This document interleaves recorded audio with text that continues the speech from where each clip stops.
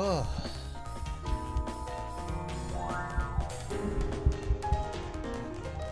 And you're no followers. Promise. Locked in. Let's get started.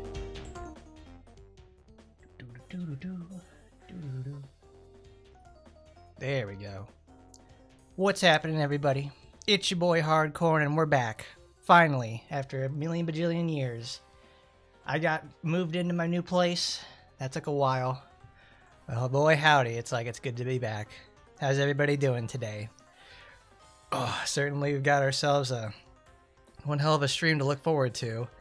Because I know for certain it's like after I release the video, they have like new Total War content, new tower stuff. Oh man.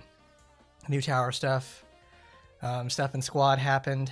There's obviously Sora's limited stuff today that we got to take a look at. So that's going to be interesting to say the least.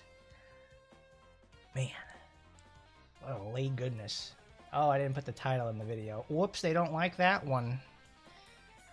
Like, oh, they're kind of like, oh, he didn't put a title. Now it doesn't know what to do. Cool. Either way, how's everybody been? I'm sure everybody's had a nice, good weekend with that stuff. It's like the first real weekend here that I have, at least, in a new place. So it's been an adventure, to say the least. Ooh. No, I don't think anybody likes moving, to say the least. It's always such a tiresome endeavor. Like, my goodness, it's... I don't like doing it, but sometimes it's just gotta happen, you know? Let's move that. Maybe that's something they did with that one, because I certainly changed the information for the title of the video. Ugh, alright. Regardless, though, let's unmute the game.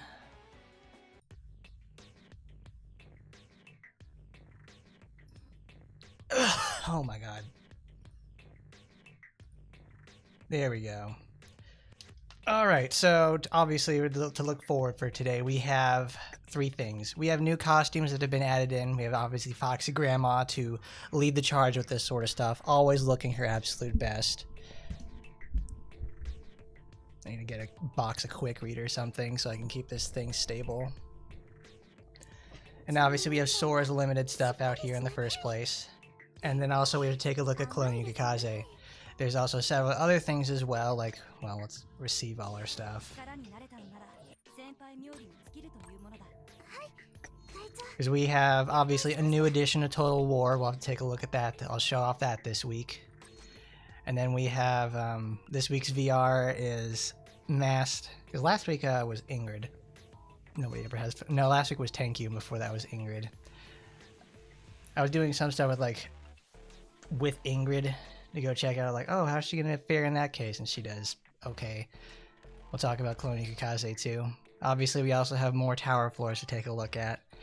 And obviously, I've seen a little bit of what's in store for these, and I already know it's going to be one hell of a shitstorm. That's going to be fun, and also really frustrating, I can already tell. But either way, this week, they released Clone Yuki for Gems. The lady herself finally has arrived. It's taken almost like, what, 5 years for her to get in the game, and she's a pretty solid addition. She obviously uses her own weapons in the first place. She gets everything that she could ever want. Like, she wants her... Well, no, this is her gotcha weapon. Pretty cool interaction yet. No, I haven't done it yet because I wanted to save it for this, and more or less I was also focused on moving. I didn't want to do that until at least I got here. Because obviously I detailed the interaction with Heaven's Road. I'll show that off soon. Eclipse. This thing is pretty nice, to say the least. It's obviously it gives half the intended value of those in the first place, so they don't have. So you can automatically start off with a stronger start. Because one of the things that Yuki has herself is the ramping with her passive. I forget what they call the passive is in the first place. Oh, I'm pretty good, Gorg. I'm good to see everybody here. We're just hanging out for the most part, just trying to explain some other stuff that I found out about Clone Yuki since her video. Oh. We'll get to Sora in a moment. But this good old lightning bolt. What is it? Lightning bolt Punisher. That's the name of the passive. They didn't do the thing where they have like the different colored name for it to denote that it's actually the title. But both of these have the ramp up to them. They're both very worthwhile, but it's they're very. I don't know. I enjoy what this brings to the table. It's good for mobbing, and it's also good for like if you want to really just lay into somebody for the most part. I really enjoyed her green. Obviously, I made that the whole focal point of the video because it's like the most fun thing you can do with her. I absolutely love this skill. It's like one of my favorite things in the game. Even though it's just like, you know, it's obviously recent. It's a recency bias situation, but there's nothing that's just really satisfying to like hit one of these and do like 20 million damage. And when I did 131, just like testing out stuff with her, the enemies there have like almost like what 50 to 70 million health, so they're really high up VR levels of HP. So I'm like, whew, nuts. Full red, I've found I don't know, I did not like Thunderblade Frenzy because it leaves her too wide open to say the least, and it's like I don't like that. I understand where it comes from though. It's when it does hit, it's extremely devastating. But I just don't want to leave her open like that because her healing options by herself come down to using her using Eclipse. No, not Eclipse is this. Using Heaven's Door with her Taimanin art. She well, actually let's just show the interaction. So you equip Type Shooter. You go put on Heaven's Door. Let's go knocking. So what happens is like you have the okay, we have to take damage because it won't show up. But when you use her Taimanin art, it counts the same as skill usage. Most of the time, in terms of skill usage, they don't actually do that because the Taimanin art is just a specific like modifier to like, oh, it does. It changes things a little bit. It does that sort of stuff. It just changes it slightly. In this case, however, it makes an entirely different skill because she punches and kicks with her kung fu abilities and stuff. There you go, it's a little bit of damage.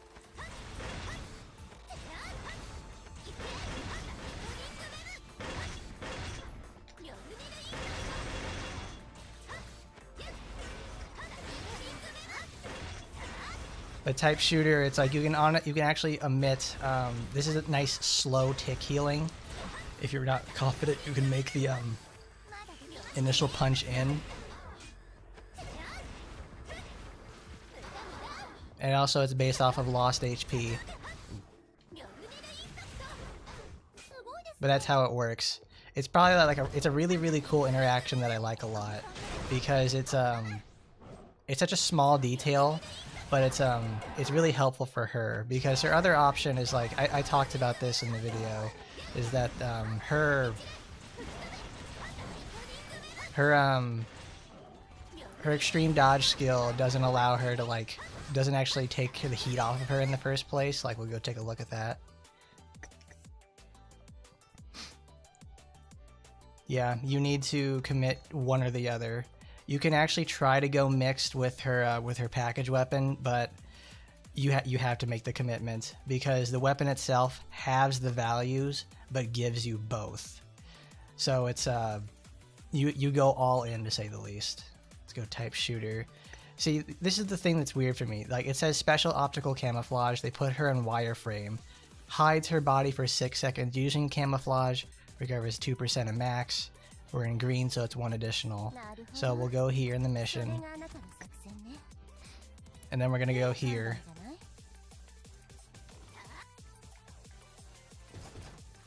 So anybody who has camouflage and stuff usually will allow the characters to, you know, be hidden from enemies and stuff like that. In this case, it doesn't actually do anything for Yukikaze, because you think a skill with the name Camouflage, it takes the heat off of them. Not exactly. They're still following her. They know where she's at and everything. So it's like, oh, that's wonderful. That's kind of like that. That's the one thing I didn't like about it, because it's a repositioning tool for her, and it doesn't really do that. It just makes it so that you have to now turtle slightly. I don't know. Maybe I should just submit a report for that, because that's like, it's a very good healing tool. I'm not going to deny that, but it's also the fact that it's like it says camouflage, it says hide, it's how come Hebiko has better stealth in this? This is actually something I addressed in the video. Everybody go check out the video, it's really great. Hebiko has her own automated stealth built inside, because this is based off of the same sort of setup that Hebiko has. She also has the lure, which pulls off people and takes the heat off of her in the first place. Like, let's go look at her in the first, for the most part. She is... It goes one way and then it goes another. Where are you?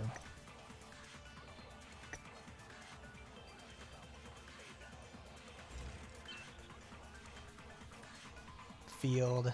Oh goodness. Taimanin art octopus. I gotta find it. It's not that. Yeah, it goes to show just how much I play her in the first place. Oh, we had it selected.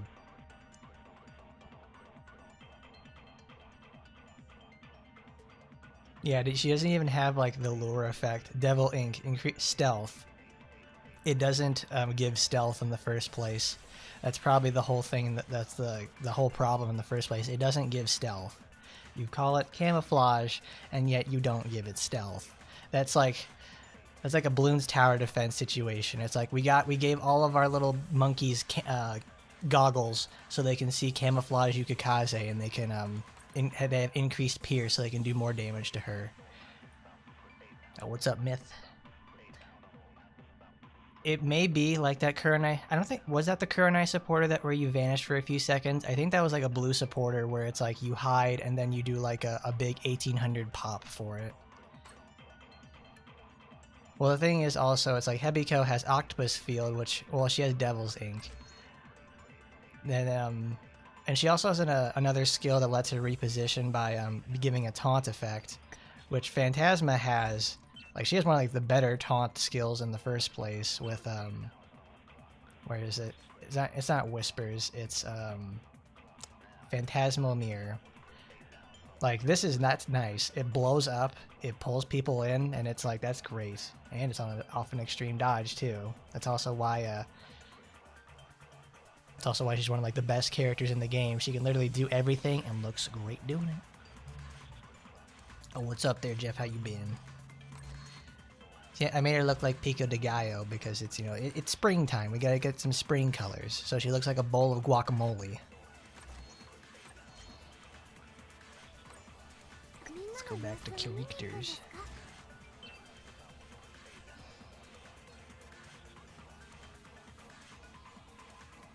Well, the thing is, it's like she has, you know, Mjolnir Impact, which is her big, you know, big selling point skill that I love showing off. But her other options really are odd, because green is specifically designed to be like a ranged, like this Mystic Dyad for ranged. She can do everything in the first place. Did it work in the same in the trailer? No, it didn't. The enemies were still chasing her in the trailer. They called it camouflage, but it didn't apply it. They didn't give her stealth, which is stupid. Stupid.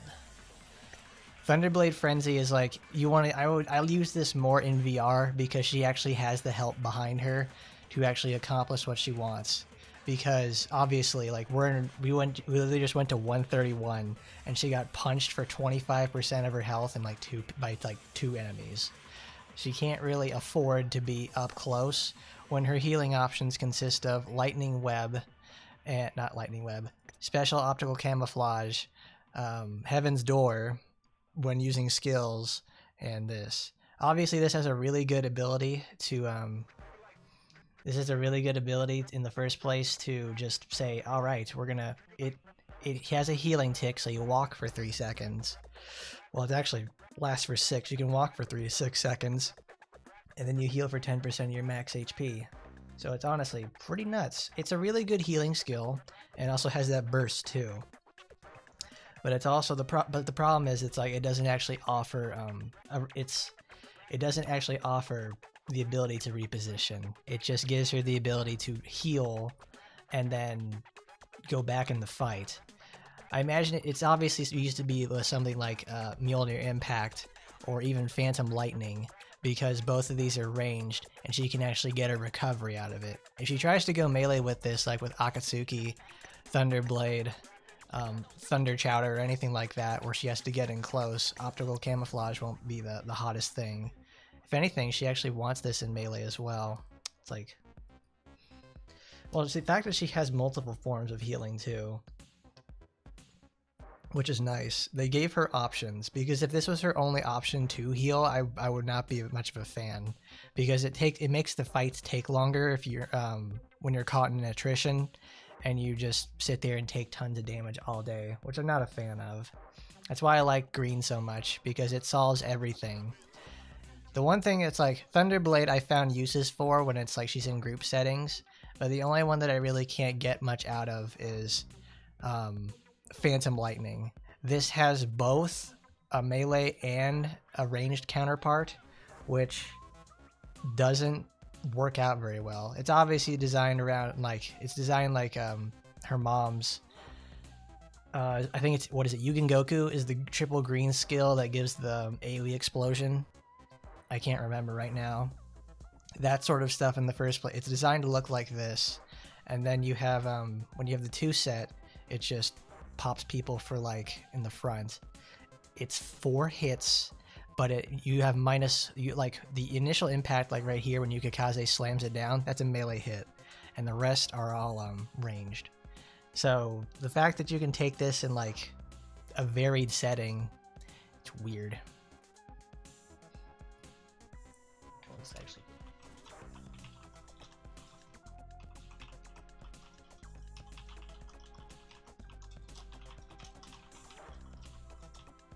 check it out. I gotta put that in there. I gotta put it in there. There we go.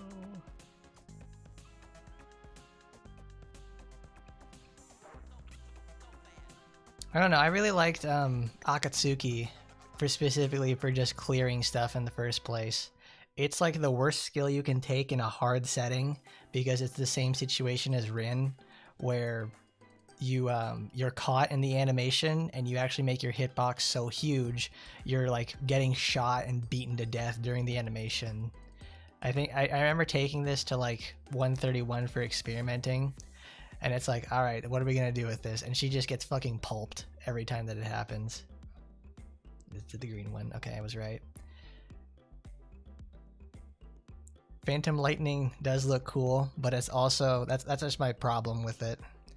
I'm just not a big fan of oh man, I'm not, because it takes away it takes away points from her meter, which is like, it's already slow enough to get there in the first place, and with melee it's like you have to start building that up again. I'm like, oh, this is rough. Because in melee I want 4 slots, but in ranged I want 3. Because it's like, what, this is a critical modifier, and all of her blue stuff is like crit resistance down, groggy, duration boost, crit res down. I like this though. This is directly ripped off of Sue, because it's a very good skill in the first place. And now they just made it like you can put it in any color, and it's like awesome.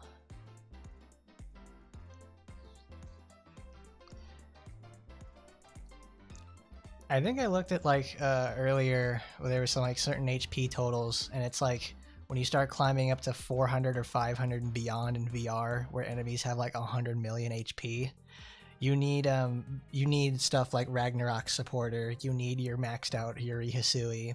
You need everything in that case so you can actually stand a fighting chance. And it's like kind of annoying, because also it's like, oh, I want to use some other characters with this. It's like there's also in the stuff like you can't do it. She learned it from Asagi. Well, guess what? She Clone Yukikaze also learned how to charge her skills to level 2, and then do that in the first place. That's honestly kind of neat though. It's like Asagi was the first character to get a charge skill that could scale up, like the longer you held it. But most people didn't even know that you had multiple charge stages with that skill in the first place. So everybody just used it at level 1, and it always ended up sucking. So then they reworked it and to do its maximum duration, no longer how long it's pressed, so it doesn't charge anymore. So now it's like one of Asagi's best skills. You gotta learn how to use it.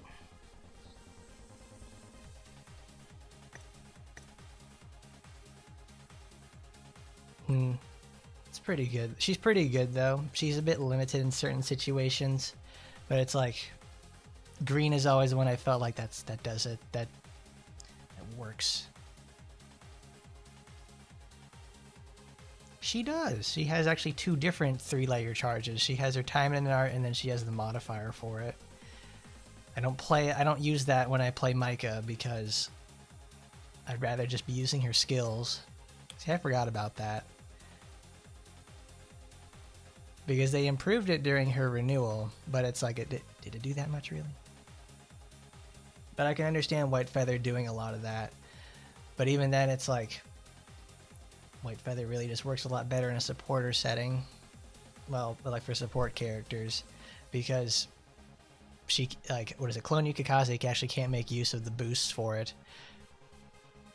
Oh no, you're gonna end up playing it like Lina, because it's like Akatsuki's high hit count, Thunderblade is higher hit count, and then you'd probably use you'd use these 2 obviously, and then Thunder Chowder for something else. Maybe no, Thunder Web is too small without the range boost. Also, this is her only what is it called? Crowd control method. She actually kind of wants this in the first place. Like the speed down is actually it is so valuable. It's the only way that if she didn't have this in the first place in green, she would never be able to get off Mjolnir Impact in a meaningful setting.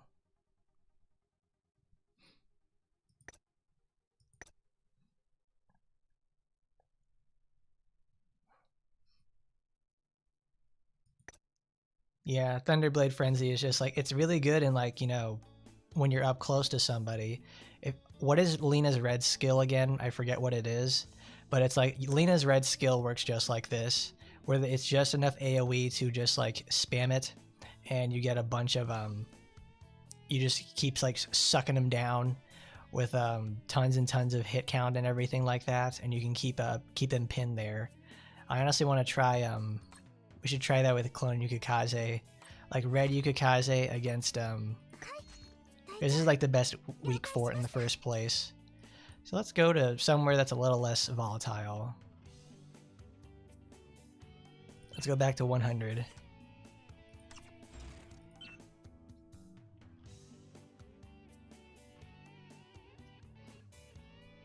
Well, newbie, I actually haven't gotten there myself. I was gonna do that today.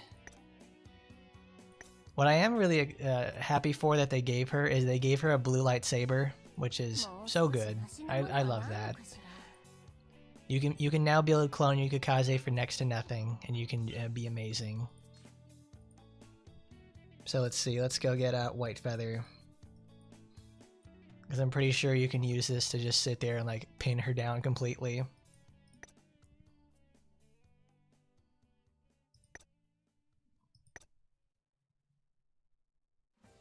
Oh, that's right. They added this in at the beginning of the month, which is where they detail in more information what the passive and active do.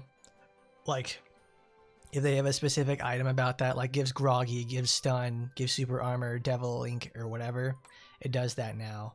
Because they truncated this, and I was like, why does this look so weird? It's because they shored up everything else to fit inside this one spot, so they can plan in the future for something like this. Let's go prison. Techwear Knight. You don't have any critical hit rate.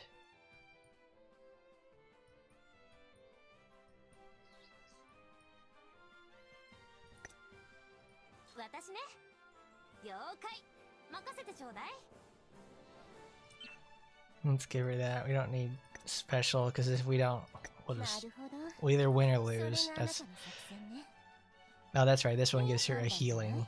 I forget that this has healing in the first place because I don't use it in red because it doesn't give her the slow that she needs. Lightning Blade. Lightning Blade Akatsuki. Nurgle attack. See, this one's fun. Lightning Summon's really good, though. I like that it's like, oh my god, I keep forgetting what Rinko's move is, that you can go, not you can Goku. Oh my god, it's Rinko's triple green skill that shoots the funny nuts. I wish they did this. I wish they blew up and then they did, you know, bonus damage and everything. That would have been nice. That would have been pretty cool. But I do not remember what that is. It's like Mugen Hoei, that's it. Mugen Hoei.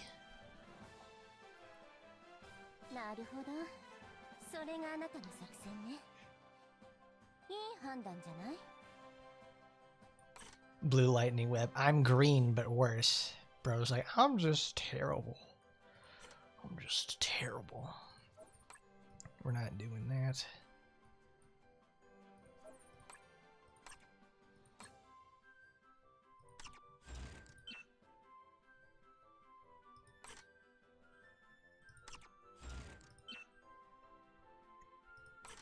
Alright, we're at 100. Let's see if we can actually accomplish it. We probably will. It's modern 100.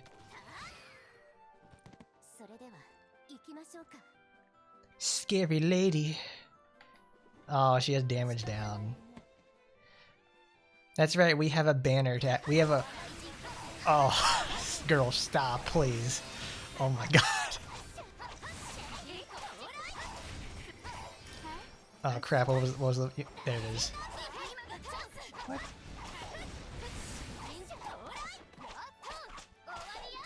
Because it is from Kirby. It's from Kirby in the Forgotten Land, aka near Kirby Mata.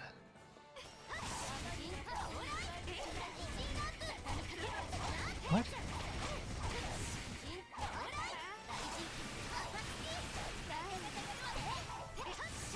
Girls, keep her pinned down.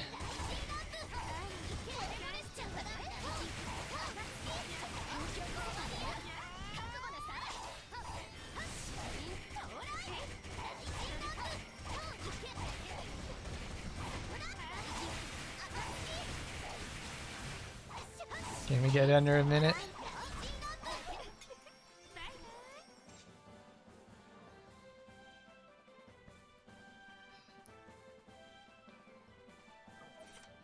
That was actually kind of nuts in the first place, is that they actually went and made the change for that. Because I think, what was it, earlier that week, where they changed the drop rate to, what is it called?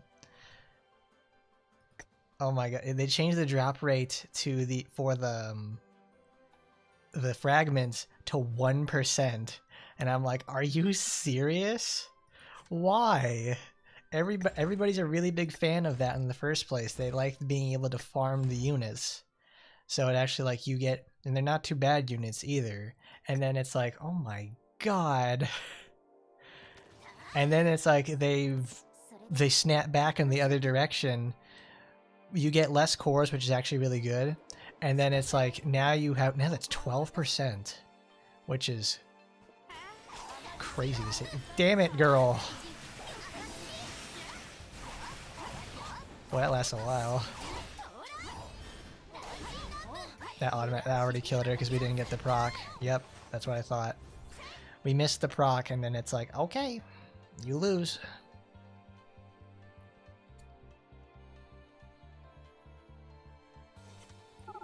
They kept the gems. They kept the those items that give you like boosts. No, it's the free 2-star ascension materials, and they reduced the amount of cores you get through those modes in the first place, which is honestly welcome, because it's like, I remember, like, I bought to the 600 level of what is it called, core inventory, and I'm like, oh my god, that's nuts. And then I farmed all day yesterday, and I never even had a chance to fill it up, which is kind of crazy to say the least. I went from filling up multiple times that I'd have to stop and you know, fix it. To now I don't even get a chance to do that at all. I missed it again. Damn it.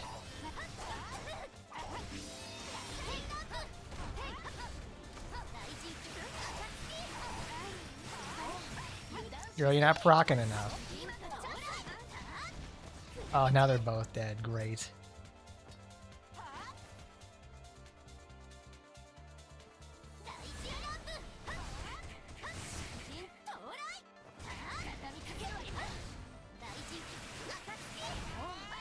Yep, that's exactly what I thought.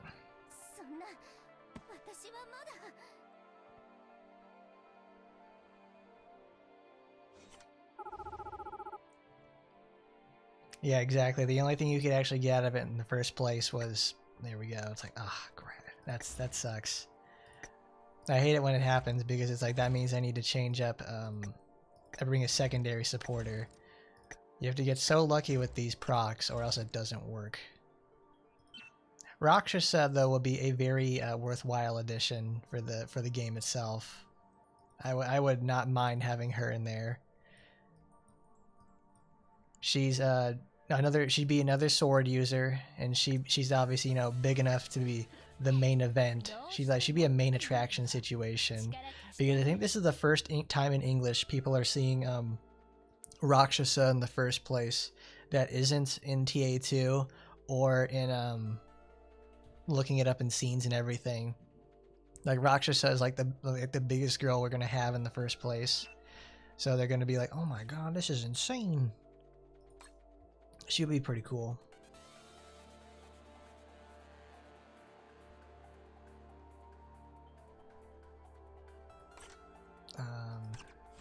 What do you have? Oh, you know, it'd be really good if we actually gave her this. We need to blow up her. We gotta blow her up. We need a whip grip. We need to do a whip grip. Wow, she needs all of that stuff in the set. She can't be doing this.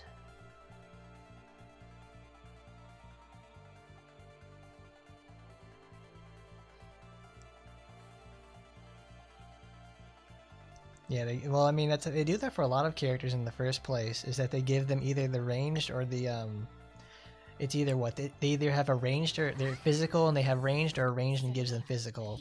Or they give them a power hitter, or they give them an attack doubler, like in terms of hit count.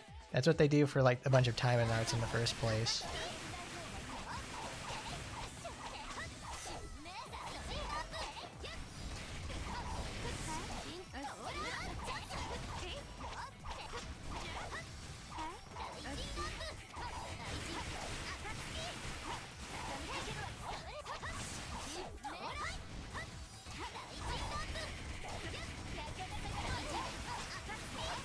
Doesn't do a lot of damage in the first place. It's just sad that there isn't a lot more usable skills for this. I'm also building criticals in a time where she's not doing that.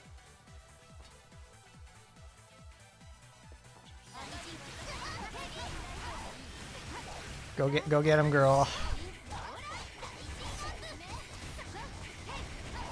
I love Obui so much. One of my favorite designers in general. I'd honestly put him up there with like Kenko Cross, and probably like some of my favorite artists ever would probably be like Kenko Cross, Kagami, of course. Obui's very good. I love that guy so much.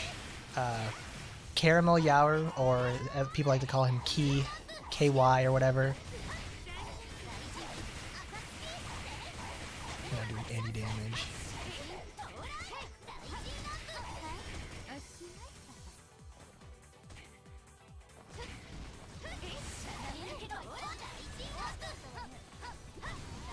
Oh no!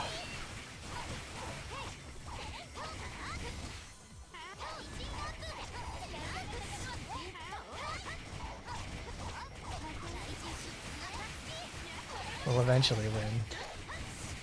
We're not gonna time out, but it sure as hell feels like it. That's my only thing with this. It's like if I want to keep her No, I need to take this off of her in the first place. It's not it doesn't make her damage increase. It makes things very slow.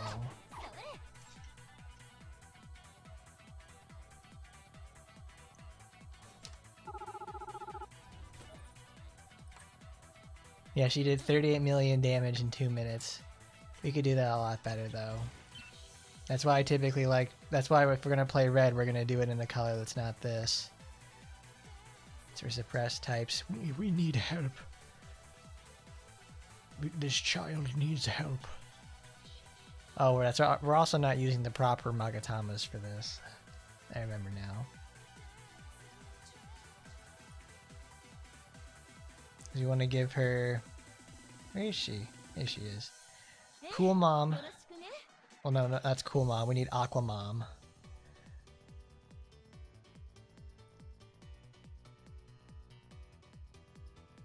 And critical hits just ain't... It ain't cutting the mustard.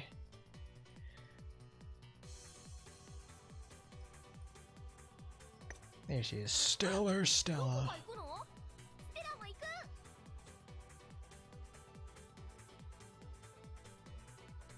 Well, I mean, we all could use Oboro, and we could use land and everything, but it's like, is it really worth it at that point?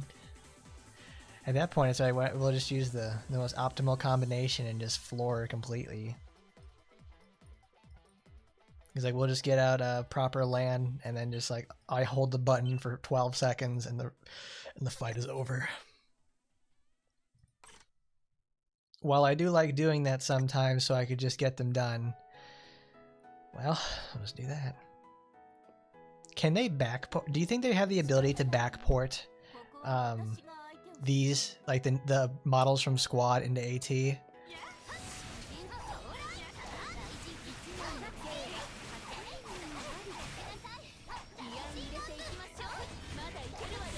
Kill 'em, girls.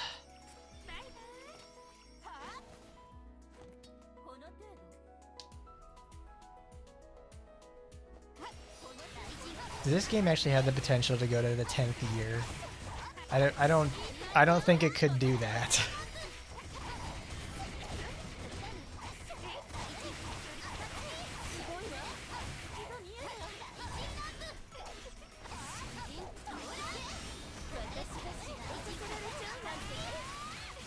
Oh, she broke out of it. Go, girls. Oh, that's wonderful. Wow, that's crazy. There's also a nice indicator of, okay, you can just properly gear yourself and you can do it. Alright guys, cut that shit out in there. That's enough. I understand we're all mad, but it's like, don't be doing that stuff. We don't need that here.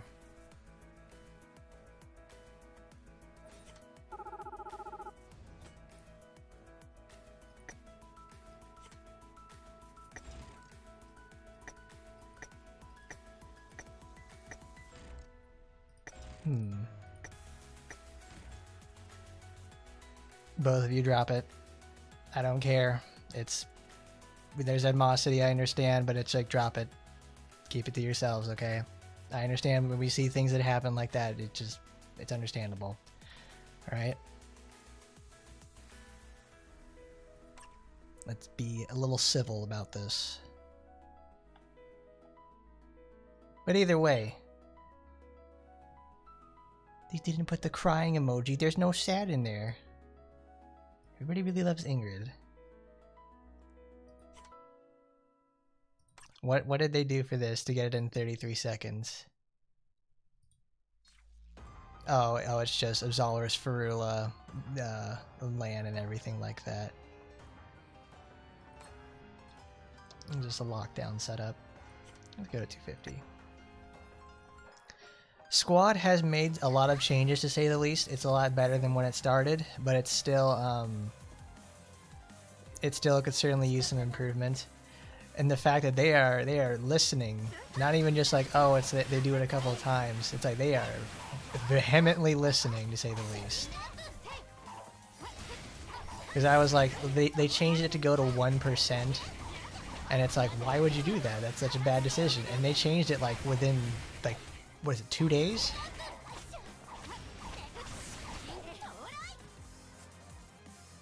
Mary was not to what I was liking.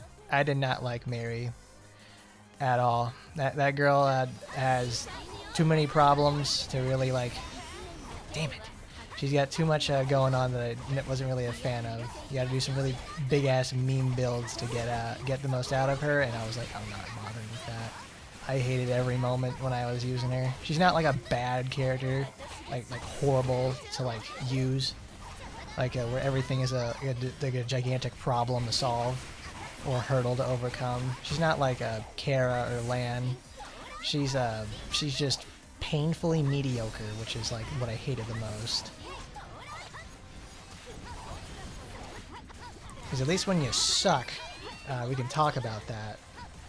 We can make it a point to like have a goal that you're eventually going to get good.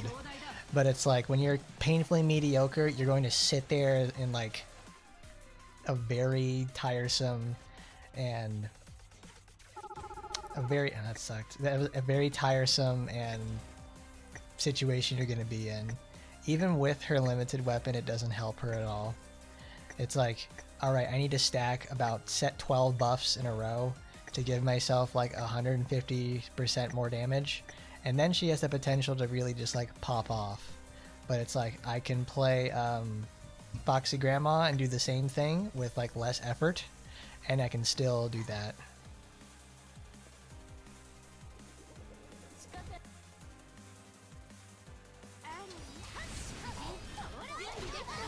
Oh, you gotta be shitting me, girl. Come on.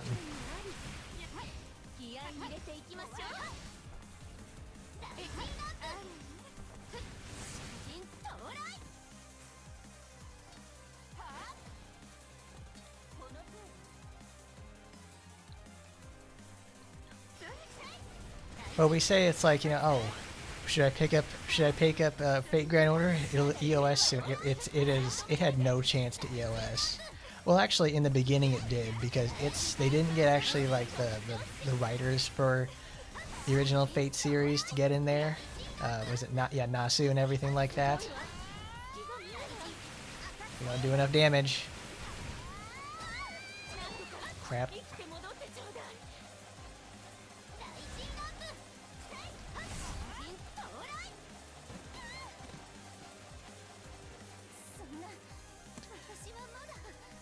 I remember learning about Fate Grand Order when I was in high school. That was like I was about to ready to graduate high school, and I was like, "This is ridiculous," and I was like, "Oh, this is awful." And it's like I read some of it. I'm like, I feel like that's a game if like I really sat down and just like read the story for it, it would be a lot better. But in most cases, it's like it's not. Because I remember it's like the first big arc for it was like before they head in like the Lost Belts and stuff like that. It was like the first couple of singularities. I was like, if it didn't hook you at the end at that point, it's not going to happen. I remember there's also like someone made a what's it called, a website to, well, we already got our points for VR, but there you go. Let's try it in a different color. Let's end that one a little bit better instead of losing.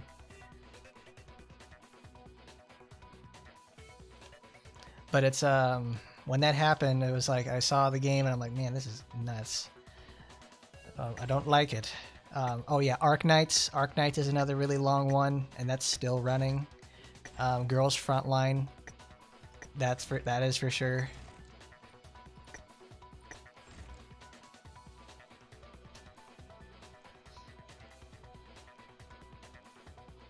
I mean, AT is going to turn 7 this year, actually.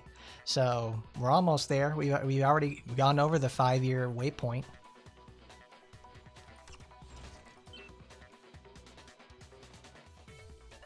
Yes, if there wasn't any, maybe I'm just being bad at it. I probably am, but it's like if Clone Yukikaze does not have the support in red that she really needs, she kind of falls apart because, oh boy, let's do some green.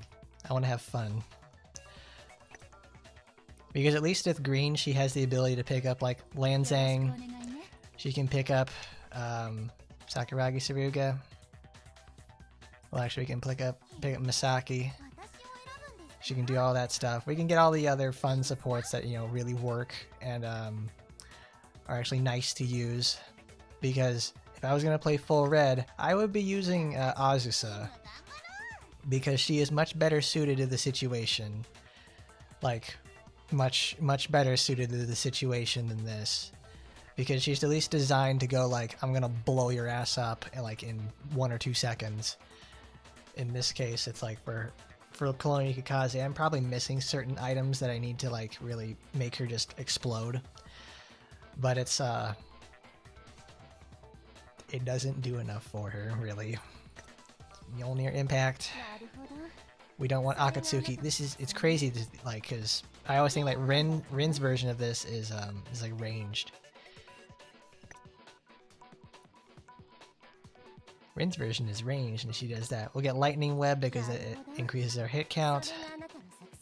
We don't need Coctical Camouflage. Let's take Type Shooter because you don't have to worry about that.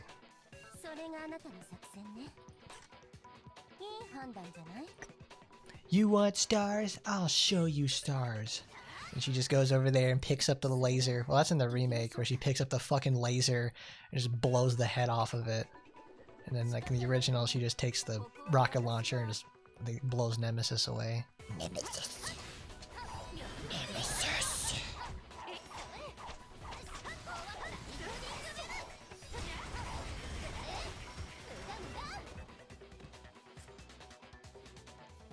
Oh, she picks up the Magnum and does it. I'm probably thinking of like Resident Evil 1 where they take the rocket launcher and do that.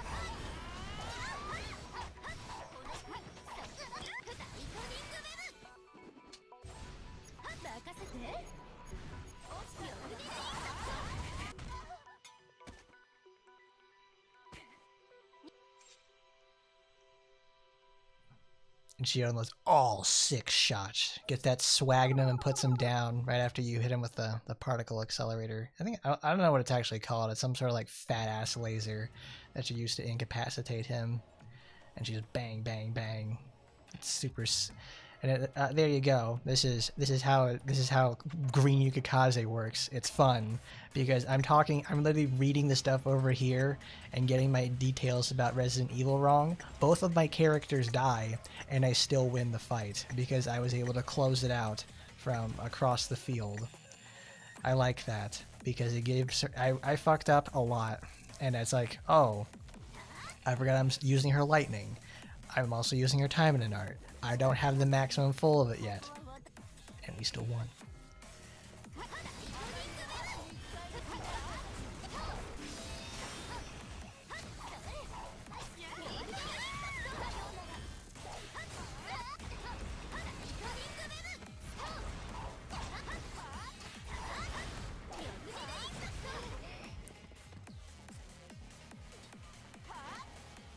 Yes, Injustice is the one made by NetherRealm Studios, where they got really excited to get the license for all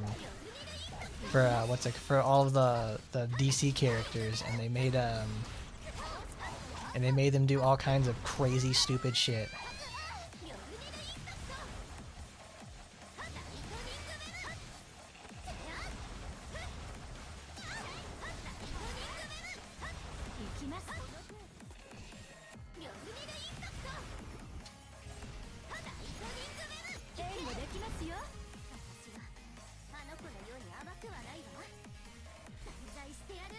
Yes, her ranged attacks are much better because that's her whole thing in the original.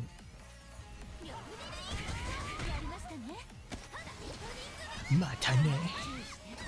Oh, she couldn't close it out in that time.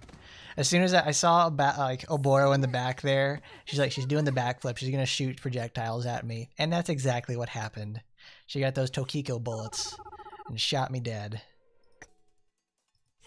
Something tells me a proc didn't happen because someone got interrupted at one point and it increased the cooldown of their skills, and we didn't get to break the armor and close it out. But I mean, that also goes to show just like how potent her big laser is, in the fact that it's like you could get there for the most part.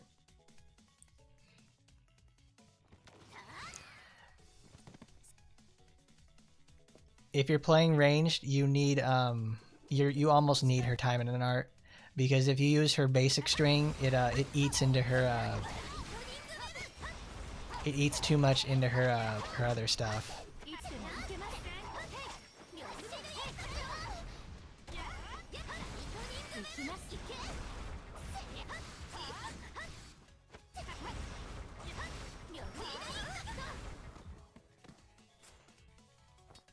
Ragnarok doesn't actually even need her time and art in the first place. Everybody just plays her with all three of her free skills at once. Because it is the best way to play her. There's sadly like no other options with Cool Mom.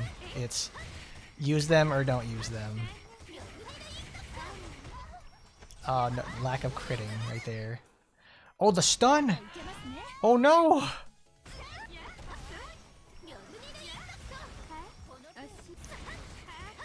I didn't know that.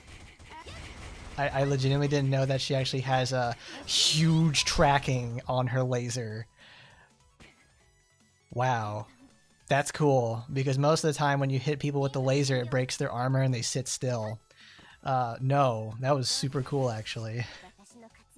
I need to up her crit rate.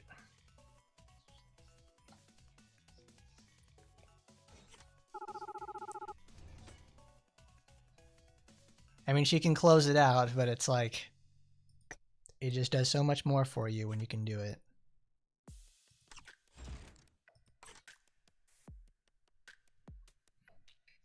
Her unalive beam. She just goes over there and just blows them the fuck out, to say the least.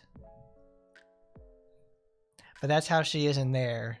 I don't want to use blue. That was probably my least favorite color when I used her and everything like that. 10? Really? Oh cool, let's count it down. Why is this 10? 5, 4, 3, 2, 1. Happy shop refresh that actually can't occur. Oh, it's still there, damn it.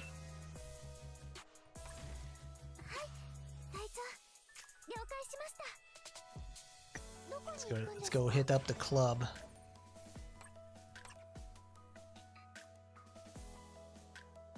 Her two other freeze attacks use her. The only other source for her freeze is her dodge skill.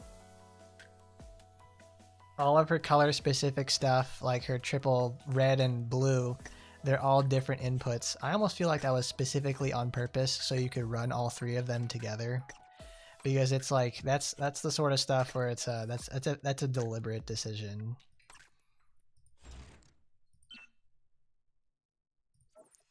Yeah, exactly. It's like that's because we're probably going to be ending up using Cool Mom today, because she has that supporter that, you know, deals percentage more HP percentage of max HP as extra damage on her attacks, and it's like.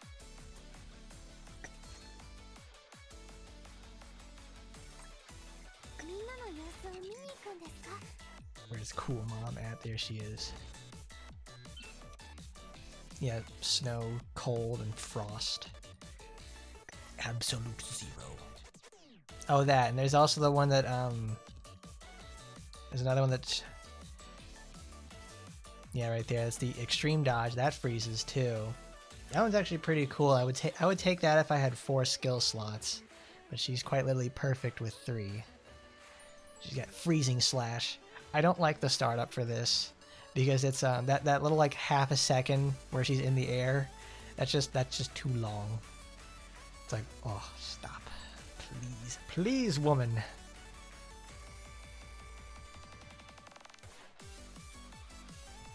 Because the cooldown, the duration for this lasts exactly the duration of its cooldown, so you can keep it going. I'm like, oh, the pain. I like Freezing Spear though. This is actually a really fun one to use, because you can take advantage of stuff like Snowstorm and everything like that, and the constant like deep freezing situation, so you get like a ton of damage out of this. So it was really fun to use. When I have 4 skill slots, I like using this.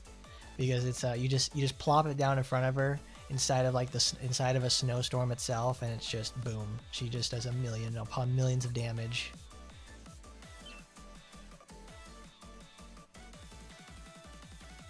Well, we need to have her. We need to have baby girl ready. Cool mom's got to be locked and loaded, to say the least. So you weren't even using the proper supporter in VR either, and she just closed it out. She's that good. She's good in green, but it's like blue is just not fun. I did like the week that we had the where they had in Challenge Arena, where they were like, okay, you're gonna have to use a blue Foxy, not Foxy Grandma, the blue version of a Ragnarok, and it's like blue Ragnarok is like specifically built as like I think a defensive measure. So it's pretty neat. Oh, nice! This is awesome. We actually get to use White Feather in its original setup, which is rolling for the maximum chance of double cast. Actually, proper stuff. It's like cool. This is awesome. What does Anrose have? She has critical boost. Shitty's Rhyme Axe. Oh, we're playing blue. Okay, that's awesome. Skill damage. You get to use Holy Heaven Strike, which is awesome. That's actually really nice. Boss Blaster and everything. Cool. Let's use a. Oh yay! Oh, fine. I'm very happy. We get to use Hot Robot, one of my favorite characters. Kawa Asukayo. Oh, was it? Oh fuck! It's Chris Matan. Oh shit! There he is. Look at that! Look at that smug bastard right there. I thought, oh, did the game crash? Oh, there's Lila Minasaki. This is not, fellas. This is not looking good.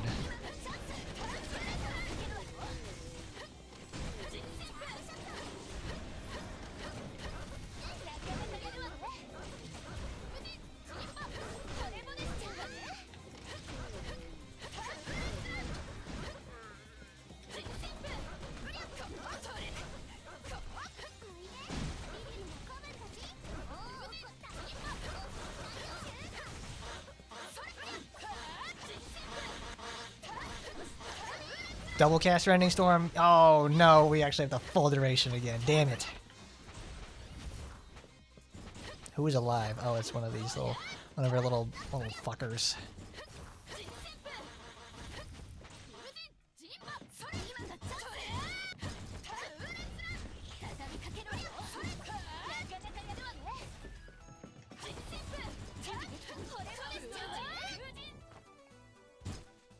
They took out her neck wiggle, which is kind of sad. I like that because it's when Asuka does like her ult, before they did a little tweak to that. They took out her little neck wiggle where she sticks her head out because she's concentrating, and it's like it's a very awkward look, but it's like I'll never forget it because I pointed it out in the video.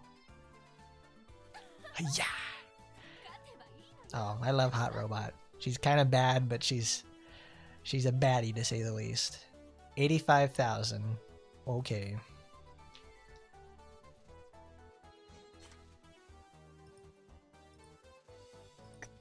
I'm not too wrapped up about that. It's like, because in order to get proper scoring with Asuka, you need double casting Rending Storms, and you need to make sure her ult crits. That did not happen here.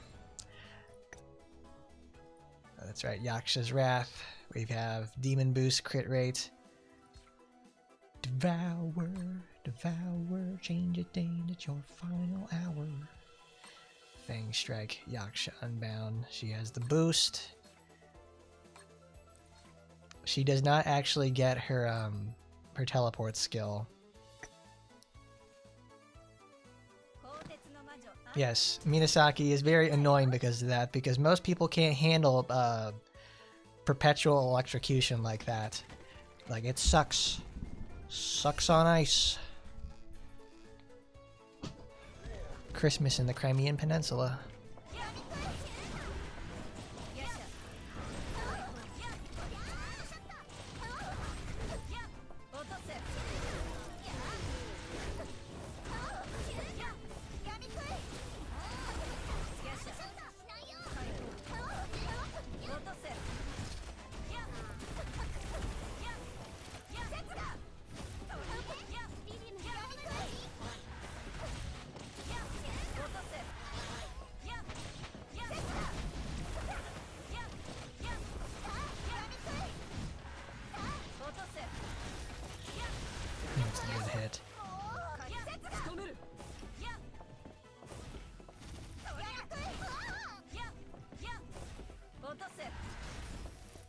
I keep forgetting what the input for Devour is. No, Devour is the double dodge. And then... I keep thinking she kept having a hold input. No, I don't play her. It's like, I keep forgetting, like, what's the skill that you're doing that for? Fang Strike is this. Because I was thinking she has, like, she has the one that has the line drive attack. That it's like you hold the button and it shoots forward. I was like, where's that? Because I use that one. And I'm like, yeah, I don't play Enrose, ever. Because I'm like, what are you supposed to do with this? Like, I'm flailing around. I'm like, what are you supposed to do with this again?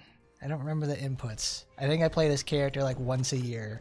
That's usually for like if something happens with her.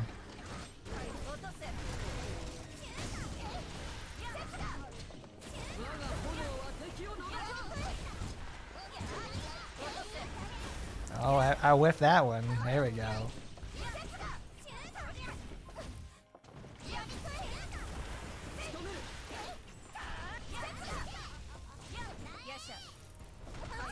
Stop! These bratty children!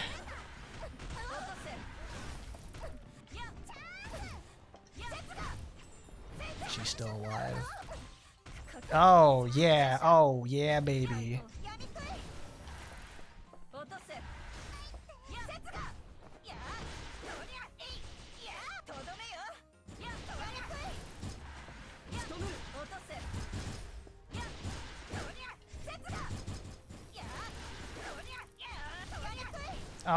Oh, you bitch.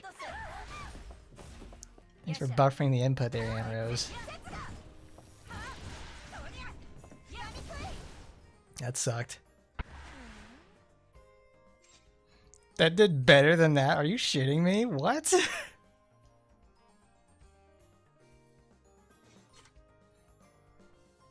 Well, I mean, it's part of this week's challenge mission, so we're going to be using her. I want to try that again, because we could probably hit 90, because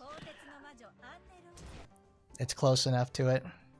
We'll give it one last attempt, because it's like, because you need to hit the third.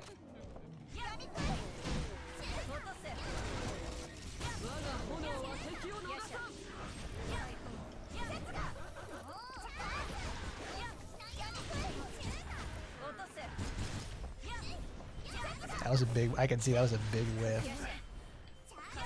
Oh, that's right, she doesn't get all the fun cooldown adjustment stuff.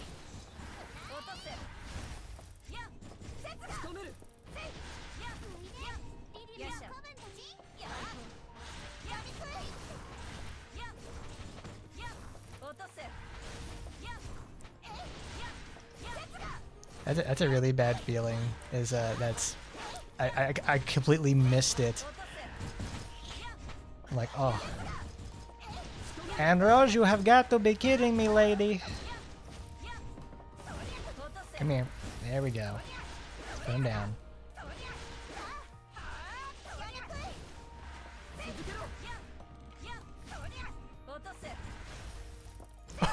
Bro's at like 1 HP, no. 88, oh, that's like fucking whatever. I'm not doing it.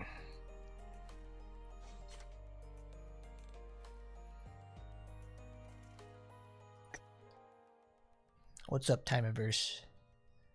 88,915. I'm like, yeah, we'll just keep it at that. Let's see, we get Fire God by Fang. Okay. Because usually it's like if I'm going to use her in blue, I want to use red as the 4th skill because it's a circular attack. Quillen, cool. Yes, ma'am, Klablam. Fire God Panlong, okay. Alright, so from what I remember with her, to do this, it's attack, get the hit count, and then when you're when you're in recovery, you can hold dodge to do Thunder God 2-Ofe, and then you'll be able to do get the proc for this. Though, so let's try it out, because this is that's a hold one for that. She has the Boss Buster. She has Electrocute Booster. Debuffed. Okay.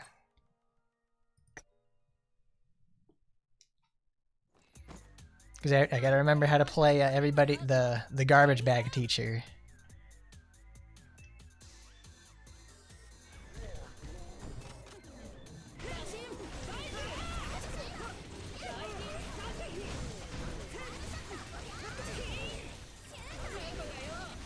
out. Oh, that's right. We're confused. Okay.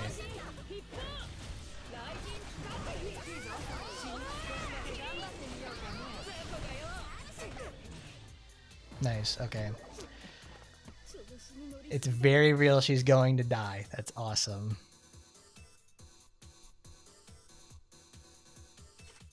I literally can't see.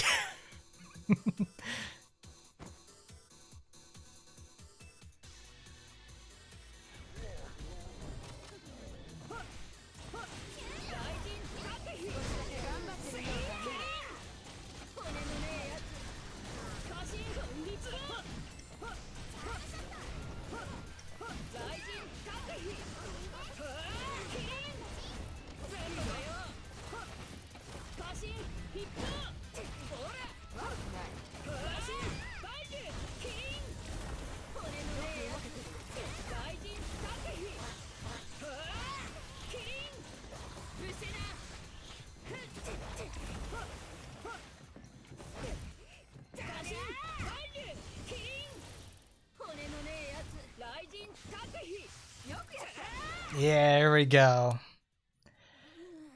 Ah, that's good. 81k, that's exactly what I figured. Because obviously that first attempt was, I suck, I got a confusion, so I didn't know where I was at because I was blocked by him. And then you need to suck everything in. I was gonna crash. It's like, you need to suck everything in so you can get Thunder God out there. And then it's like, because the final hit is where all the damage comes from. If it has a low roll or doesn't crit, you're not going to get anything out of this and you won't score well. I can feel like the best thing that you're going to want to do here is you need to hit this. This has to crit. This has to do everything in the first place. Because all these skills hold her in place, which is a big problem.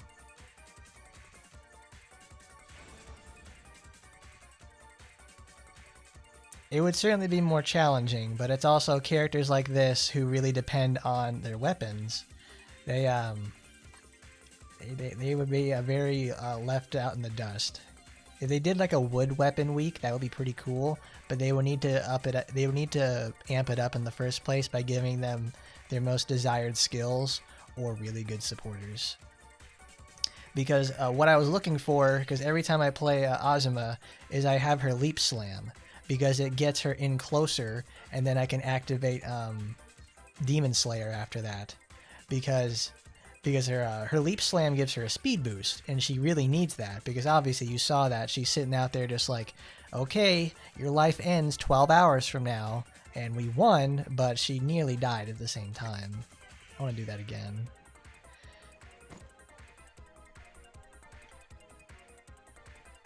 Because we need to target Minasaki and the Elite Succubus.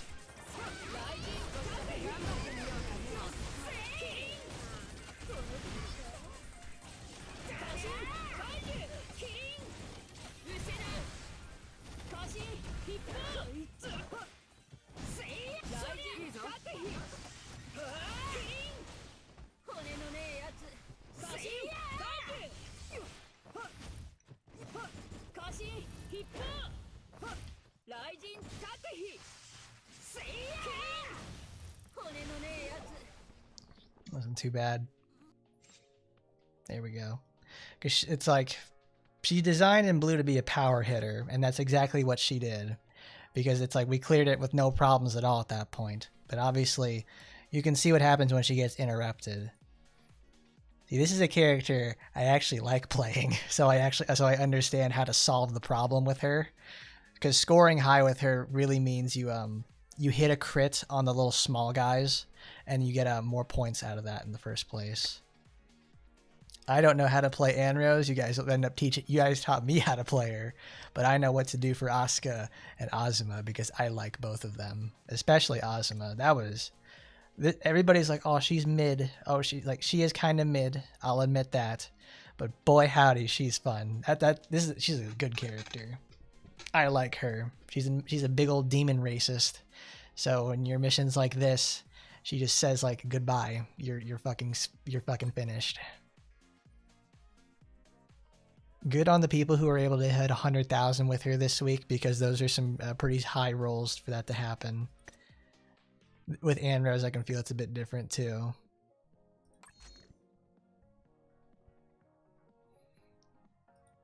I know Ozma's better than Kara. It's the sad state of affairs. Alright, let's go to Total War. Let's go to normal. Because, what is it? Alright. Immune to mind control, slow, and unbreakable armor. More ranged. Decreases damage taken from melee attacks. Okay. So, no Psycha this week. Well, actually, I don't know. They don't have it on a rotation. Fox God's Flame. What racial is she here in the first? She's human. For some reason. I mean, Kara did, but it's like she was that way in the past. She just has a defense. Now she has a defense down supporter in her better. I don't want to say it's her best color, because blue actually is better, does everything better. But at least they gave her an attack. They gave it's like, all right, here's a minus defense down like for 2 seconds, so you can just nuke them and hopefully you win. It's not the kind of mentality I like to have, but it's the way they do that.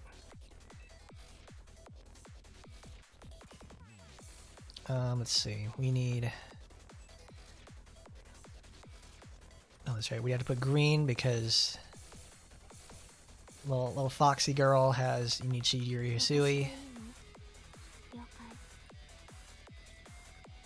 We need Yuri Hisui and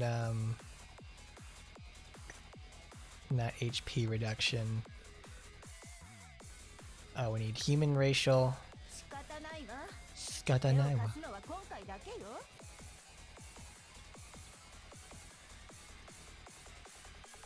What would I want for this? Launch musical notes. Crazy.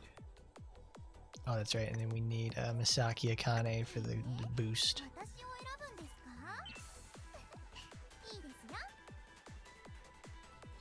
Kara can be better. I think we all know that one. That doesn't take much doing for that. It's like, I know it, you know it, we all know it.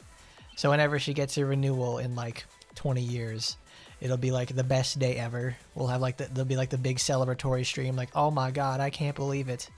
They brought her back. They made her usable. They made her not crap.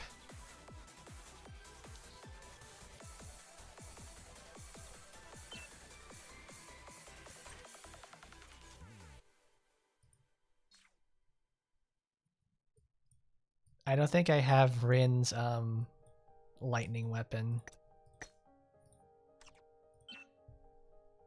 I don't have fragrance. I don't have a big fragrance attacker. No, I do not. I do not have that. Because that would have been pretty good if I did, because that would have been really helpful for her. Well, that means we're just gonna have to use everybody's favorite, Kichi Azusa. Girl's bringing it back. She's whack. She's whack. She's wiggity wiggity whack.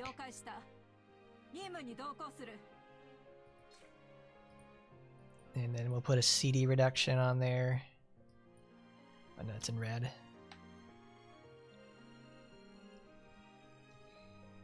I mean, you're not that wrong there, newbie. It's everybody likes Sora's renewal weapon because it's just flat out better. It's flat out, it's better in like most situations, but it's if like, what is it? Her weapon is more suited. The weapon itself is obviously more suited to her blue build, and if you're firing off a lot of Foxfire projectiles, so you can get that hit count up. It works a lot better on characters like Noah and Ragnarok. Anybody who can heal themselves off of lots of hits and has a very high hit count.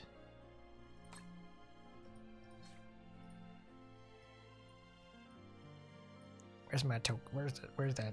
Where is it? Where? There she is. Mikigami Haru.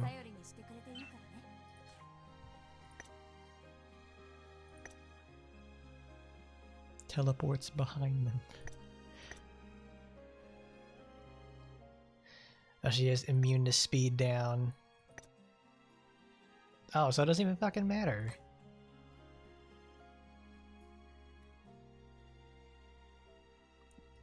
Just like the time that Saika's ult freezes the game. It's no surprise there.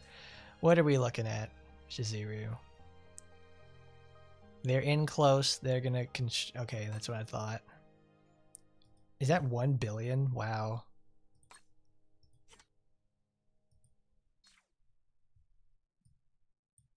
So I guess the goal for Astaroth is to keep her busy.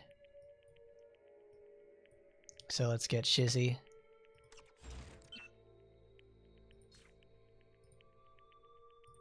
Oh yeah, what do they put for their Shizurus? Tokiko. And they need the defense down, okay. And Rin, well, we can forget about Rin. We don't have her.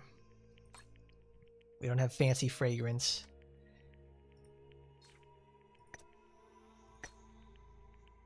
Oh, that's right. They use Rin because of the team benefits.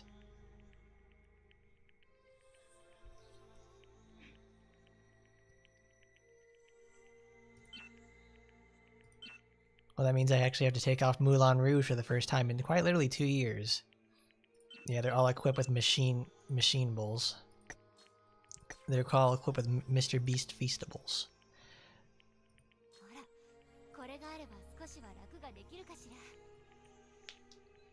I hope they treat Asuka well for... No, they already gave her a renewal. So it's like... This is probably going to be another opportunity where they like, okay, since she had her renewal like 20 million years ago, they're probably going to be like, all right, hey guys, we're back. And we're going to give her a little bit of changes because she kind of sucks. What? Who said that, right? Yeah, exactly. They're going to do something like that at this point.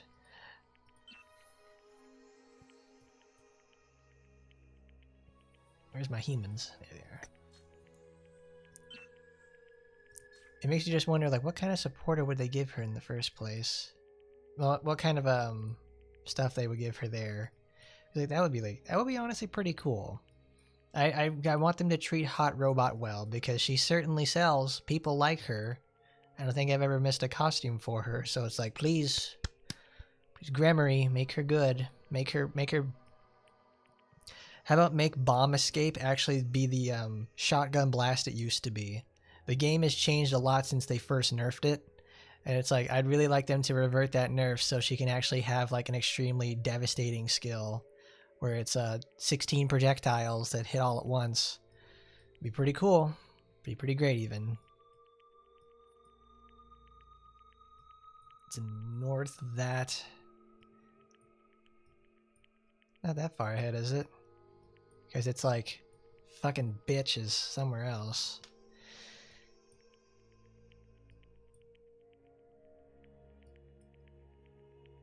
Did I? I think I put her in it.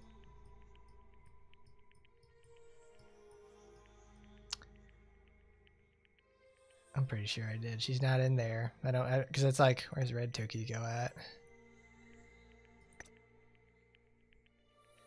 Demon type allies. Well, it's not gonna work.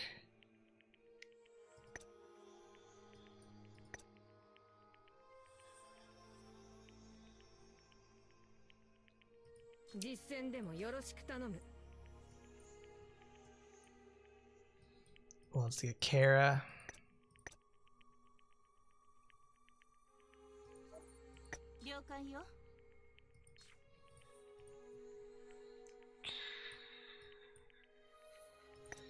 Yeah, sure. Let's get Flower in the desert so we can extend some buffs.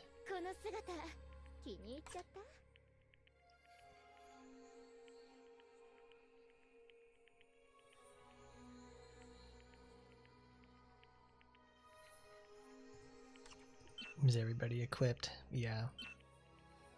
Starlight Chaser. I need to check something though, because I was like, where?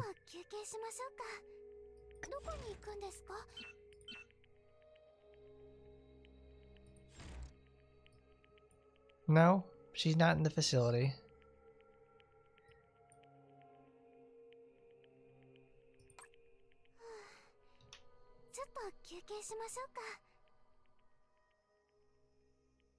Sora. Sora, where is I can't believe I'm saying this. Where's Toki go? Because I know I still have her. There she is. Oh, she's in the facility. She is in a facility. I was like, I have her. Where the hell did she go? She's in skills? Yes.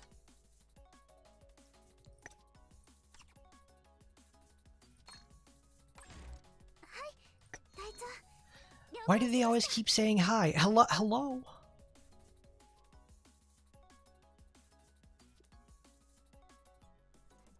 She could dig it. It's like something that could give her a heal and maybe even give her like bonus speed or something. Because that would be a fun thing to do for her. No, we don't need that. Shizuru does not need that in the first place. We actually need her with defense. We need the Department of Shizuru defense so she can live with that. Ally characters ranged. Okay, so we don't actually have a supporter yet that's going to give a valid boost. Because it's like 10% ranged. It's like Zenless Zone 0 over here. Call that shit Z's. Catching some Z's with that. Decrease speed, normal boost. Yawn. Critical, melee critical, demons. Let's take those off.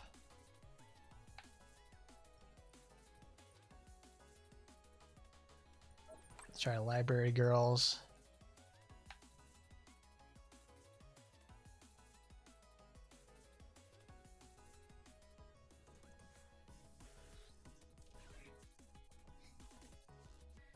The one old man with a disability where his memory only lasted 20 seconds. So every time his wife leaves the room and he came back, he'd be like, "Oh, hello, I'm so glad to see you again." He's like he's Deckard Cain. That's what he is. He's just like, "Oh, hello, good to see you again. Welcome."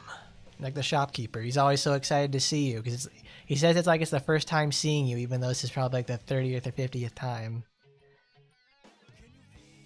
So many melee boosts. Where's the damn ranged? Because I saw these. She's human, so I don't get any of those. Well, protect. I can actually use that. Speed, honestly? Honestly, not a bad idea.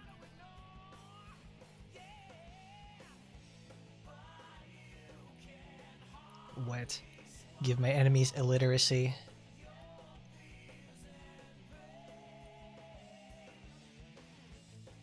Damage taken from monster super armor. Well, that's pretty neat. She always has super armor applied to her. Bleed. What am I missing? Critical damage, speed booster. Oh, that sucks. Damage increase, ranged attacks boost. I don't have Apostle Mom, so it's like, that sucks. However, I really like that. Alive in VR, so we'll just find something else. There's damage of protect type characters. That'll have to do it. Wait, what? I did not equip the sisters. I love them, but I don't want them here right now.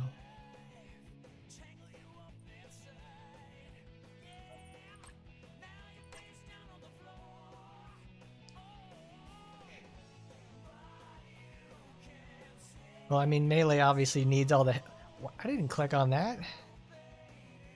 12. I don't need critical rate of suppressed characters.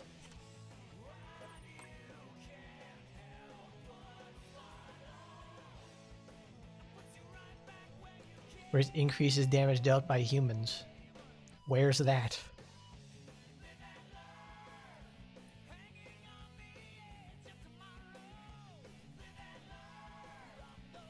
Ultimate.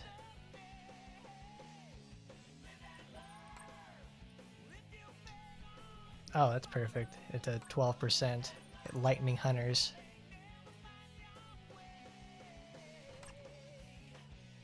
I liked Deckard Cain. He's probably one of the most memorable character that I for me at least in Diablo.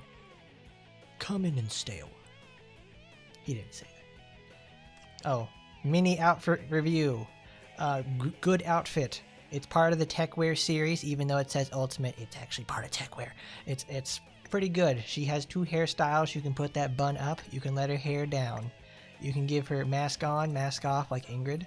She comes in these stunning colors. She's even got like that light purple. It's pretty cool. I gave her red. I put her in red because I like that a lot.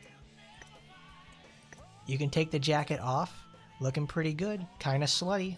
That's wow. It's like she's got exploding knees and everything. She's got to, you know, she's got to have some knee pads for when she's down there, all right. You can take her ears out. You can take that off. So she's like, not too bad. Oh my god. Yeah, I think Sora has what? How many toggles? She's got a lot. She has 6 different toggles. Everybody usually has, you know, obviously the color one or like a headpiece, but now she's like 6. She has 2 different ones. She's very special. Alright, let's give this a try. Are you kidding me? Getting rid of Decker Kane was a mistake. There's no reason not. There was no reason what to have done it, but... Alright, we've seen you, girl.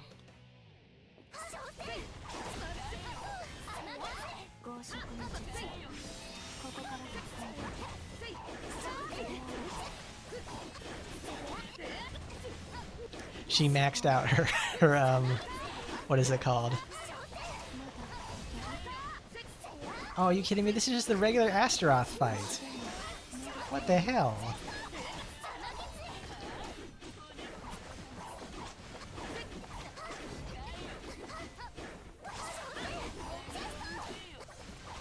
Sora, get out of there. You do not need to be there. What is that? She just goes out and drops the fucking load.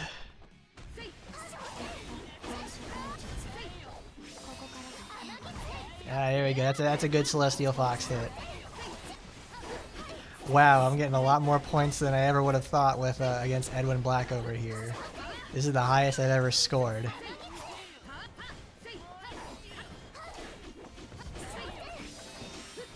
Get up, Sora. You gotta get up, Sora.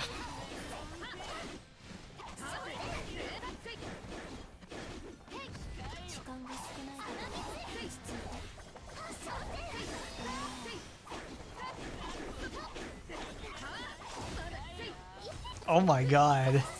Fucking Sephiroth's meteor over here.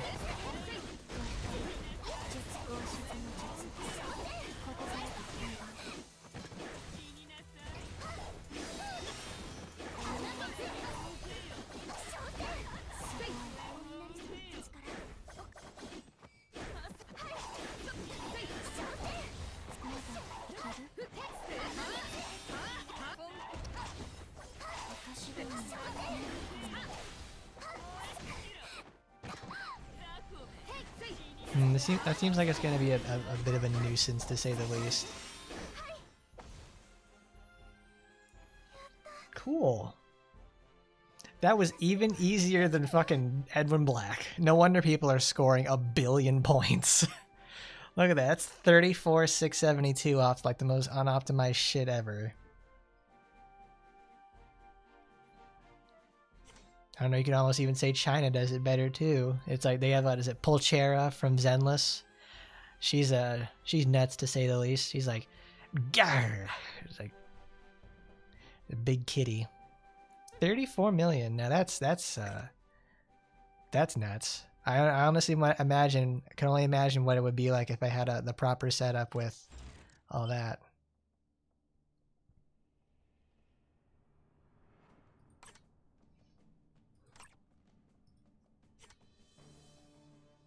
Guess we gotta change our team. Alright, now we go over here from...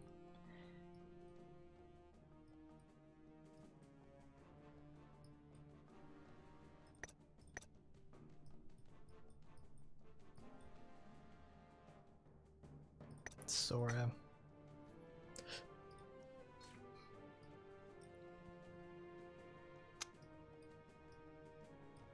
Where are you?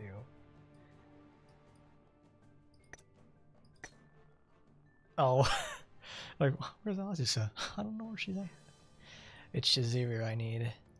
Shizuru is from, like, 3 years ago at this. This is from 4 years ago.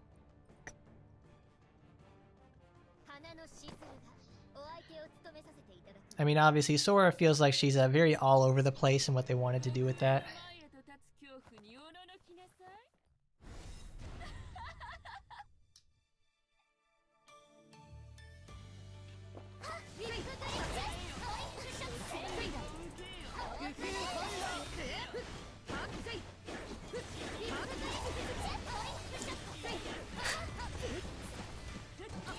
No, she doesn't have a lot going on in terms of, like, you know, personality, to say the least. It's like, I'm glad that people really enjoyed her more than what she had previously. Going from, oh man, who cares about her, to, man, oh, who cares about her, oh, she does good damage now. She's always been able to do it. It's like, hey, who's counting? She has the single best skill in the game.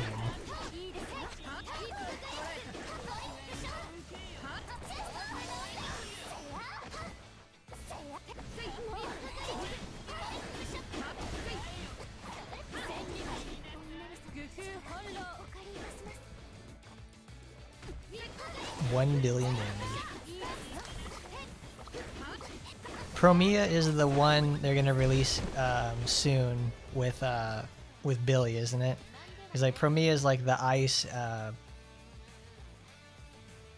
Who's the other girl? Like that for Astra Yao's bodyguard. I forget what her name is. She's like the ice version of that. She certainly won't be inflicting Frostburn anytime soon, but she'd certainly be a welcome addition. Alongside Papa Vampire. Evelyn, that's it.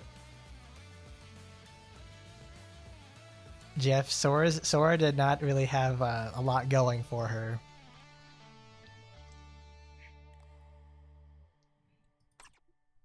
She's kind of caught between a rock and a hard place. Alright. We did our total war for the week. Let's go to tower. Let's go punish ourselves a little bit. 132 machine. Okay, well that's not gonna be good. We'll almost need to start changing up our team every floor because we need to be able to have the materials to win. Reduced from machines, reduced by humans, so demons are the way to go here. Alright, cool mom, you're on the case. It's all up to you, baby girl.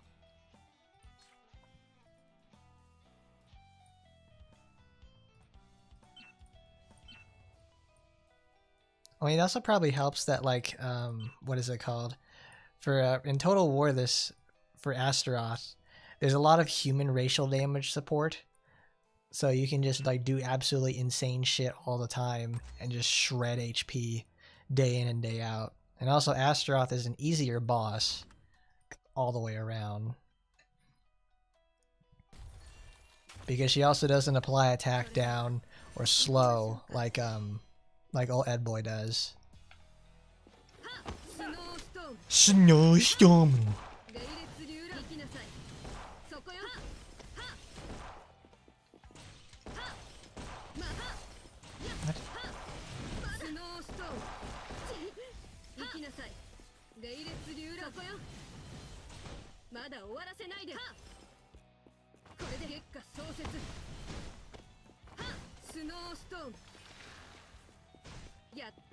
Yes, thank you. It's that's I think it's the one that I got when I first got her in the first place. It's very cool because it makes it's a lot darker compared to her original outfit, which I like a lot.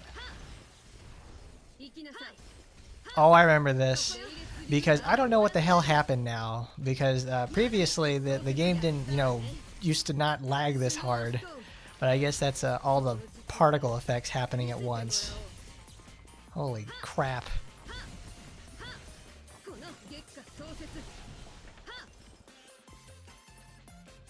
Alright, blow up, come on.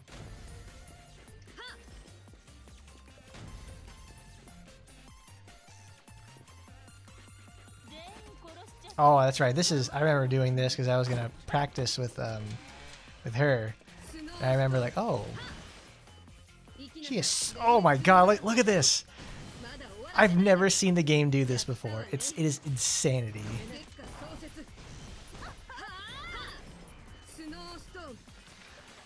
Look at this. We're dropping frames like crazy.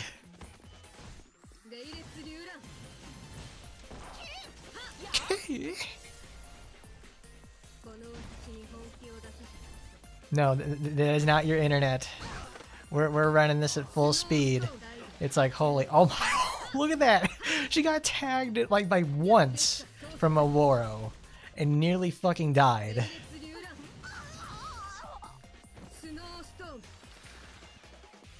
Went from full HP to nothing.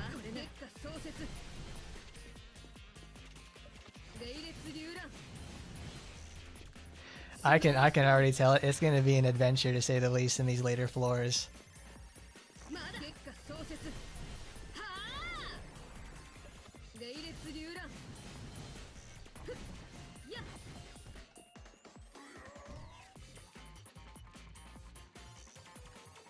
Yeah, all the 8K ice particles, because they have to be that kind of detailed when the game can already barely handle doing anything.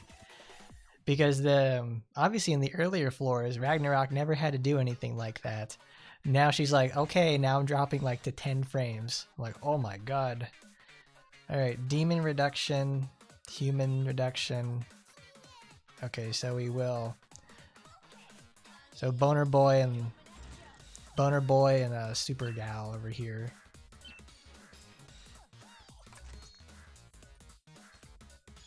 What is the terrain we're gonna fight on?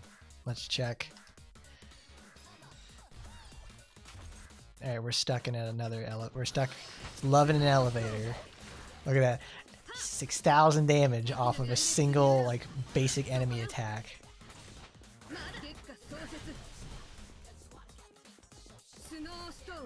Snowstorm. She always sounds like she has a cold.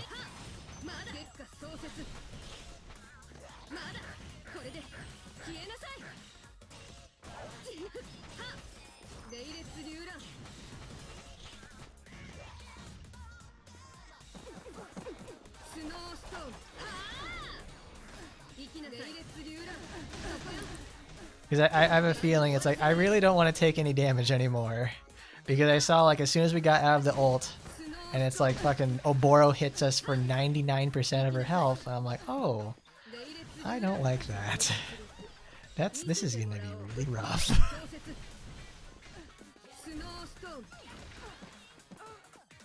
Look at that with 8,000 damage.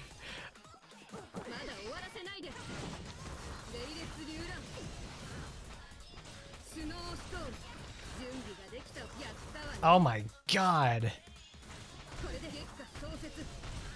Something must have changed, because it's like Ragnarok using Snowstorm never used to just sit there and like tank the frame rate.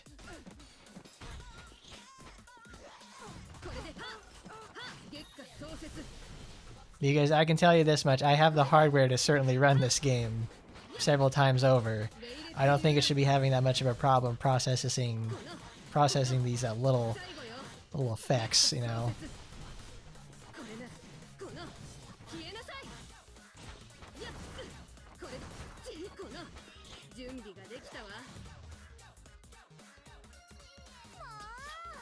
Aww.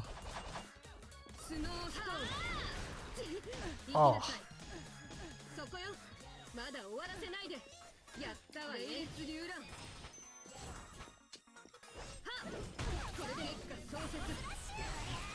Taco slashu.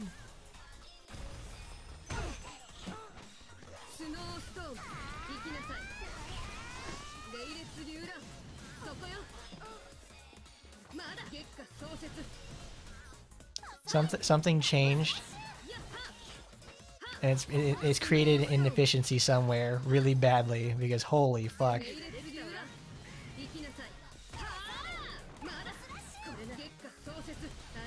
Oh geez, the fucking balls popped on that. Yep, oh, I'm gonna die. I can feel it coming. It's really soon.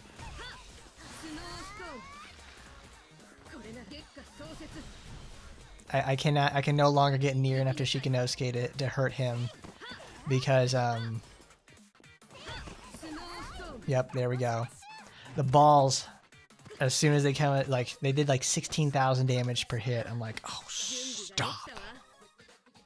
Oh my god.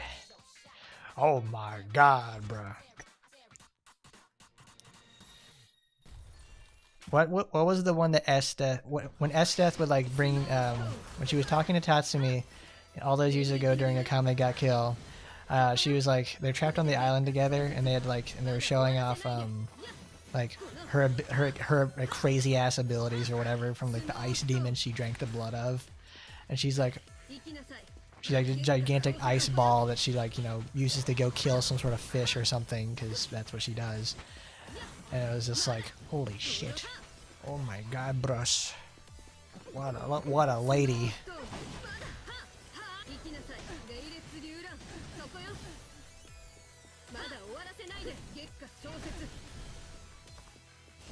Who is the guy that, who's the what is that, that admiral who has all the ice stuff? He's like, where he's like, Ice Age.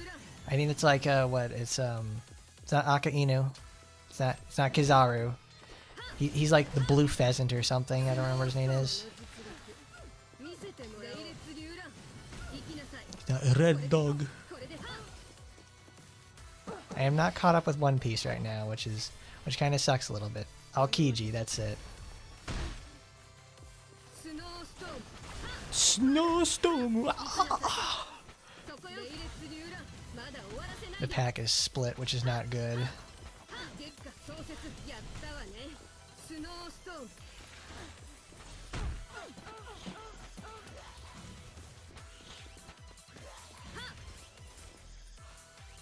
Because Esdeath is like the most coherent character that they have in the first place. I liked her a lot.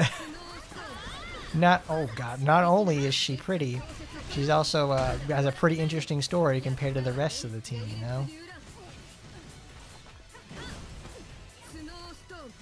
Alright, I need to get rid of Boner Boy.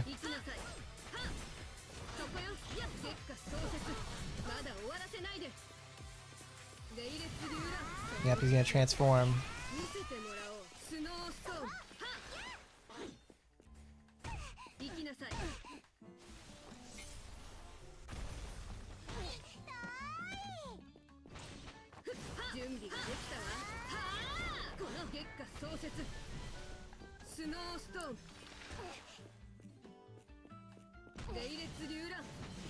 See you later, Boner Boy. Looks like you couldn't chill out with the best. As much as, like, you know, Lavatane is a good weapon, I much prefer a Frigid Alivagar in terms of like using it as her actual weapon. It looks like Frostmourne.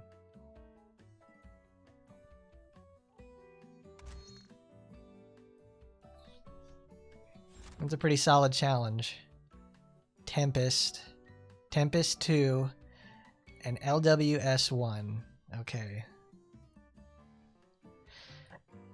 Where are we fighting this?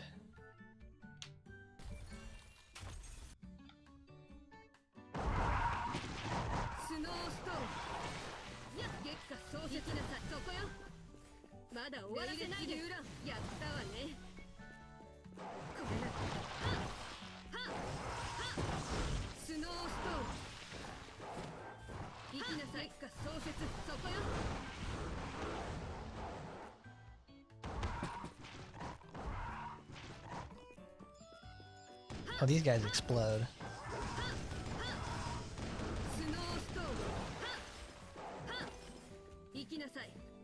See, we're getting better FPS here when I use Snowstorm, so I don't understand the reason. What's the difference on like the cityscape? Maybe it's like having to load all the reflections at once compared to something like here, which I'm impressed this game wouldn't even have reflections in the first place.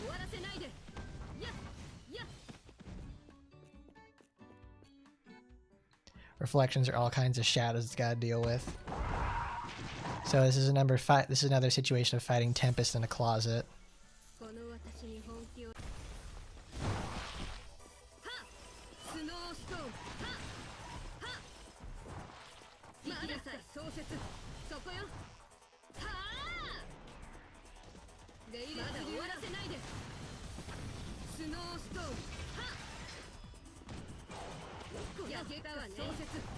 Oh yeah, love it, man. It ran so well previously, and now we gotta deal with this business. As long as I can keep a Tempest, you know, under control, he won't like start doing his spin attack, which would probably do like 20,000 damage per hit.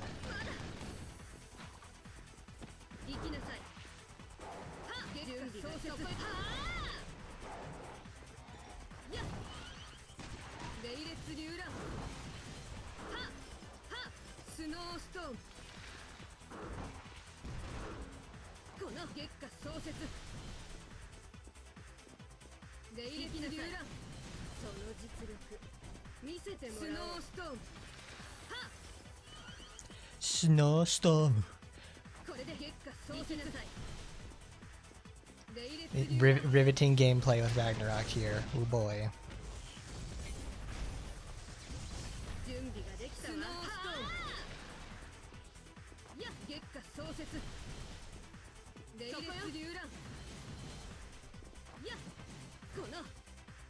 Ooh baby. Oh yeah, riveting stuff there. Oh, I know, because it's like once we get to 140, this is not going to be easy, where they're going to do like 60,000 damage per hit. All right, here's a boss floor.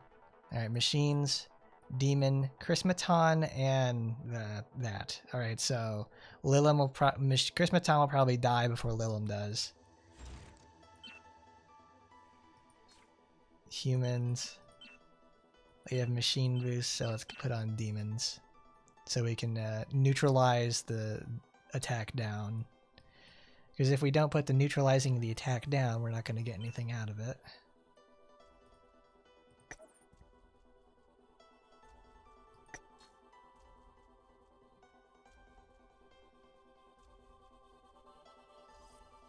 Have they made a new One Piece Warriors game?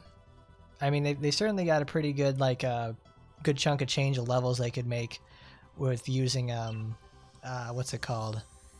With the Wano arc. Or have they already made that yet? That would be, neat to say the least.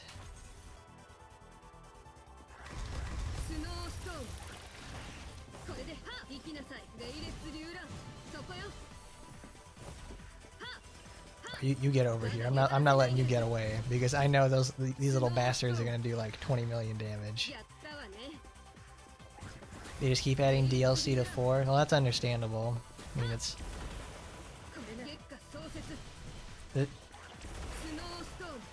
I remember a long time ago we played Pirate Warriors. I think it's 3 on the channel when they were still using like the supernovas and everything like that. They just kind of dropped those guys off for the most part. There's nothing really left for them to do. Because I like the design for some of those guys. I wish they would use them more often. But I think they just ended up getting relegated to like Pirate Island or just like nobody to the land of nobody cares.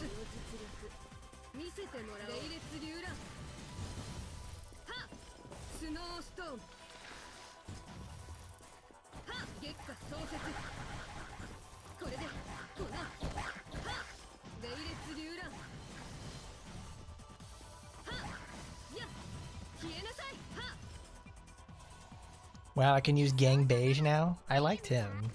He just had a cool oh, there's everybody. I liked him. Because he's just like, he has a little gang inside him. It's cool.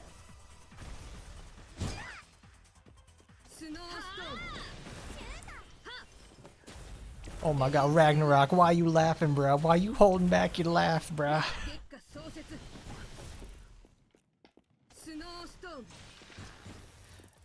I cannot let Lilim at all ever get an attack off because it's gonna be like an absolute fucking travesty if it ever happens.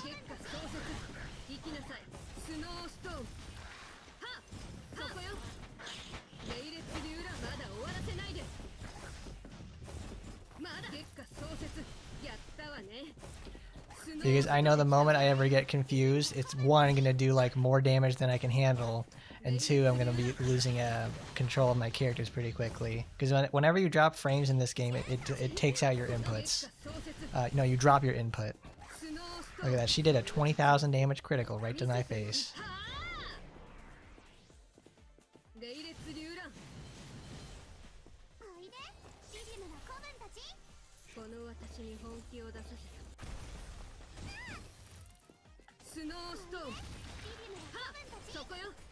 Oh, he was in the base game? That's great. Shows how much I played it in the first place.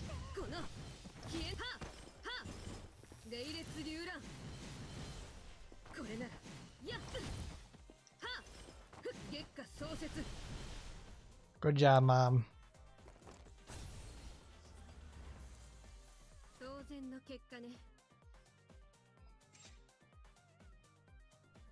The ultimate epitome of gameplay and story power level segregation. Of course, it's like, that's what happens all the time. Nagi, it's like Nagi, who has, Nagi herself has the ability to just, you know, rip ass.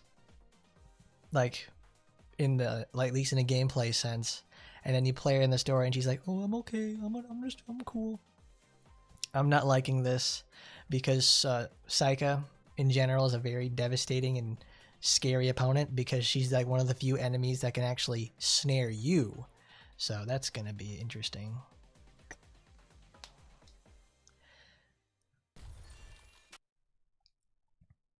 At least we're not fighting in a closet, so that's already improvement. And we have the cyborg maidens, which are even worse because this is Tower 140 where everything deals like 10,000 damage per hit.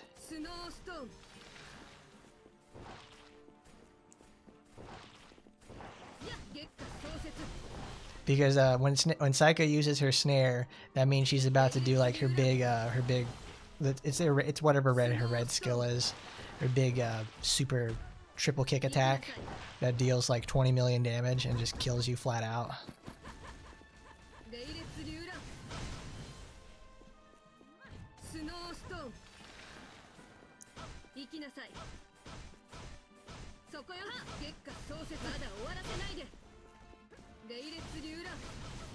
I don't know, something just tells me that the developers are really big fans of Lilum and Minasaki because they made, let's see, in Squad, Miyazaki is an absolute fucking menace, and Lilum isn't so much, but it's like, and here both of them together have like they're effectively the same character mechanically, but it's like, oh, it's a rough to deal with. Oh, that's neat. They actually had, no, I was about to say, like, oh, did they bring back area transitions again? It's not just like fight on the helipad and it's like, here's 3 waves of enemies.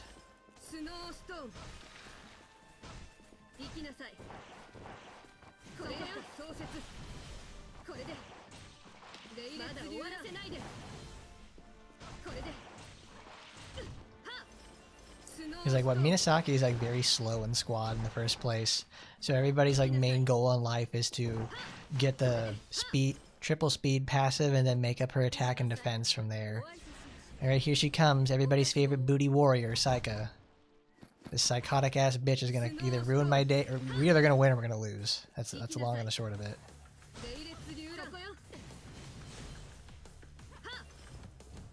I'm like Dave Mustaine out here.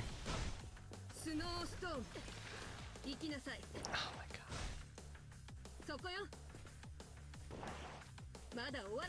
Oh, stop. Oh my god, it's terrible. You know, Snowstorm lasts like 6 seconds. Doesn't need to last the entire duration of like a reading of War and Peace.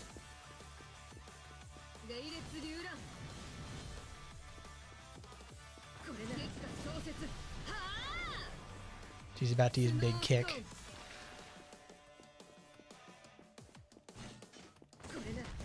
Okay, good, we won.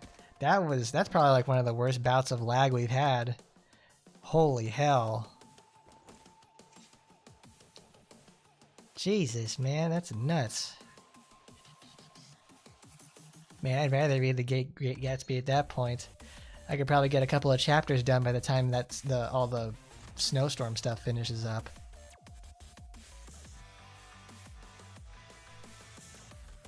You know, I haven't done anything with trait research. It's very expensive to do that stuff in the first place, and it's I can do okay for the most part without it. Alright, this is where Ragnarok kind of... Let's try it. Let's see what happens with that. We are fighting in here. Okay, that's fine.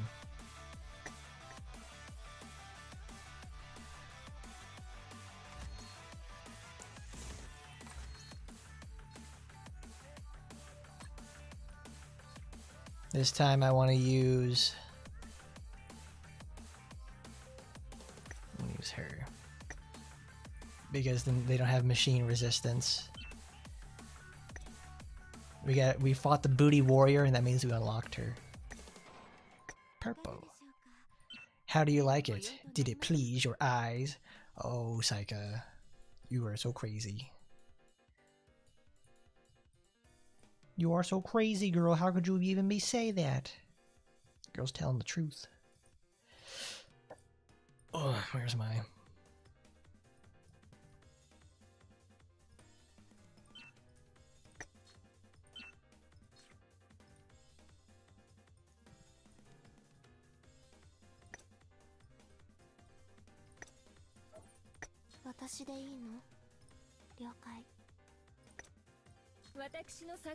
We can use all the fun critical stuff from there.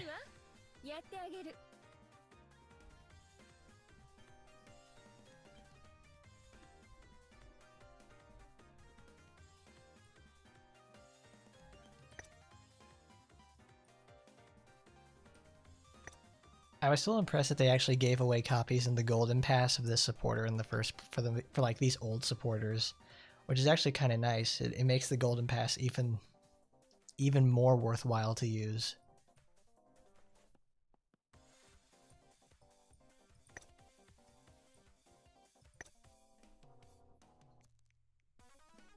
Honestly, yeah. She's got enough critical rate in the first place. She is assist from what I remember. Yeah.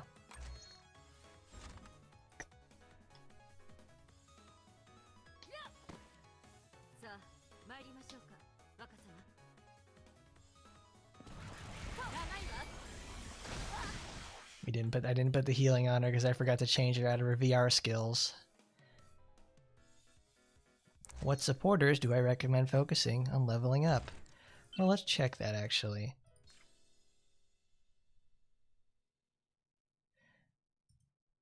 Mary has a new costume? Well, I guess after we do the tower stuff, we can go take a look.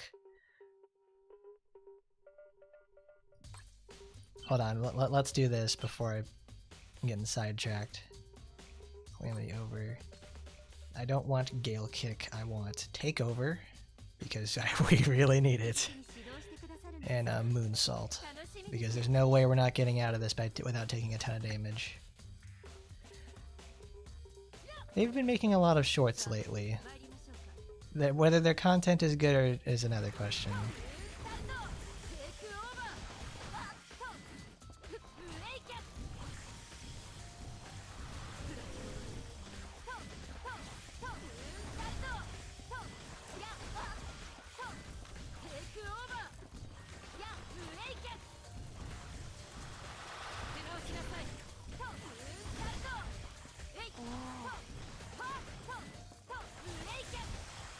Ooh, oh, that was bad. That's right, I have to wait for the takeover to happen.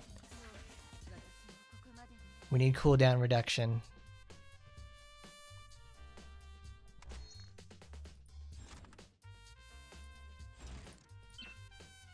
We don't need Tokiko. We need to make sure we can actually get the skills off in the first place. Because Lan accomplishes that.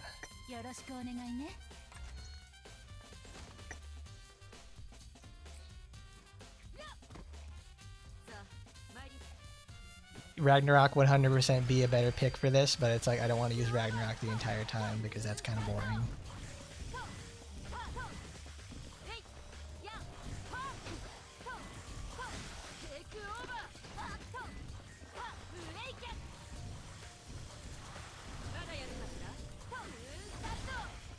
Because she may have the best crowd control in the entire game, but it's like, I would like to use other people, give them a chance.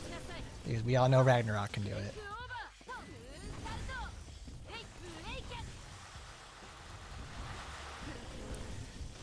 Yuri Hisui is not the choice here.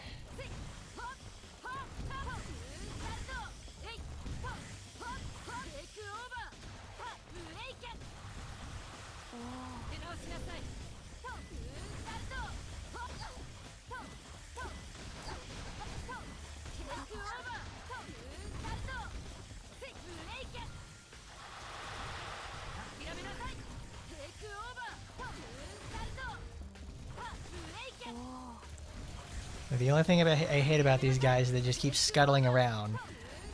And I can't get like a good shadowless off on them because I break their armor and they just keep walking backwards. Because they're designed to be naturally passive enemies that you forget about. And then they drop their missiles attack when you're busy with something.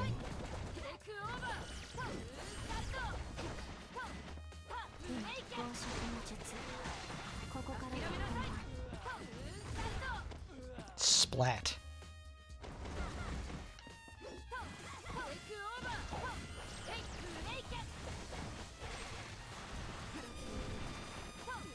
Well, I mean, on these upper floors, it's like not so much. Because look at this, all these enemies, like that was a 14 million damage ultimate. In most cases, that would have, in any other floor, that usually takes out half their health. But in this case, it's only like a quarter. Enemies now naturally have nearly, are nearing anything like what? 50 million HP apiece, and these for like regular ass enemies.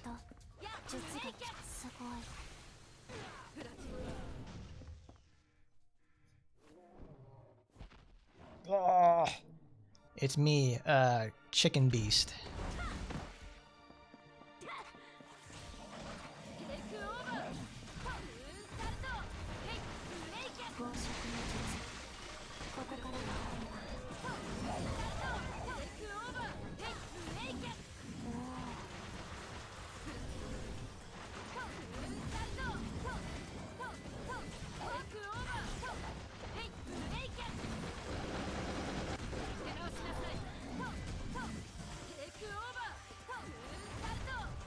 That's honestly like the best thing about Psyche is that you can just keep chaining takeover, and it's just like that's like disarm is just so good in the first place. It's like one of the main strategies you've been using for years, and this is like the perfect example of why it's so strong.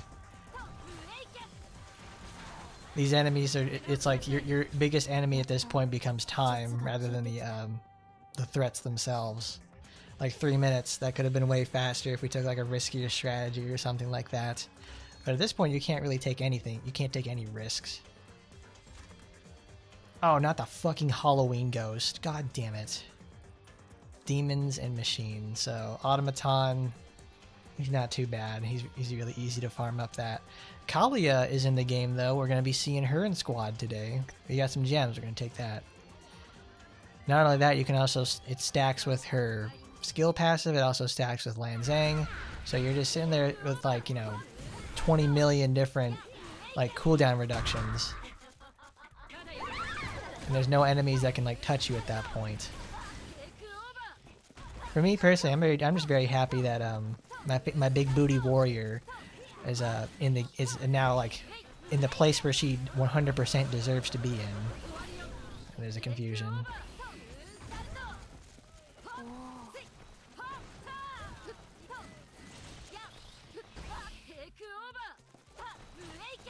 Oh, that was the wrong one.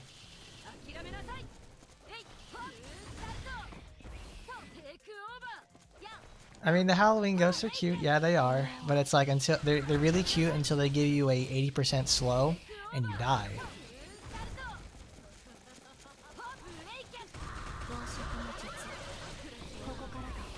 They go from being adorable to some of the worst enemies in the whole game. They're really just like flying spiders with how much with how big their slow is.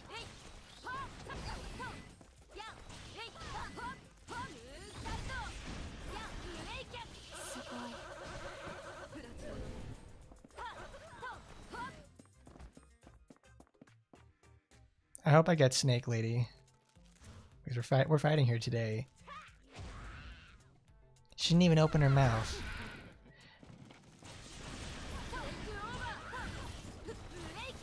There's a confusion. Alright.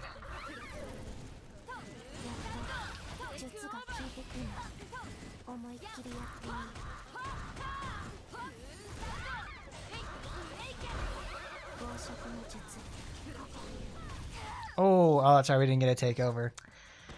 Damn. Oh, that's the pain. That's painful right there. I knew as soon as oh, I lost a lot of health somehow during my attack. Oh no, that's because. You didn't do it.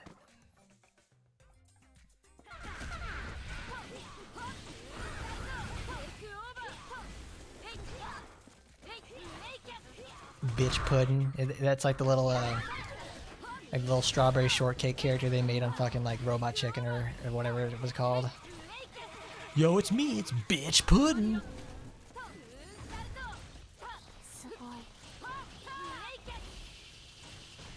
8,250.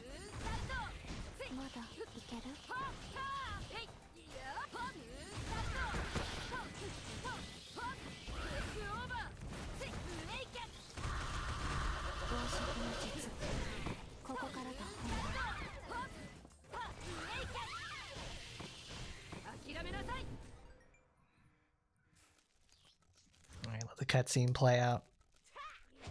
So I can stretch. Not only that, so I can get the cooldown on Yuri Hisui further.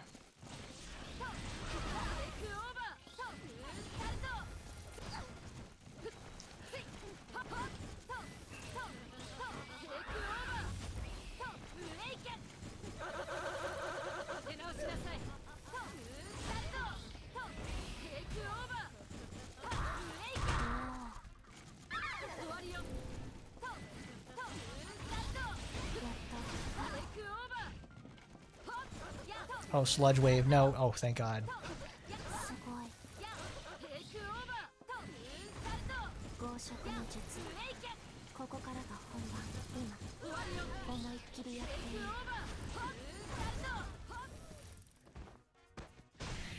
Fantastic. That was better.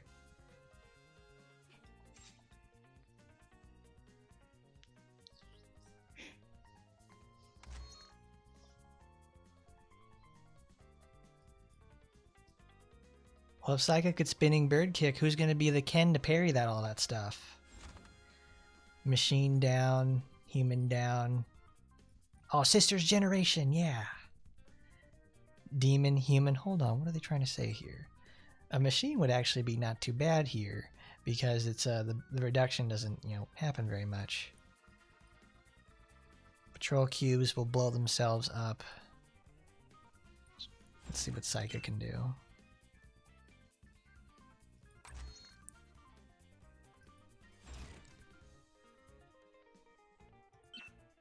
Oh, that's why it's called spinning bird kick, because she flips upside down and starts spinning. She's got like...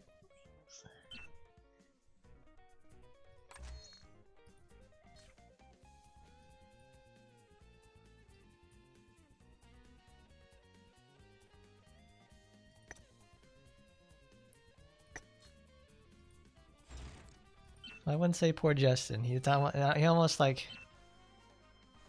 My man likes it too much.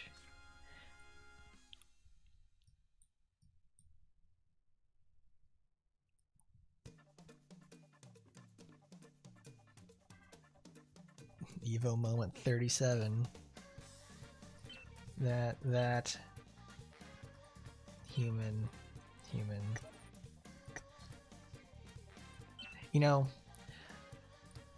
Well, I mean, look at this, guys. Asagi is without another costume. When are they going to release something new for her? Do they just hate the face of the franchise? They just hate Asagi. How could they ever do something like that? They hate her.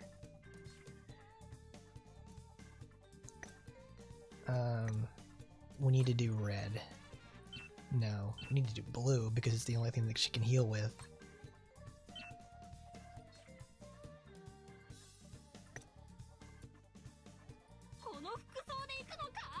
gave her that bitch in the red dress. It's like, I know they did that. They gave that last year. Oh no, we need blue, not that. Keep forgetting. Because we need to heal. I'm like, I gotta heal. I need healing. Please, I need healing.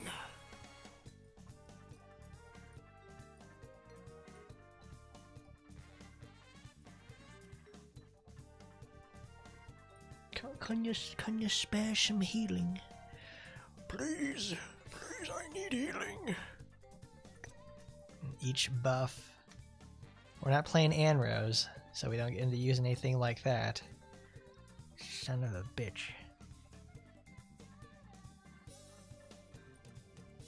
I don't know if Foxy Grandma could do it.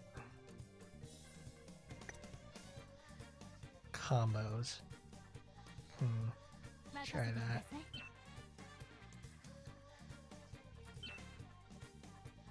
Rakusenka.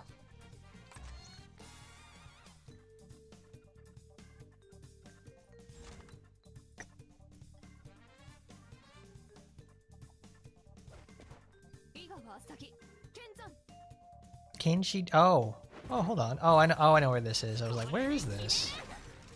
44,000 damage. Oh my god. Oh no. Oh no. Oh no. Oh fellas, this ain't looking good.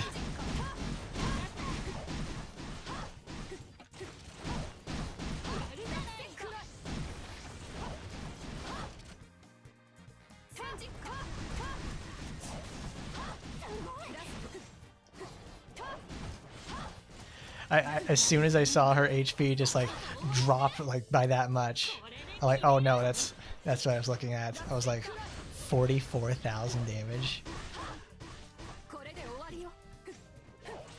Okay, we need a different supporter because Kurenai won't do it. I was like, okay, nope. I was like, oh no, this is not going to be good. We need a different supporter in the main slot because this is not going to work. Because Asagi heals too much.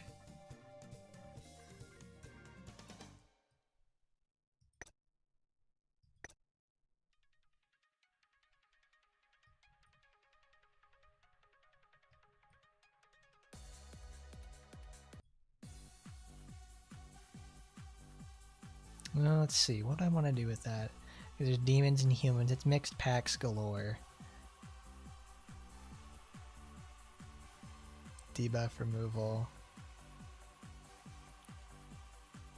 I don't know, because there's some options I want to take here, but it's like they're all based around protect stuff.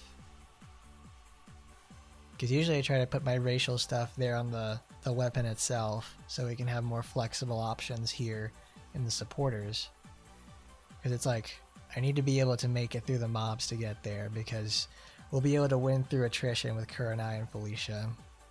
If anything, well, Kurenai will be trouble because she hits really, really hard.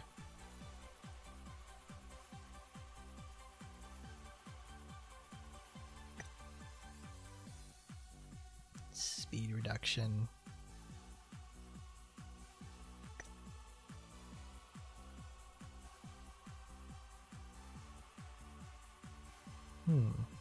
I don't know.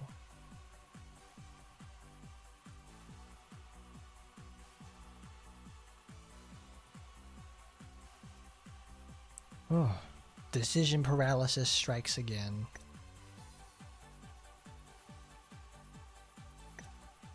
Debuffed enemies when the character is buffed.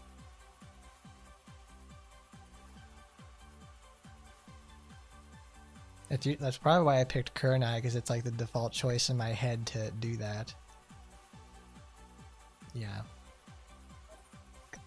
We'll just use Mirabelle.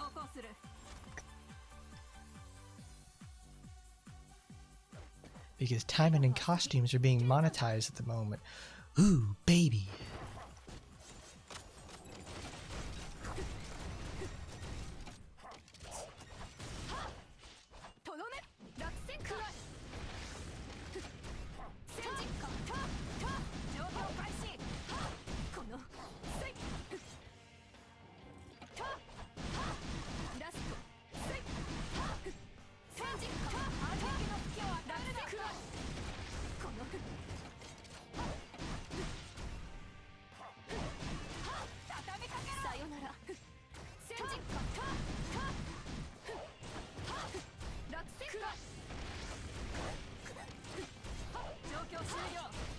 I feel like that Yukikaze, like clone Yukikaze, could do some real business here, to say the least.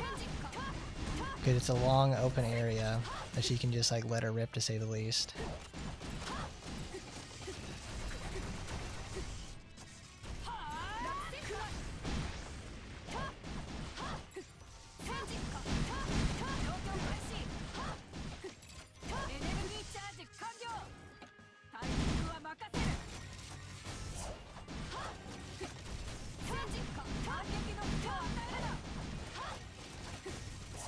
See, that's the best part about Asiago over there. She's so mobile.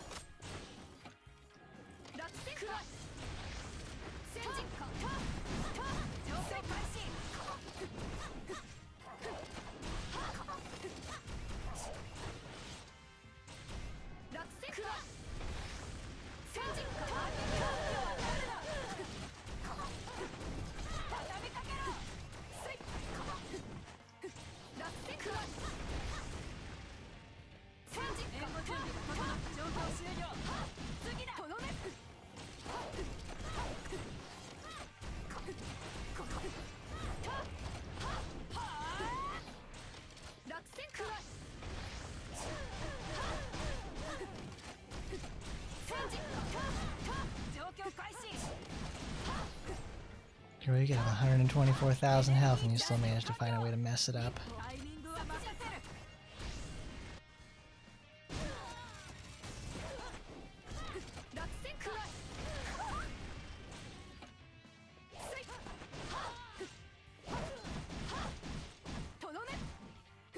I mean, the damage is like, Clone Yukikaze's base damage is like really, really high. So she could obviously like floor these guys in an instant. But she's missing the crowd control tools to really like keep her in the fray.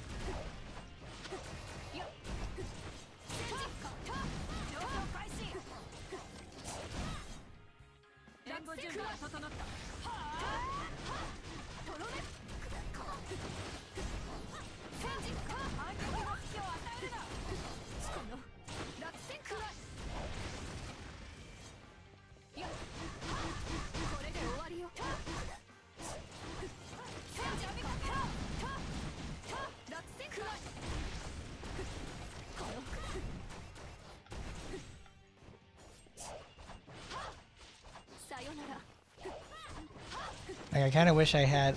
Sometimes it's moments like this that make me wish they had, like... Her passive wasn't Kojinka.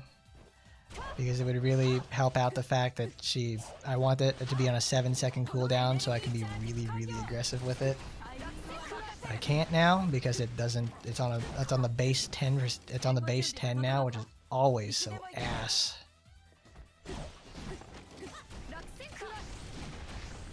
Because it's a good skill. It was good when it had, like, you know, the cooldown behind it so you could chain them back and forth, but now you can't.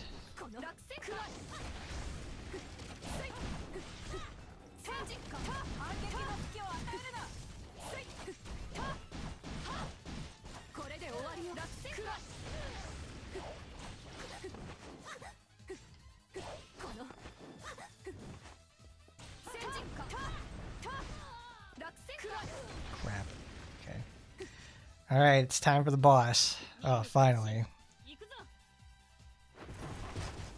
Yeah, exactly. Now you can't do that because it's relegated to that now. 101,130. What kind of bullshit is that? And they are like 16,000 damage. Oh yeah.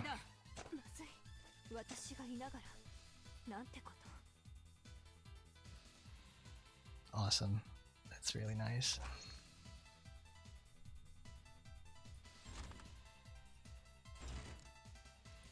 Because I know I can't do it without the healing. It won't do anything for her. I'm sorry, Asiago. That was too bad. Alright, cool, Mom. You know what to do.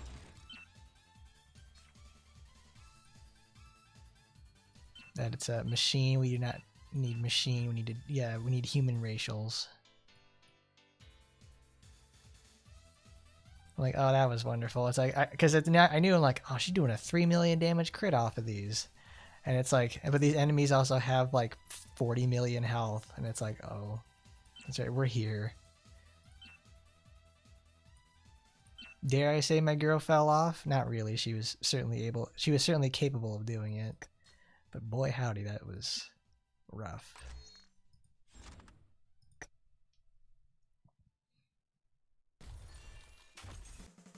Got that the sky is overcast, but it's also a bright day.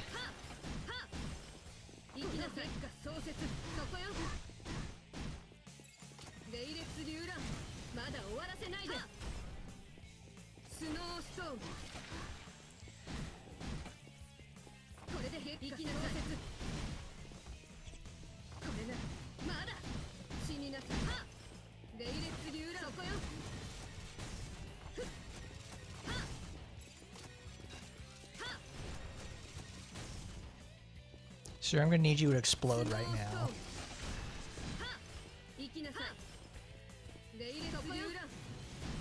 Yeah, that's the problem I can see already, because it's any other time, like Asagi could probably prosper in this with a bigger arena, but obviously when you're fighting bosses, their armor doesn't break instantly, so she can't really get on the aggression because they kind of knock down her best skill. That 3 seconds makes a pretty huge difference. It really does.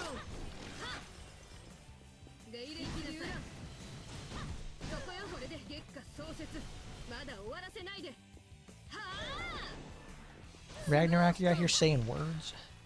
Mirabelle could probably do this if it's like... No, because the way people I'd be using Mirabelle at least is I need Yuri Hisui so he could get at least like a 40 stack to do enough crits to break armor one time, and then I could probably turtle it up. Because that's... Alone, she does not make that much in terms of damage, even with her limited weapon.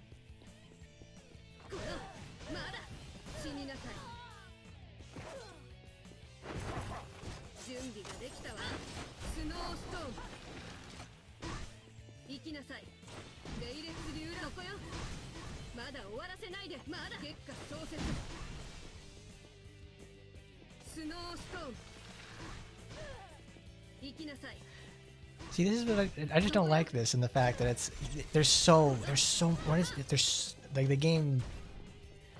They must have done something again on a recent update to make it in this situation. It had never lagged. It had never done this in the past.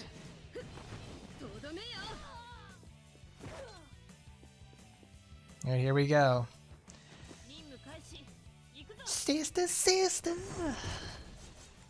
Didn't know how much I missed you. I'll never see you again, Jesus.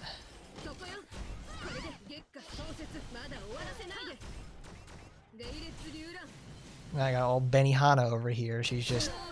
Look at that. Oh, it's a big 6K hit.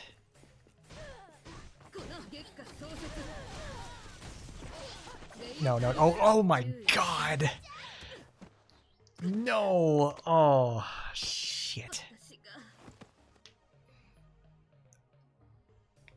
I should have went for the ult and then did the waited for the cooldown, because I saw Felicia break out of her freeze when I tried to do what is it? When I tried to do Frosty Gale. I saw her get hit by Ragnarok's basic string, and like she broke out of it, and in like less than a second she did like 70,000 damage. I'm like, no. Oh, that sucks.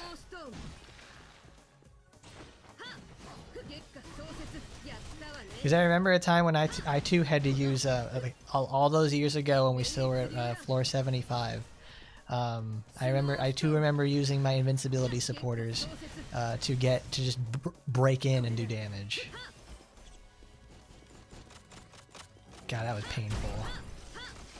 Because like Felicia over there just like did her fucking dunk, and I'm like, oh crap. Well, I'm about to eat a lot of damage, and I certainly did. And I don't even think she crit in the first place.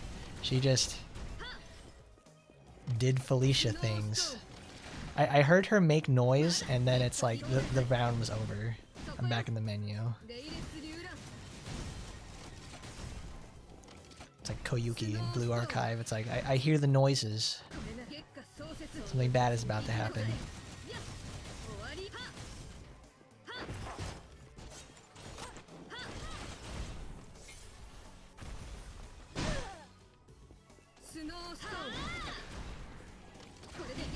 Ooh, that's good. I should probably also save her supporter as the opener, because I know we'll certainly be able to get another proc of it again.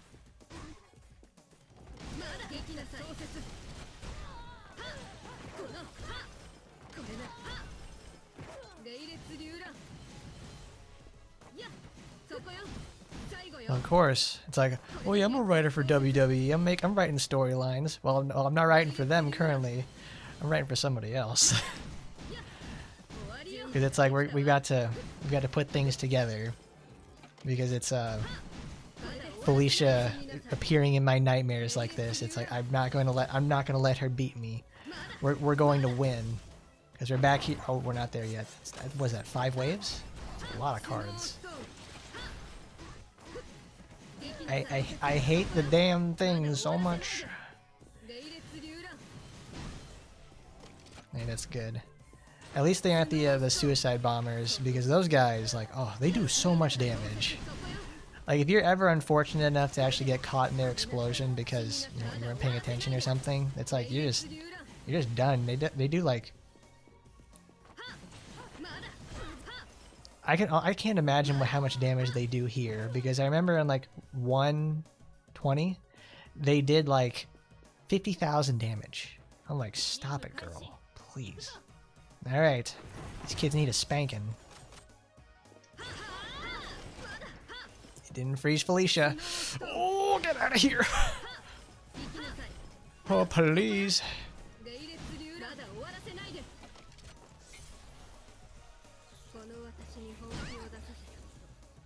I heard the pop.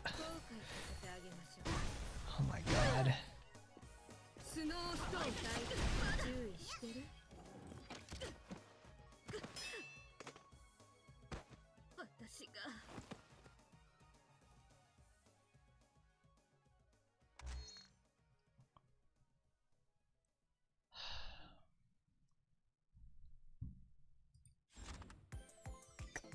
Did you see that? Because I didn't. Because like the last thing I saw was Kurenai literally teleporting behind me, and just sending me into the menu. I literally could not believe that just happened. I'm literally like dumbfounded by that happening. I'm like, are you shitting me?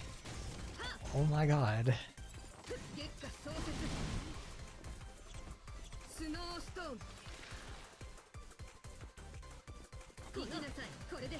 Oh wait, no. I need to let that resolve.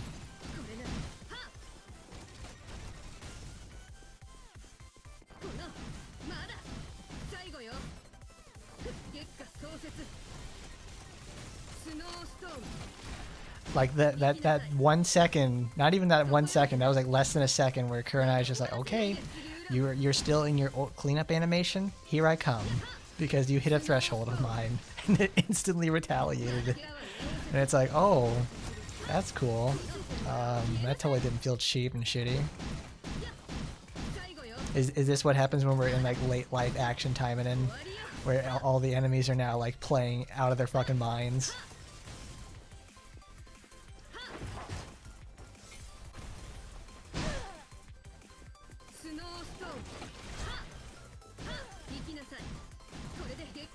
And here I was thinking like, oh, I've got time. I can probably like adjust or something. I can get the snowstorm off to reposition. Not in that case.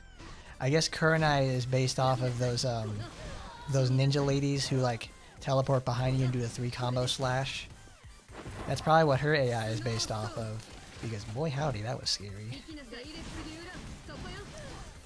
Geez, they're calling like Five Nights at Freddo's, you know, that real horror title. It's like, nah, they haven't seen floor 139 Kurenai teleport behind you and instantly kill you.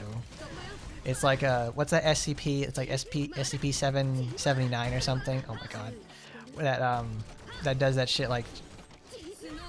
It does that thing where it teleport. If you look at it or blink, it'll teleport to you and snap your neck. Fuck, man, no. We did the mobs that time. Oh my god.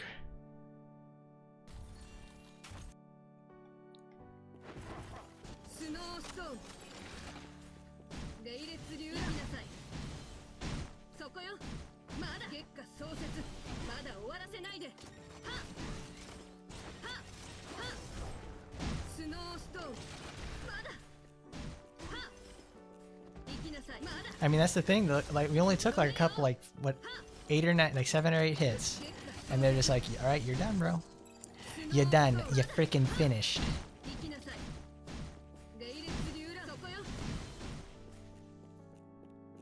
Fucking flipping out and fucking stocked them. I need to listen to that again. I really love me some Death Grips, because I was like, I was thinking about like Dark Souls again, because recently, I think they announced like the other day, they're in the middle of production for making the Elden Ring movie, and let me tell you, I'm not a fan. I've said it before. I'm not the biggest fan of Elden Ring in the first place, but it's kind of crazy to think about. Like, this is the same series that had that is Dark Souls 2 in its repertoire, and it's and yet we're here with it, and yet we're getting a full feature-length movie by like an actual studio.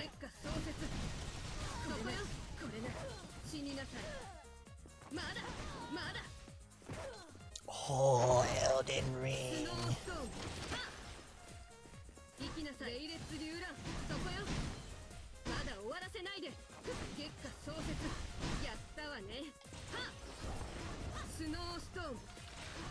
Snowstorm. Honestly, I would like to see it because it's I want to see how they adapt Elden Ring in the first place.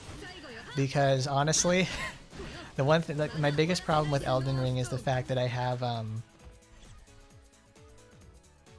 well, actually, let's wait for a cooldown. The biggest problem I have with Elden Ring is the open world aspect. It's so boring.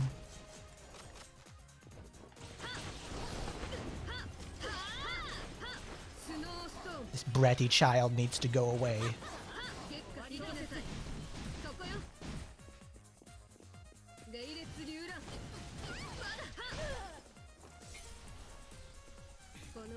I think Sonic 4 is next year, isn't it? God, Kurai, please. Oh, damn it, I knew it. I knew she was gonna do that too. Holy shit.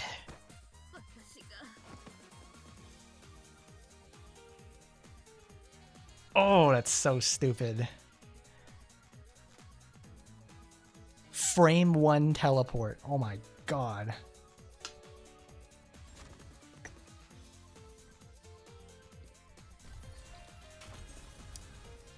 Alright.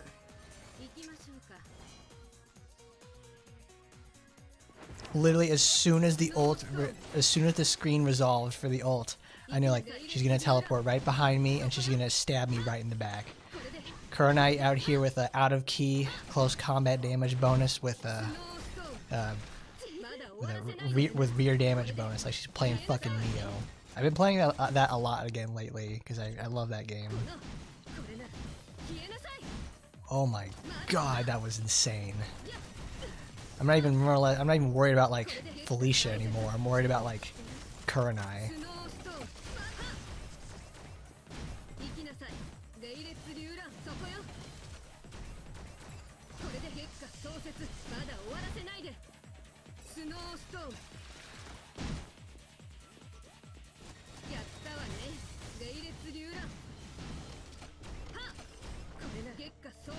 Alright, so now I know. I'm gonna, once the fight starts, I have to use my ult, and then you probably immediately dodge afterwards too.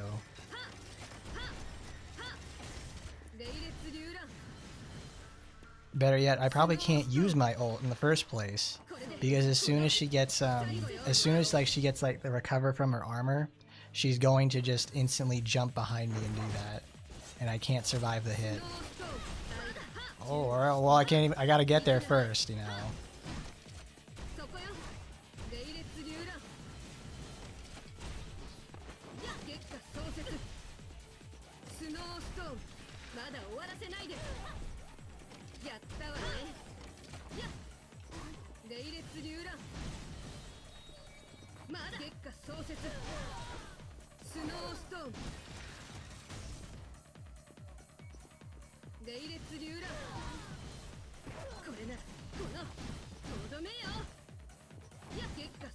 And the thing is, an invincibility supporter really tanks my damage.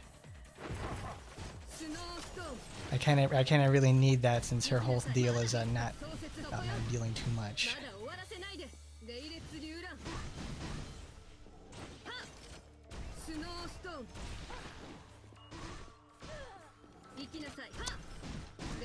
I almost want to bring, if it fails this time, I'm gonna bring cooldown reduction next, so that way we can I can immediately that I can keep the whole group under control from a distance.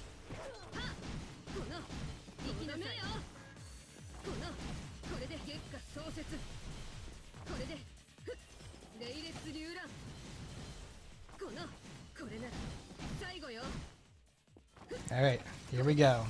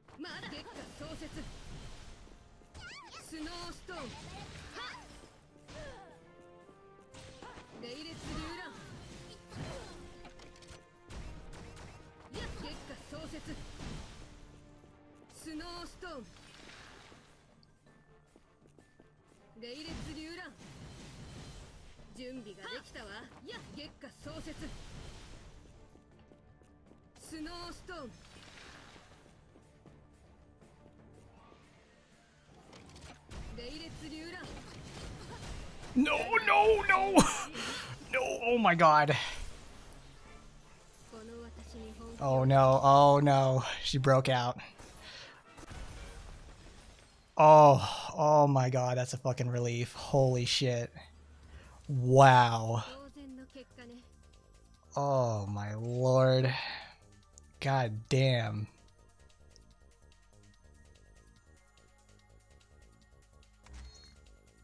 Holy shit, what a nightmare. Demons, humans, machines. Oh, Aina. Oh. I've got a bad feeling about this because Momochi is a close range fighter. Cyborg Samurai is just durable.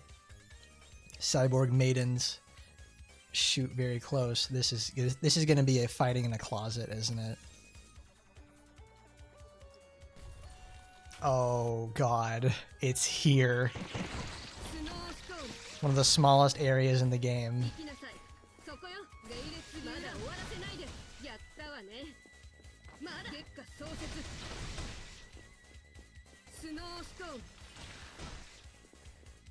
Aina has a homing bullet attack? Are you shitting me? Oh man, when's Aina gonna be playable, right? Oh man, she's a boss character. That means they gotta make her playable at some point.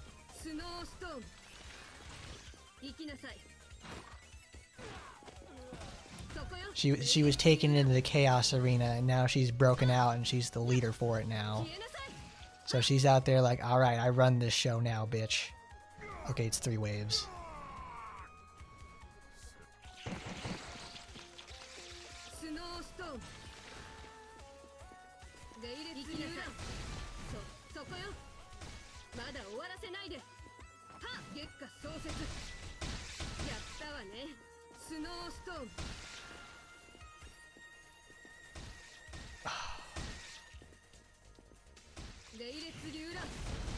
Nope, he broke out. Here you go, get out of here. Don't give him his jacket.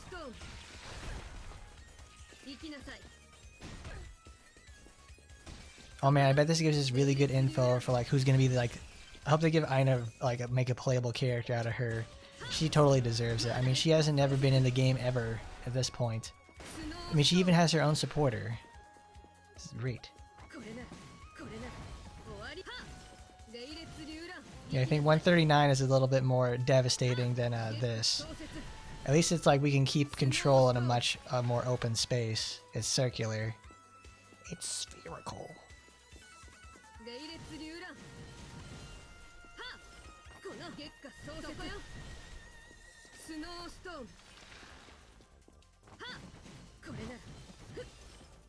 Boy, these enemies resist so much.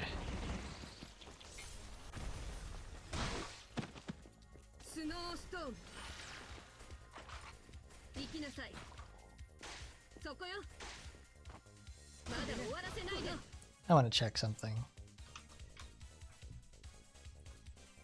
Let me open up Task Manager and see what it looks like when Snowstorm is being used.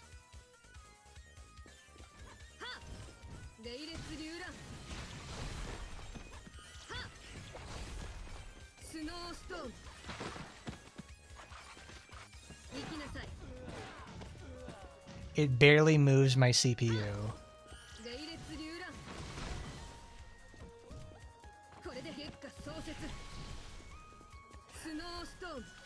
Like, the game would be like sitting at like 6 or 7%, and then as soon as I hit like a snowstorm or get it off or anything like that, it jumps up to 12. So I'm like, holy fuck. Hello, Ina Titchester. Here she is. Everybody's favorite next playable character right there, everybody.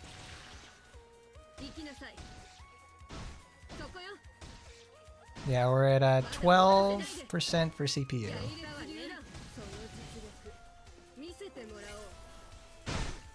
Alright, let's see what abject horrors appear when I get out of my ult. I'm gonna get spawn camped.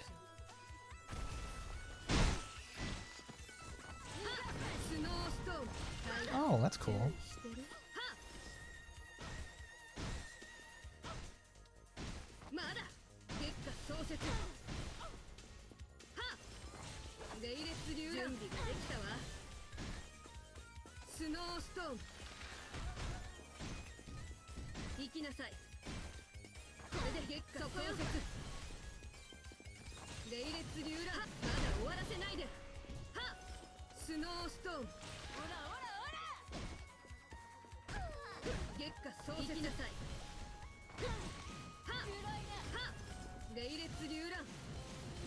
Okay.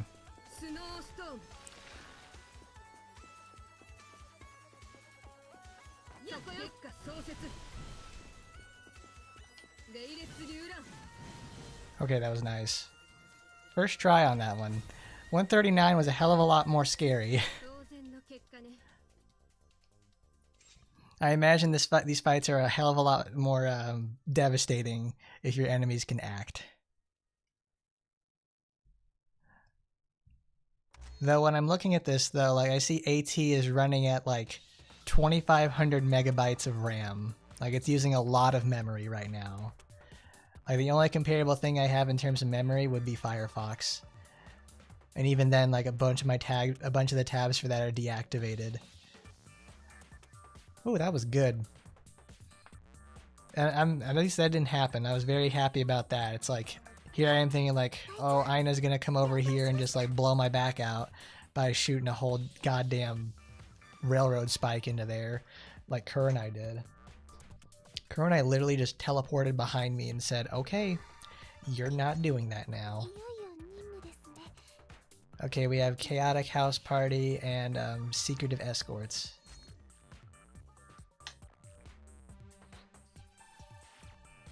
The fuck is the Stagecoach Festival? Oh, that's right.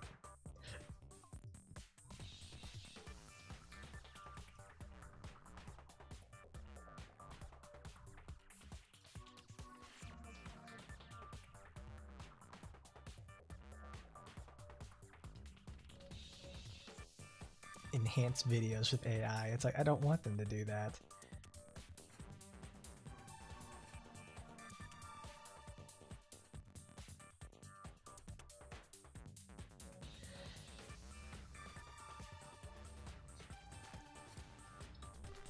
I like her though. That's it. Someone on the team is like, I really like masks on women. So I've got like gas masks on like 8 different people now.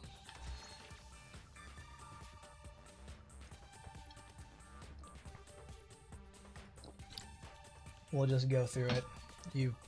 It's been 2 weeks. Usually if we catch on the first week, we'll do that. So it'll be okay. That's cool. All right, that'll be fine. We'll be okay.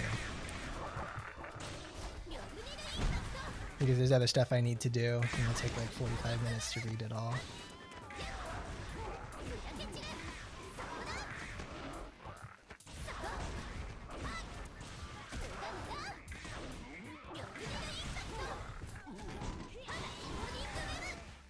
She goes to Maniac Mansion and it all turns to shit.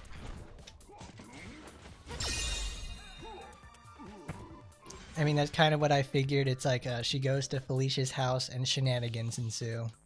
Who would have thought? No supporters. She doesn't need supporters for this one. She's too good. Clone Yuki Kaze is too good for it. I imagine she would also struggle very much on some of these higher floors. Because, holy fuck, it's like, even out here just struggling with Ragnarok. Because it really demands you're like, alright, if you're gonna use freeze chaining, you better get your shit together, to say the least.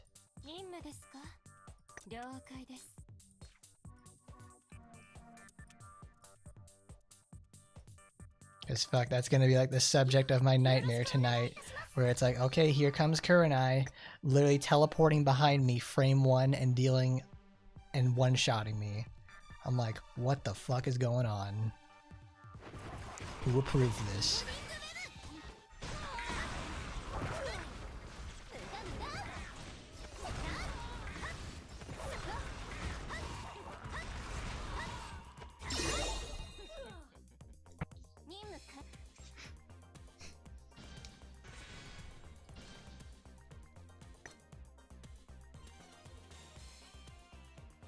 Oh, it's an Ingrid event?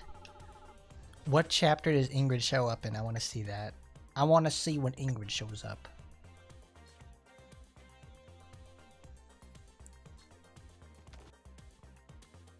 I'm probably not.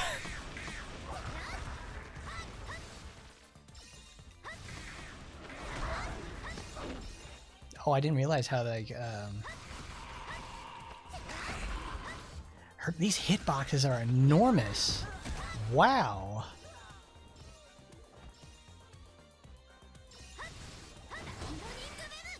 Girl's an absolute beast in these corridors.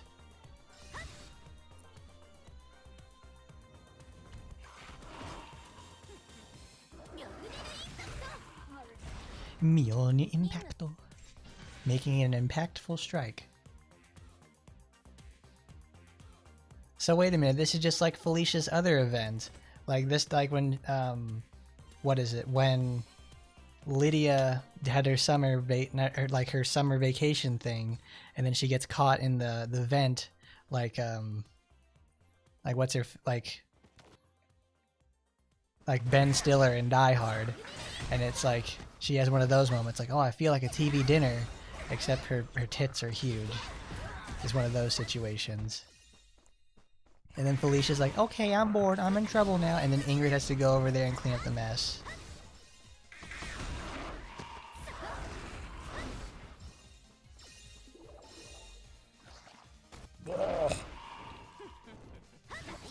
Who is the guy that played in Die Hard? I don't remember right now. Because I saw like there's a new Meet the Fockers movie coming out, and it's like, oh, Ben Stiller's in that. Okay.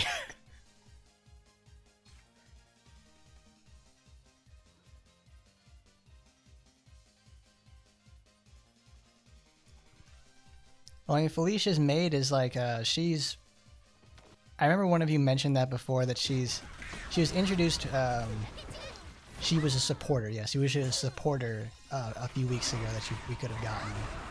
She ain't too bad either.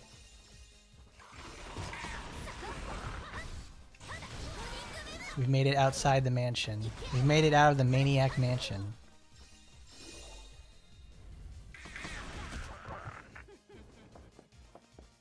Get a load of this. That's sick. Oh, wow. That's awesome. Because I guess the beam persisted all the way there, and you get to see her get blown out in the cutscene. Okay. I'm finally starting to warm up. She can still move. Oh, she looks like a doll, but her stamina's like a monster. She's like a gorilla. Oh, she's like Mika from Blue Archive. Who are you calling a gorilla? That's a bit harsh. My lady is a ghost. She's a devil. Oh, you're being pretty harsh too, bitch. In reality, she is a vampire. She is a ghost and a devil, but by the looks of you, I can still see that I can enjoy myself a bit here. I'm at my limit. I just poured out the most effort I've ever given in my entire life. She's coming.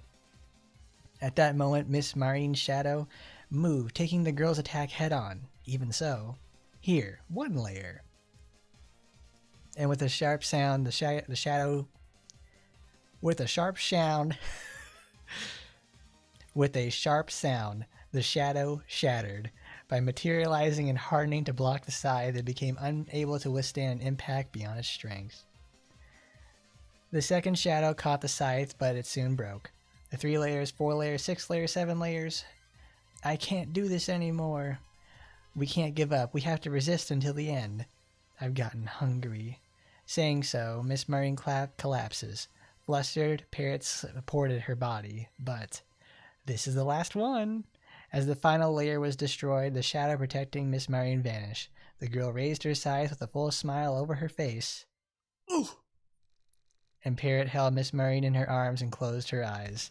However, no matter how long she waited, the final blow was never struck, and after a few seconds, she hesitantly opened her eyes. Zenless Zone Zero, coming to Steam this fall. There before her eyes, Felicia was lying on the ground, breathing quietly. She has narcolepsy? What? Oh, I didn't know Parrot was such a fan of Pearl Jam. Look at that. She's like, I'm still alive.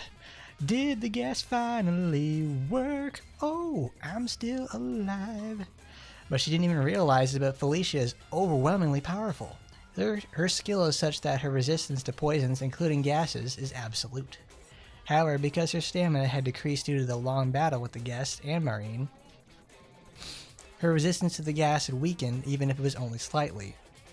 Having been saved by miraculous timing, Parrot finds herself unable to move as if her legs give out. Oh, what? Now looking up at the sky, feeling like she wanted to cry, she realized a helicopter was flying in from the distance. Oh, is that coming here? Oh, help is here, Miss Marine. Is that so? Hearing her unshaken voice, Parrot actually felt a sense of relief. After a while, the helicopter lands in the mansion's garden. Ack, she didn't take her meds. Was that Ingrid, the Hell Knight who just got off the helicopter? That famous one? Why? How? Parrot's eyes widened in surprise as she realized the identity of the person who stepped off the helicopter. Yeah, there she is, boys. Woohoo. Ingrid herself. That name was known to every demon. The commotion has died down. Was this your doing? Oh, well, most of it was done by them. She pointed out to Miss Marine, who was exhausted in her arms, and the owner of the mansion, who was lying on the ground. No, I don't understand why she's asleep. When she starts rampaging, she's the type who won't stop until the entire surrounding area is reduced to ruins. That's because I used my gas, sleeping gas, to put her to sleep. Should I not have done so? The reason that she let her voice trail off is that she had used the gas on the lady connected to Ingrid. Am I going to get beheaded just like this? Am I going to be sliced up? As she stood there terrified, wondering if she would literally be sliced up, discarded, and turned into fertilizer for this, Ingrid meets her eyes. Lady Felicia has caused you trouble. I came immediately after hearing there was a disturbance at the mansion, but it seems you were the one who stopped her. Stopped her? Well, not really. You probably already know, but given Felicia's personality, stopping her requires a certain level of resolve on my part as well. To have put her to sleep, you must have been quite capable. By the way, normally that would have been Miss Marine's role. I'm so hungry I could eat a horse. Is it too much to ask for more than this from a mere maid? Thinking so, Ingrid picked up the sleeping Felicia in a bridal carry and headed toward the helicopter. Oh, the shipping wars. Felicia x Ingrid, who would have known? I'm sorry, but Nomad will be taking custody of you for a while. We need to submit a report on what happened here. What? You neutralized her without a scratch. No matter what the report says, I promise to make arrangements so you can return safely. I guess resisting would be pointless anyway. Parrot was already exhausted, and on top of that, fully armed Nomad soldiers in the helicopter were keeping watch and looking her way. Even if she were to launch a surprise attack, escape was impossible. Oh, fine. Realizing that resistance was futile, Parrot picks up the exhausted girl and boards the helicopter with Ingdings. Oh, by the way, who exactly is that young lady, seeing as how someone of your stature to come to personally? Is that your natural personality? Well, it's better than an oddly subservient attitude, I suppose. Who is this? Who this is none of your business. Well, Parrot hadn't really expected to get an answer anyways. You see, milady is... But just as help was about to come from an unexpected direction, her mouth was physically clamped shut by Ingrid. Ooh. Do they really want to keep it a secret that badly? Who on earth is she? But it doesn't matter anyways. She thought. I'll probably never cross paths with her again. Anyways, so it doesn't really matter or not if I don't know. Wise. Oh, dude, it's endless references all day. There are plenty of things in this world that are better left unknown. At her words, Parrot shrugged her shoulders and decided to enjoy the view from the helichopper. Cool.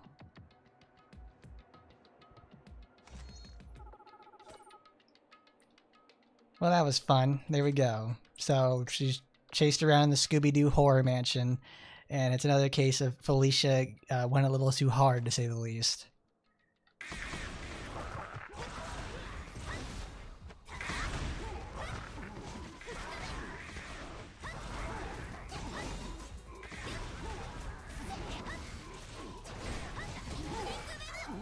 You know what? That one part at the end, though, makes me realize something. That we know Ingrid as this professional jobber. That she's always like getting, you know, the more than getting the wind knocked out of her in more ways than one.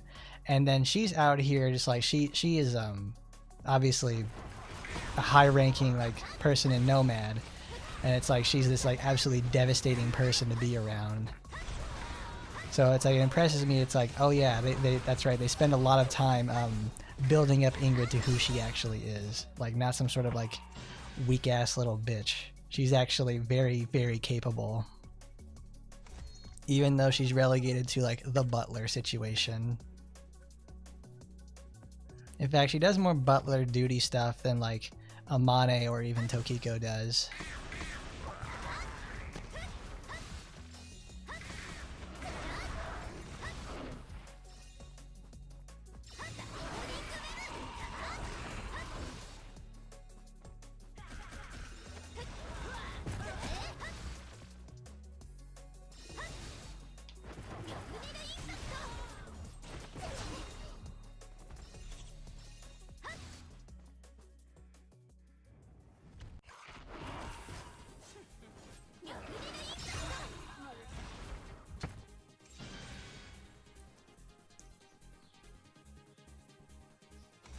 But of course, good old Nomad's a big dysfunctional company, because it's like, what, she invited everyone there, and they're like, all right, let's all go hang out. Hey, I got beef with you. Awesome.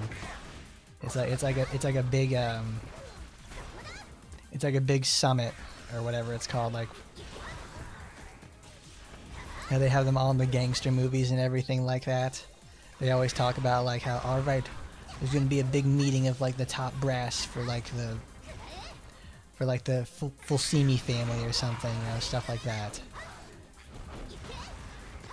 And they all go in there and take each other out.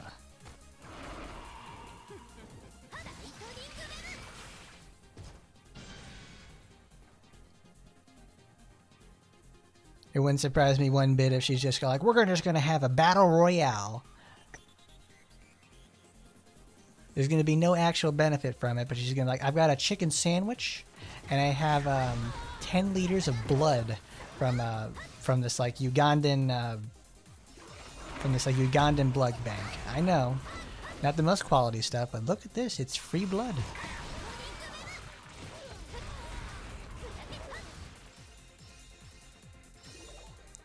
Though I would think she's like, since, you know, good old Felicia over here is like a first generational vampire from like, you know, Edwin Black himself, I would imagine she is like a less of a reliance on that sort of stuff, and she doesn't have to feed.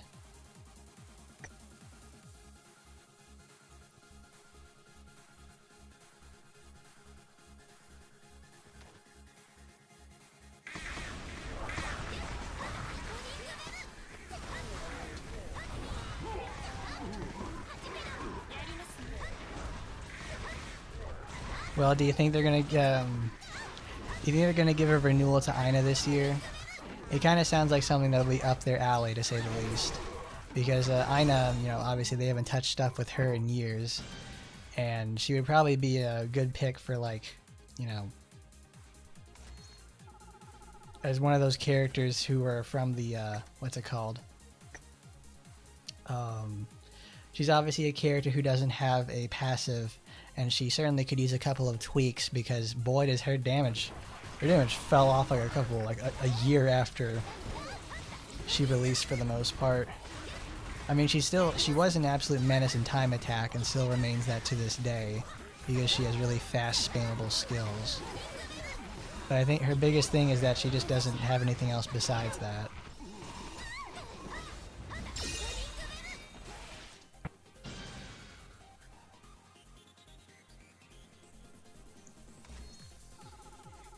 No, she doesn't. I would think she would need to feed like that in the first place, because she's, you know, that's the first generational descendant.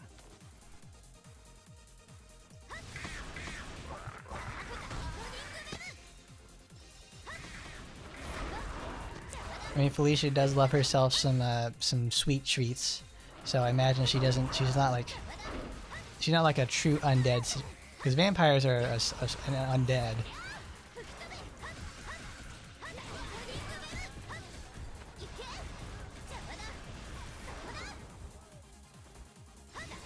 So it wouldn't surprise me at any point if she just goes over there and like has, you know, snacks or something. She can retain her sense of taste.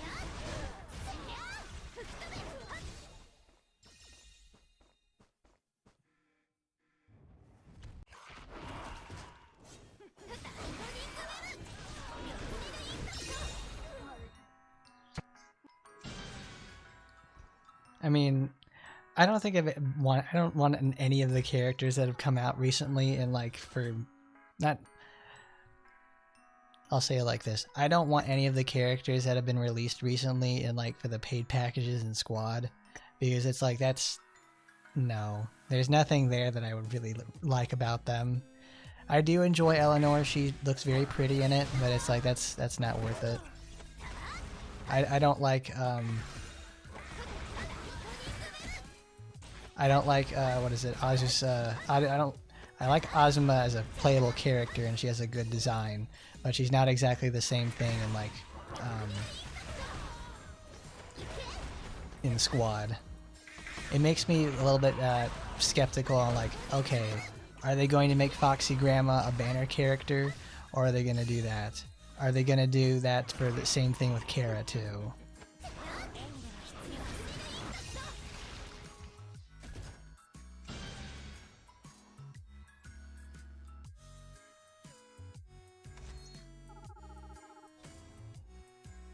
Exactly. That's the whole thing about it, is like Azusa's the only good one. She's like, I know she's good. I mean, I'm actually really glad too that she's like actually a good character. So yeah, honestly feel like you're getting your money's worth, to say the least. And also because she's a strong character in AT. She does pretty good in RPGX from what I remember. So it's like they made her a very strong addition, like a Phantasma.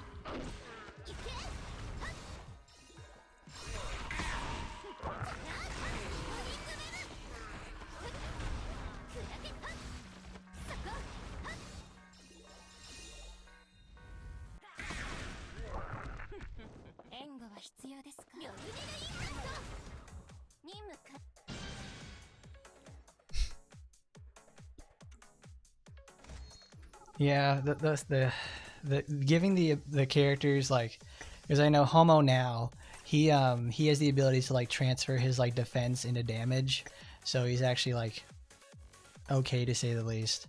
And then they have fucking the then Kiara does that stuff, does the same exact thing, but 20 times better because she is a legendary unit, so she gets all the wonderful benefits that come with it.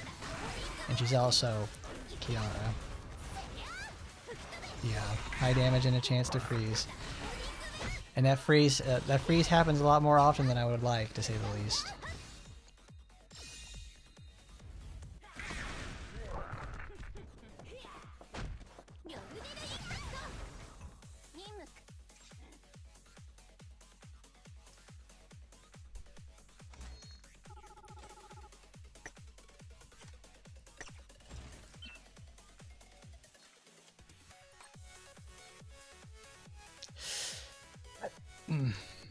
Let's see, who is my bonus drops? Oh, they're all in blue. I think it's Capricious Cat.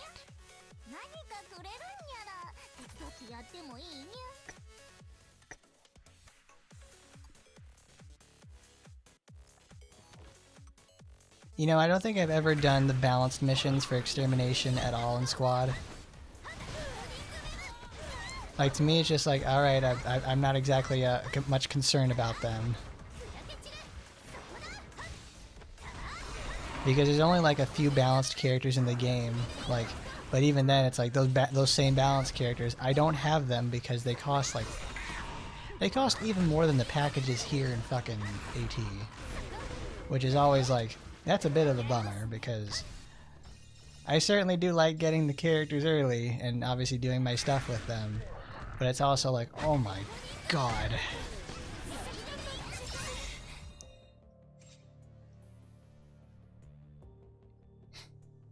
But today is going to be a special day in Squad because we're going to have the wonderful thing of we're going to uncap our first 6-star character. I've been spending more time getting ready, like I spent a lot of time recently just like leveling up a whole bunch of like those 2 stars into 3s and 4s, so I can get ready to ascend a bunch of my 4-star characters. Because who would have thought that, like, oh, they did the right thing, honestly, which is do the blue archive model, which is where they have a bunch of like low rarity units, but those low rarity units are very, very solid, and they maintain effectiveness, and they're better than legendaries and they're better than 3-star characters in certain circumstances. You really want just like the meta picks and stuff like that if you're trying to go for like one-team situations. You can use all the other girls for like multi-team pulls if you aren't really confident you're gonna make it.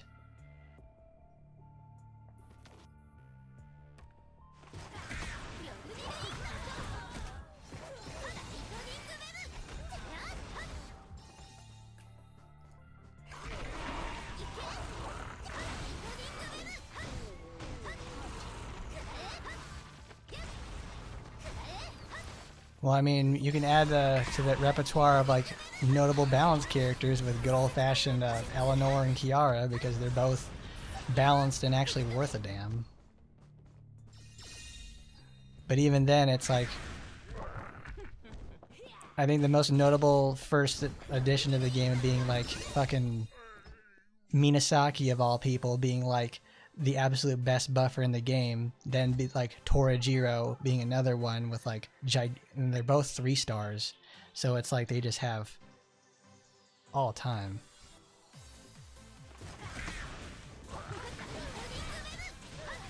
Yeah, I don't want to do more extermination because they only have like there's I want to say in the base pool there are 4 characters that are balanced from what I remember.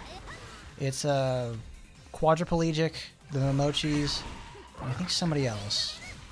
And none of them are really worth running besides the Momochis. And even then, Nagi doesn't actually have like a bunch of very good synergy with her father.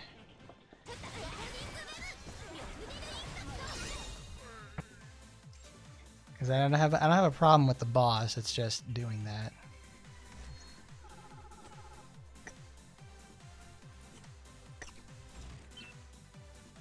The cat with the cupcake. Is that the one with like the Victorian dress? Can't remember.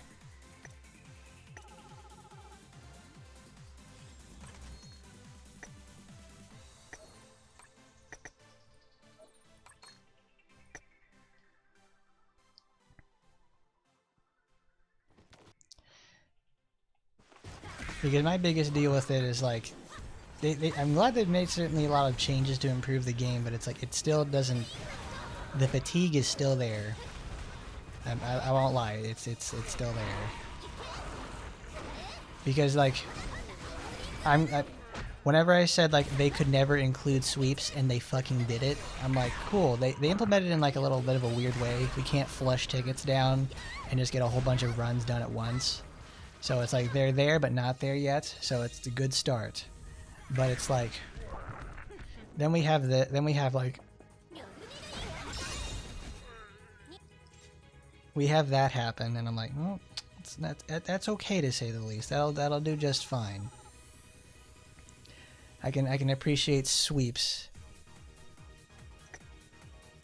but arena is still like glacially slow. I understand why it's that way, so you can, you know, make your tactical decisions in there. It's like, I don't care. That's arena being like the most played thing in the first place.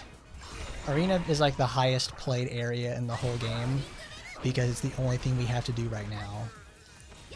The void challenge or whatever they're calling it, not being active right now or let alone have an event, is like a big missed opportunity.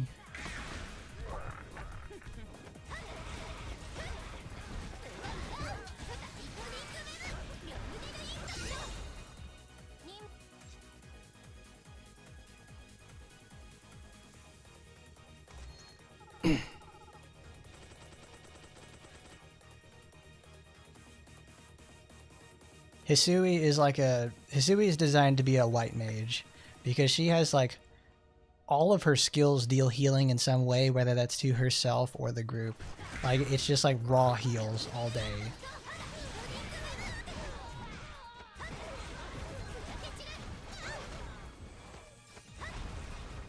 Like, there's some help that I can see with inside out. Oh my god, what's the one where we fight Big Booby Burba?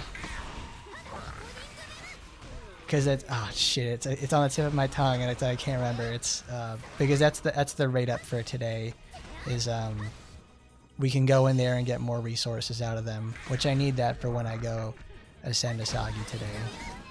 Well, Mercury was yesterday, so I can't do it now.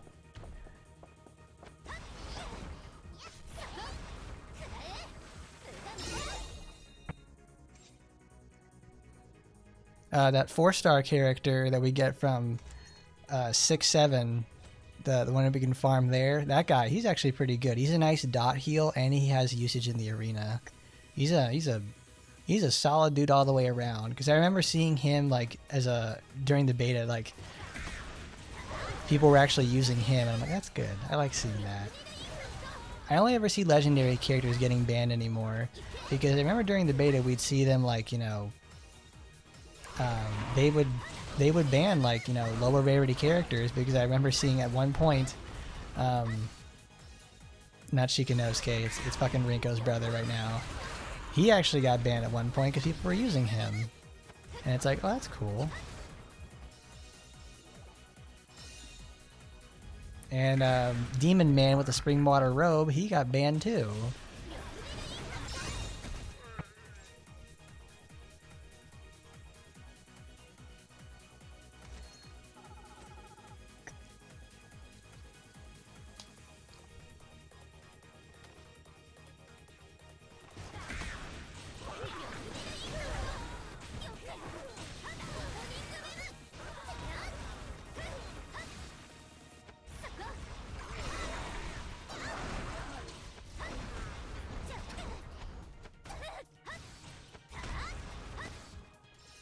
I mean, that's probably why they stopped doing it in the first place. Is because if they ban 3s and 4s, it's like Minasaki would never ever get playable again. She would be playable every other week.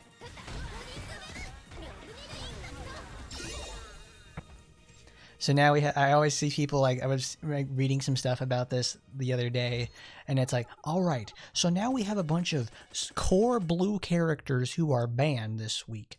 So now it's a red economy this week. So we've got to start building into those. But traditionally, there aren't a lot of good usable reds in there in the first place. Because Asagi is traditionally very quick, but doesn't bring much to the table in terms of skills. She just has a dead slot all the way around.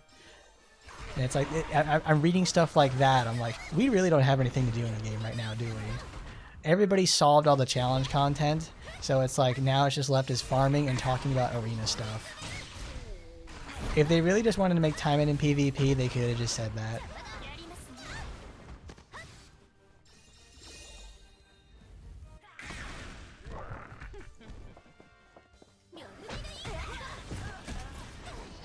You little bitch!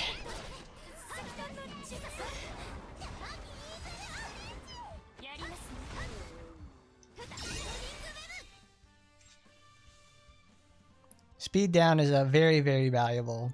I remember I was looking at some team comps to see like what do I want to do with this, because it's the speed down comp is really good for extending your turn count in tactical training, because I think it's a combination of Shisui, Rinko, Asuka, and some other fourth character who can inflict buff or extend debuffs.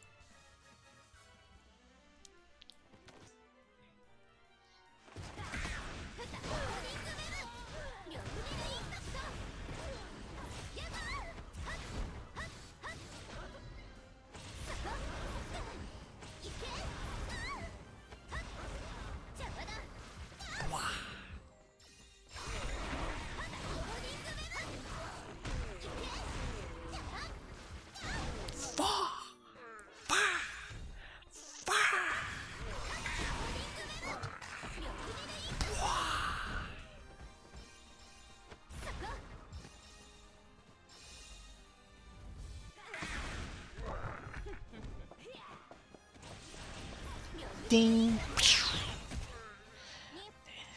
It's the red laser. It's the blue laser. It's the green laser. They're pulling out all the stops.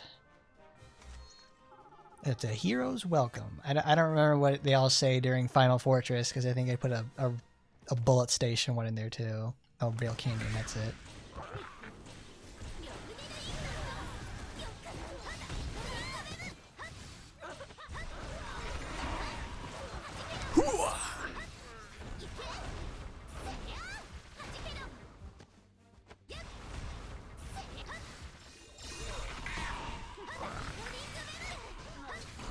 Well, even then, it's like they've already made one change to mileage shop.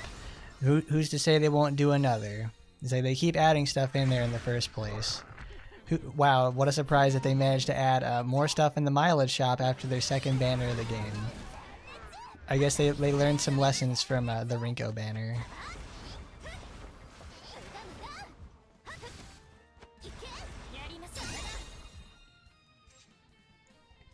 Do we even know what Rift Explorer is supposed to be?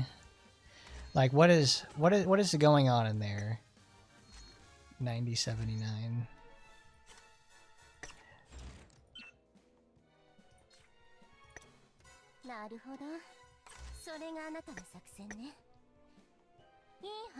Because Rift Explorer has been in there since the alpha. Well, I don't even want to call it the beta, because that is oh come on, that is not what it is. Because it played like a fucking alpha. That is 100%.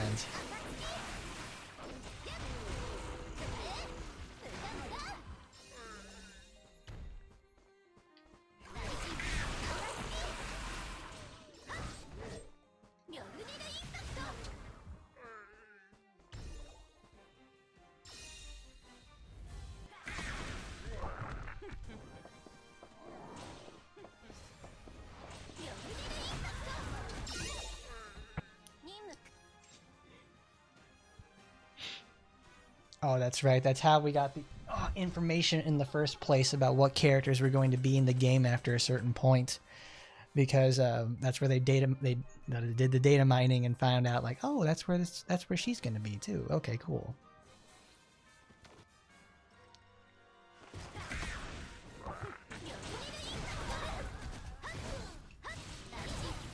Oh.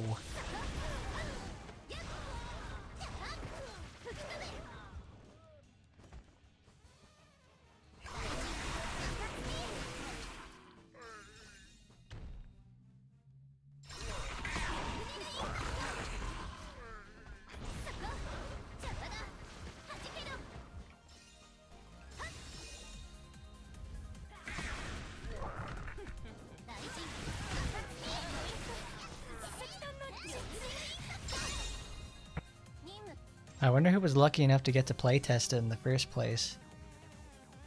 Because that would have been pretty cool to do. They probably chose out of a pool of like 100 people to go try it out. Because that would be pretty nice to do. It's a mob dungeon. So it's like if it's going to be just mobs, then I don't know what exactly to make of that in the first place.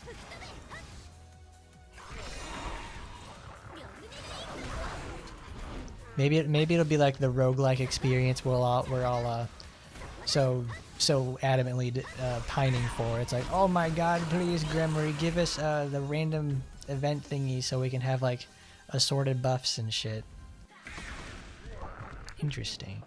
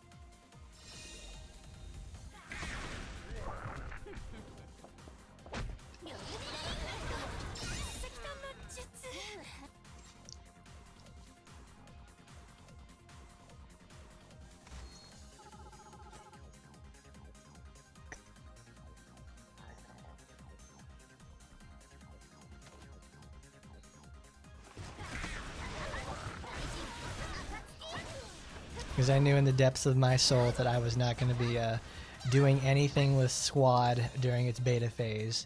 Because like, man, like playing it on, trying to emulate that on like BlueStacks or something, that was some crap.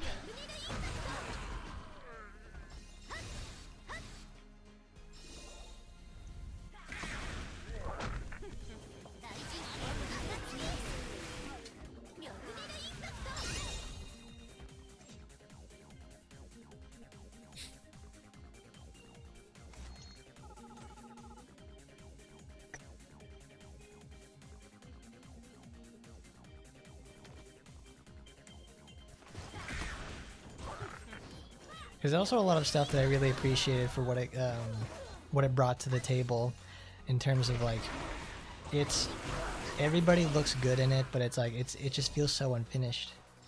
It doesn't even feel like it's close to being anywhere finished too, because they'll make midweek changes to something that's gonna happen. Like they'll introduce something. They literally did this week, where it's like they introduced one aspect. It's like, all right, we're gonna give you a bunch of these items now and reduced those, and they keep giving us the I don't know, it's like looking a gift horse in the mouth situation where they give us a bunch of tickets and stuff, but they haven't really improved our gem economy very much.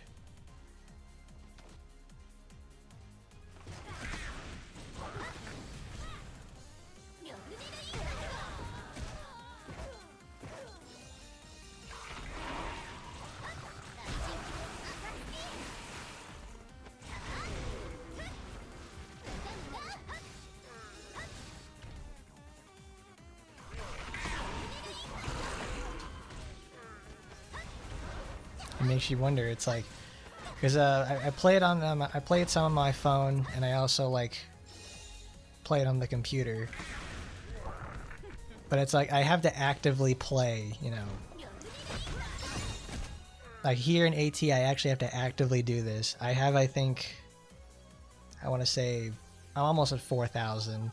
Yeah, it's like I have 3,826 hours. That's before the session completed, so I'll probably be at 330. With that, it's like I'll be at least like 4,000 hours this year, and I have no regrets whatsoever. I love the game. It's a lot of fun, and it's certainly gone from a hunk of crap to something that I really enjoy playing. So that's the biggest difference with it.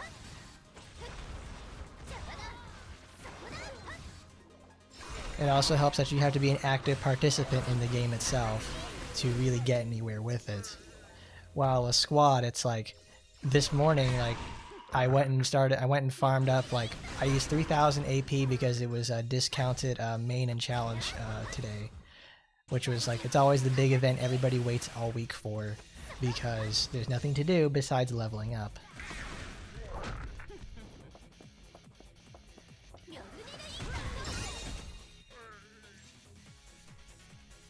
I think doing that today took like 3.5 hours. Boy howdy, I was ready to turn the game off at that point.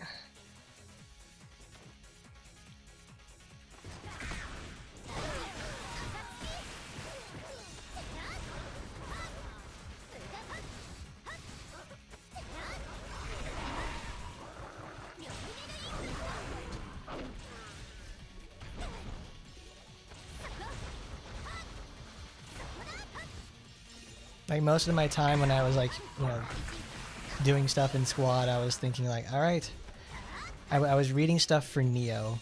That's what I was doing. And I was like, okay, what am I gonna do here? It's like, well, how am I gonna build up my Tonfa stuff and everything?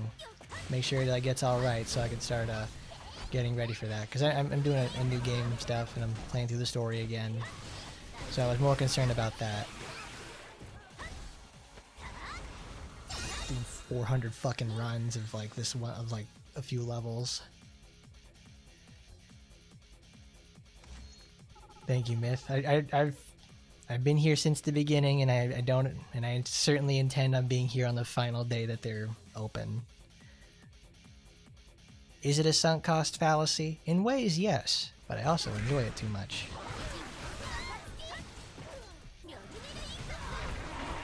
I sure as shit don't do this for my health.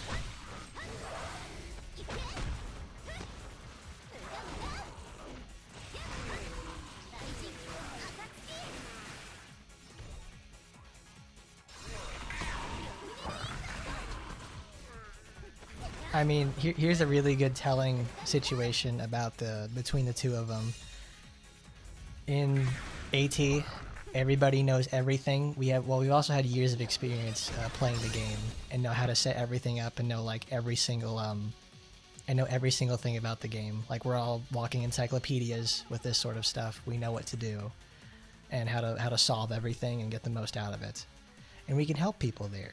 Obviously, we don't have the same sort of like, you know, depth of understanding with squad yet, so we're a little behind there. But even then, it's like it doesn't really feel like anybody wants to learn anything about it either.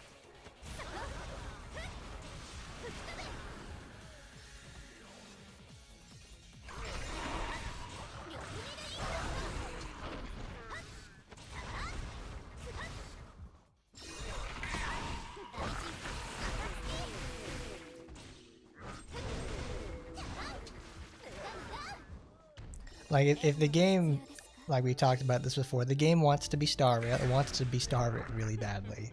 It needs the kind of, you know, developmental help that Star Rail has to really make it, like, become the competitor it wants to be. But it's like, it's not there yet. It's getting there. It's better than when it started, to say the least.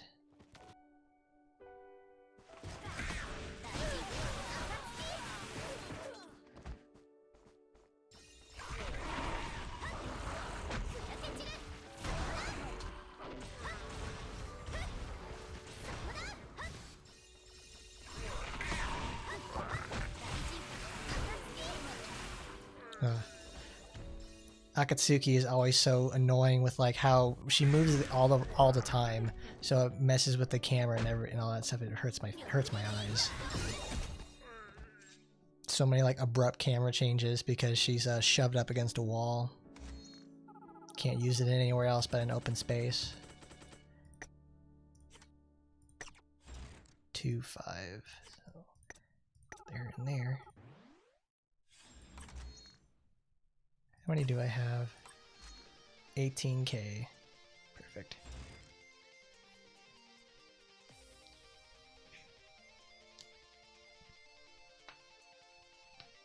And AT is not a is not an impact competitor either.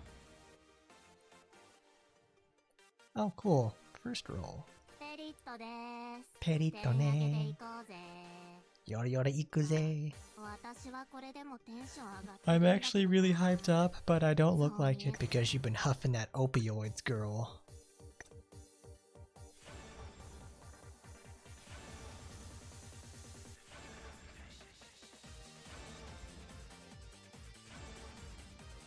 I mean, here's where it says it all in the first place, where they have we're in the AT Discord, and the most discussion about Squad is the most like helpful resources about Squad are in the Squad channel, which is a subcategory of the AT Discord. Nobody wants to make a Discord for it because there just ain't shit to do. It's more or less just like look shit up in there and you'll figure it out.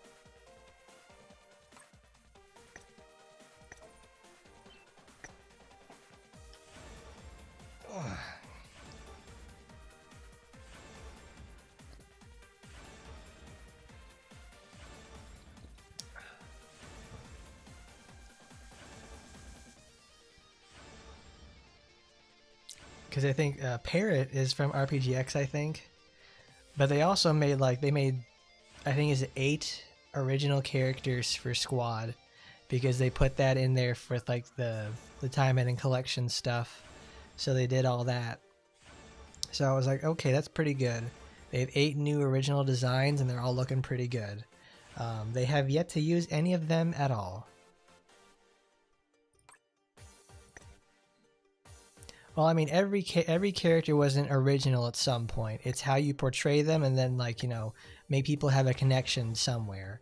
Because fucking, you know, Eleanor was first introduced 2 years ago, and nobody knew who she was, what she did, or what she even looked like. And now she's like everybody likes her in AT. She's a solid addition to RPGX. It's Foxy Grandma's the same thing. Nobody cared about her in the first place, until they really people got behind her design and in other ways, to say the least. So it's like they have to do what makes people want to care about them. That's the whole thing about it. If you don't do that, then like, why would they want to do it? Why would they want to pick up this character? Shit don't work, man.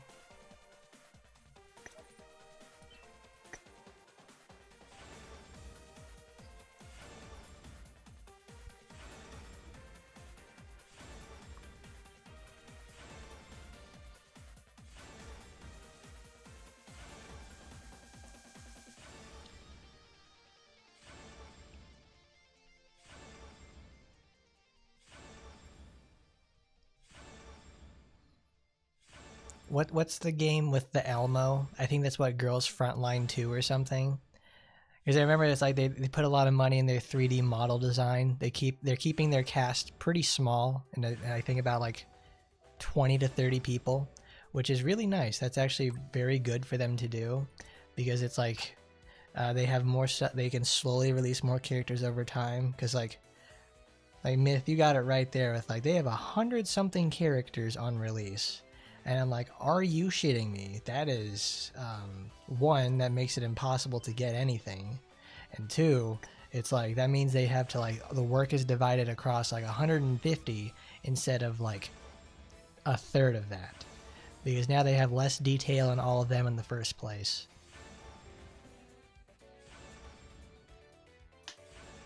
Because I'm like, why do you do this? It's like, Because you can tell they spent all their time and all their money on the models. That's why they needed to release the game in the state it was in, so they can start making it back.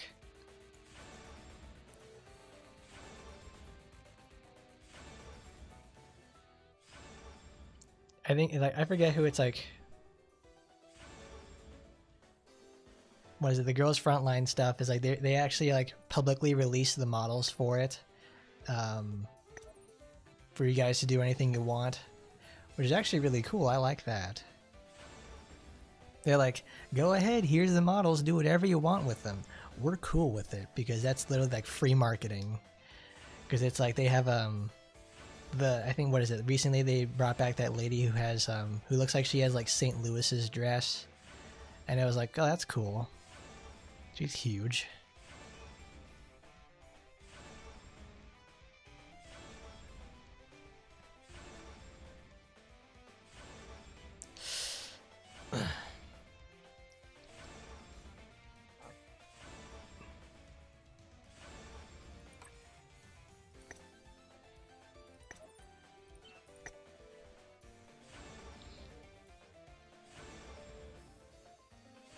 Yeah, we got 4 characters: Commodious and Marrow, Snaky, and Anemone.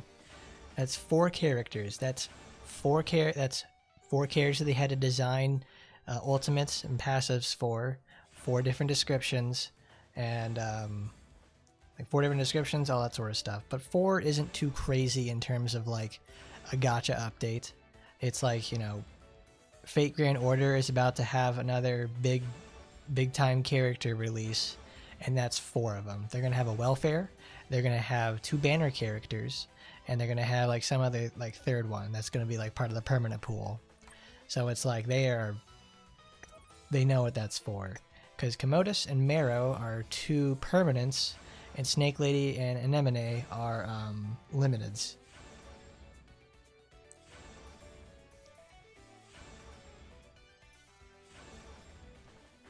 Oh, honest, yeah, that's honestly the worst part about it, is like playable, and she was playable in squad before they could get her in AT. That's the worst, because it's like, man, they really went and did that, didn't they? Because I would have loved to have everybody's favorite pro wrestler in there. Are they added to the normal pool? I don't fucking see Rinko yet. When they said they may be added in the future, it's like that. Okay, they're really leaning on that may part. They reiterated their nomenclature with the Anemone and Snake Lady update by saying they will, by confirming it. I'm very glad they did that, because I don't want that wishy-washy shit in there, especially with characters people care about. Because I don't want to live in a world where it's like I already have Asagi. I'm fine with that. I'm content with having her in the first place because she's my favorite character. Same with Ingrid. But it's like, now you're gonna pick characters that it's like, you know, you put them in limited, you put them in the limited banner, I can't fucking get them, and it's like, oh, you gotta do it on this one. It's like, fuck you, where's my income? Whatever.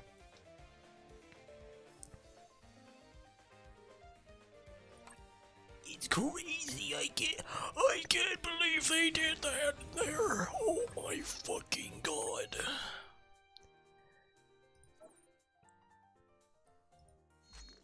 What do we get for this? Let's go to the...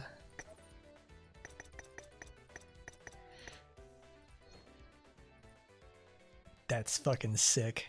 It's not like Lena's where it's if you already got it, you got either a nanomachine or a fucking demonite. Now it's a nanomachine blueprints. Nanomachine, son. Cool. We did this last year. It was a fun event where it's like we're going undercover as prostitutes. Awesome. Sora. She's gonna get, yeah, she's gonna steal chair. What is she gonna get, a steel chair? She's gonna get a fucking steel chair. What else would they give her?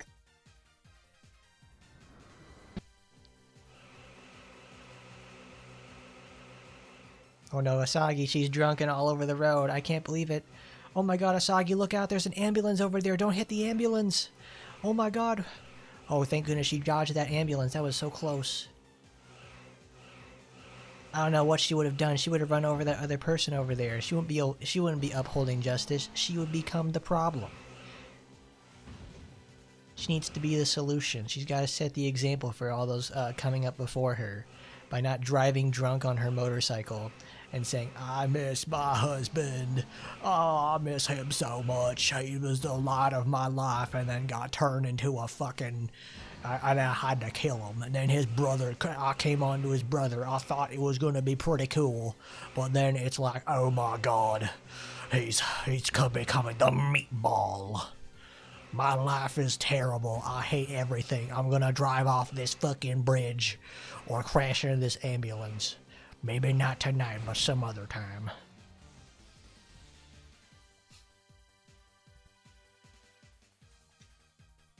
Extra awards obtained. If she shares with Saika, that would honestly be pretty sick. But it's like that. I just can't see that happening. Did that meatball ever turn back into human? Nope. No, he did not.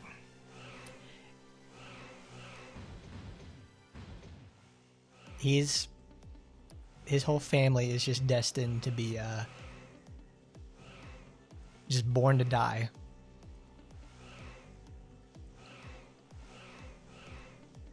In every, I think, what is in every timeline, even the AT timeline, he is born to die. That's the worst thing in the world.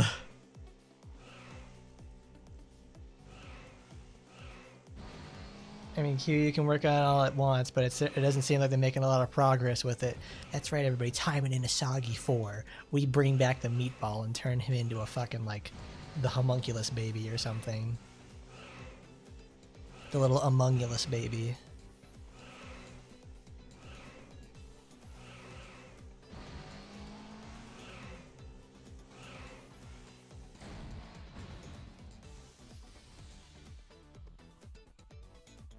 I find that great. We're listening to the bike race music from Punishing Gray Raven while we're doing the bike race minigame. So you look at that. It's like, oh, dude, Punishing Gray Raven's actually the collaboration that God never intended. Punishing Gray Raven X AT would honestly go pretty hard. We get like Lee, Lucia, and I forget what the third girl's name was. We'll get like Nanami in there or something. We'll get Nanami Nation. We'll get we can't get Alpha. That would be too easy. We'll just get like Lee Tenderloin or something.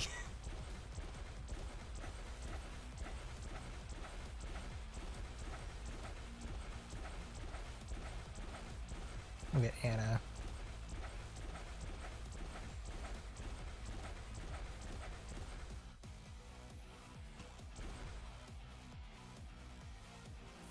Yeah, it's like I have good live, and I forgot her fucking name. Because I just know her as, alright, I need to get her set up correctly so I can do a big damage cascade at the right time. I'm like, oh, no, okay, that's not happening.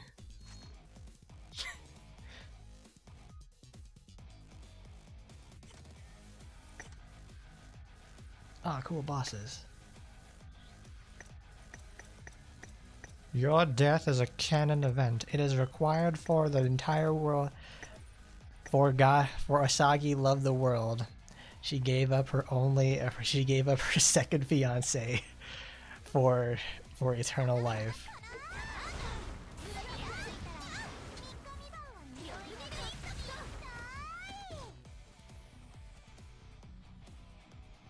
I mean that's the whole thing with Punishing Gray Raven in the first place. It's classic Hong Kong despair Kino.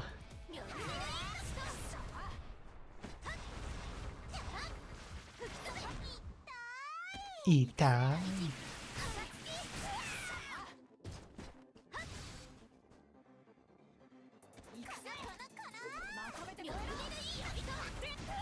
Wow, that is a gigantic hitbox. She was nowhere near that.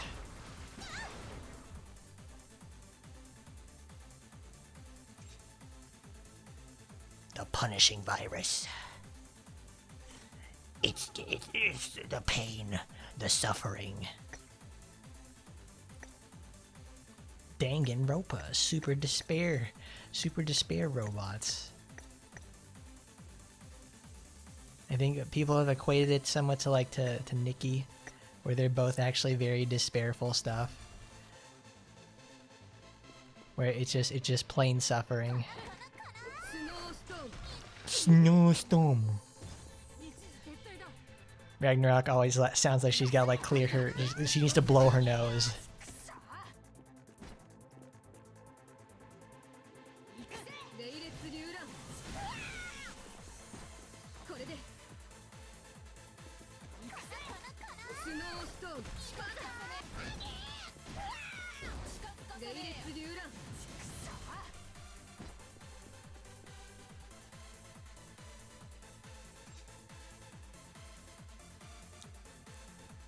A long time ago, we played Cruelty Squad on here, and I didn't know how to play it, and that's probably one of my worst streams I've ever done.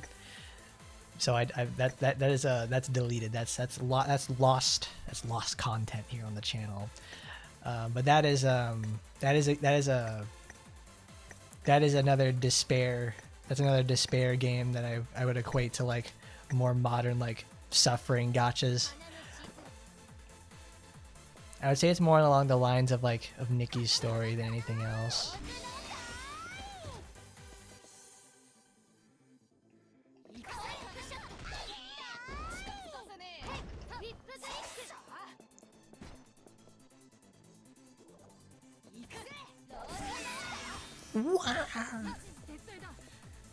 Yes, it was deleted. I fucking hated it because that's a game it's like, oh, I need to get a lot more practice with this. Because I did not make any progress. I played 3 stages and that was it. So I ended up playing it on my own time, and oh, that game is fun. I honestly want to come back to it just like for a one-off situation because getting stuck on like the first 2 stages was like I hated that. It was legitimately one of my least favorite ones because it's like, oh my god, I can't fucking do anything. I'm all hot, flustered, and frustrated.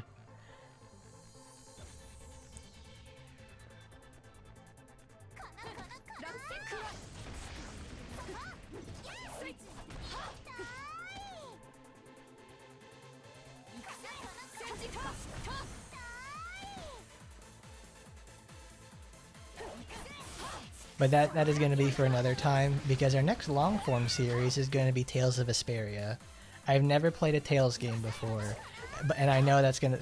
It's like we're literally just talking about a game where I have no idea of how to properly play it.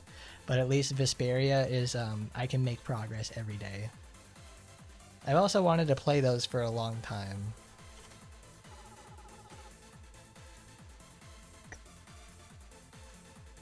Because I wanted to wait before I did any sort of like another long form game for Friday streams, because one, I was getting ready to move, and I felt like the final send off to where I was living would be Killer 7. That was really great. I loved it. I love playing it regardless. Oh, what's this? BP gift box. Oh, British Petroleum is giving free stuff. That's cool. Let's sweep modules.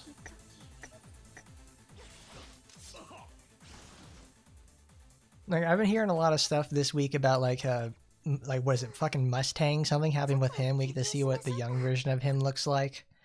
And people are just going nuts over that, like, oh my god, can you believe it? He did this. They made him do that. I'm like, what the fuck are you talking about?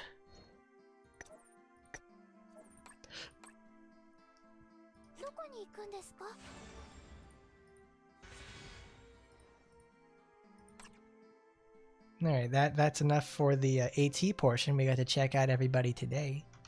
So let's open up. Let's go over here to, what's it called? Oh, I didn't sleep. Do that.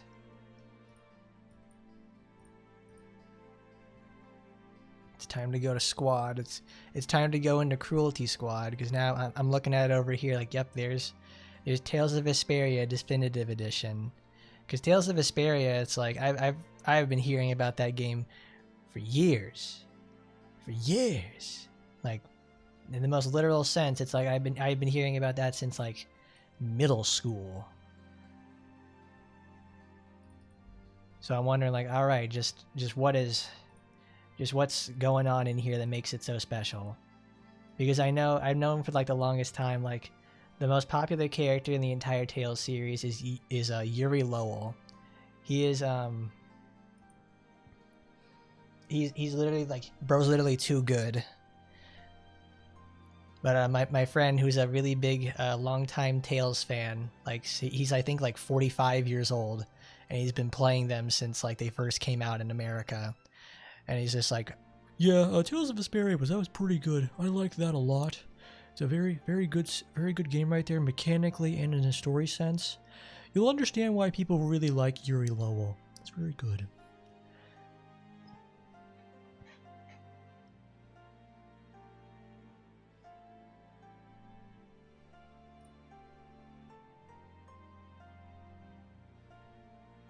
The Mustang is like, I'm gonna sacrifice everything for the sake of entertaining my audience. And over the span of 100 years, he became a lot more humane with it. Oh, he started off as an asshole and then became more personable with it. Disgusting. I hate you. Get this bitch off my screen. 1920 by 1080. Full screen, so it properly does that. Save.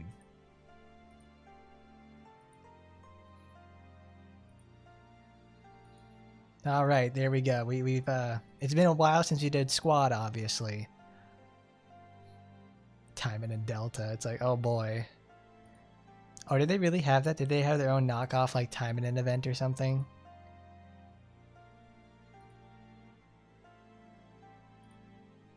All right, let's see. We got it's special ops. That's it. It's 100% more drops in special ops. In extermination and challenge mode. Yeah, it's on Sunday.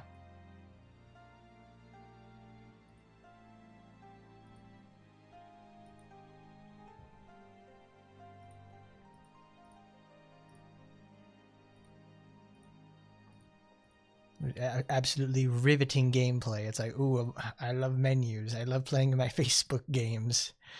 We're all Facebook uncles now. We're playing on Facebook games. Like, oh look, I made a little bit of progress today.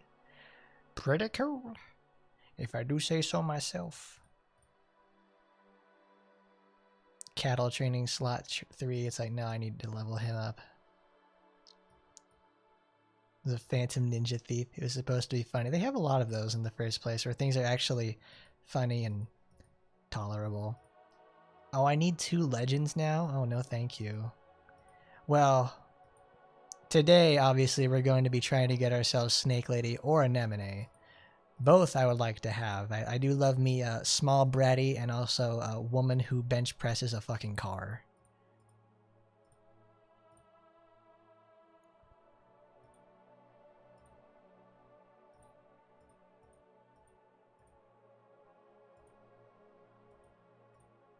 Level up. Mighty Brothers Double X.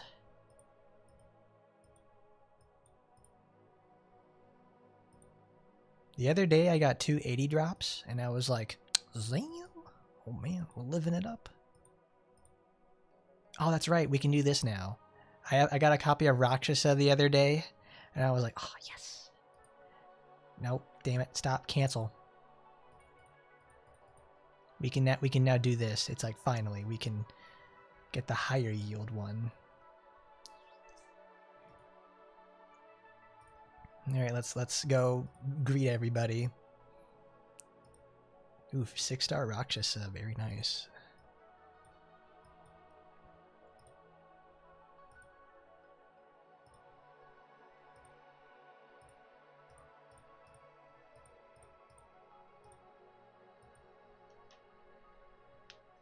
They traded a good Christmas event for that shit.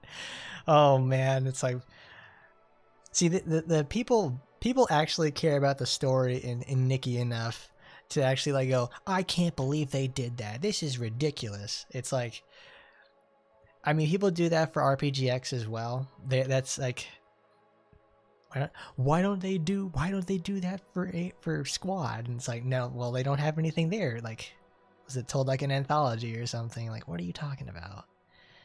Special login. Okay.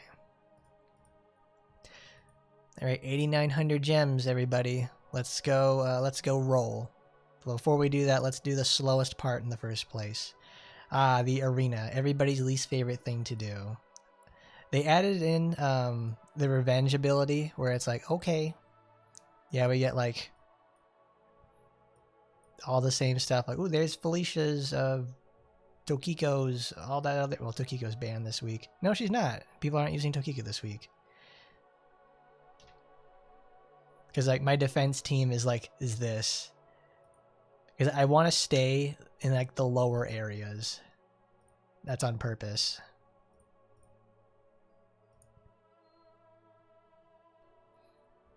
Well, I mean, why would they give them wrinkles or anything like that in the first place? It just seems like the antithesis of what they want to accomplish.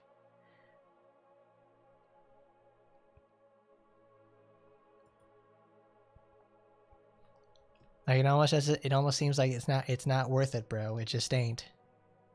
It ain't Dave Mustaine. It just ain't worth it. Because it's like that's why Foxy Grandma Inage transforms into she transforms into her true form. Like, stop! I don't want to go to auto. I just wasted my fucking ult. Psycho will be a problem.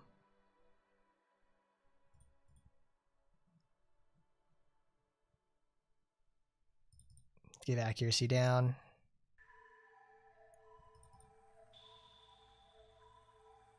Fortification.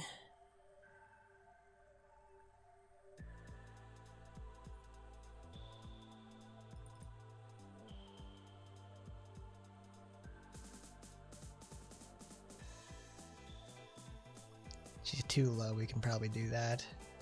Let's get rid of you.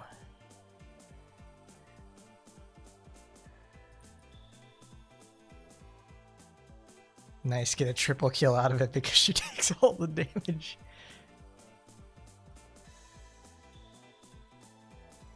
Ching. The Asagi is so fast. I think my Asagi has like 125 speed. Because like since all of her skills benefit from her having like extreme amounts of speed or anything like that, and also enemy speed down, it's like she ends up having like 155 virtual speed. I wanted to make her as fast as possible, so she's fast as fuck, boy. It's pretty great.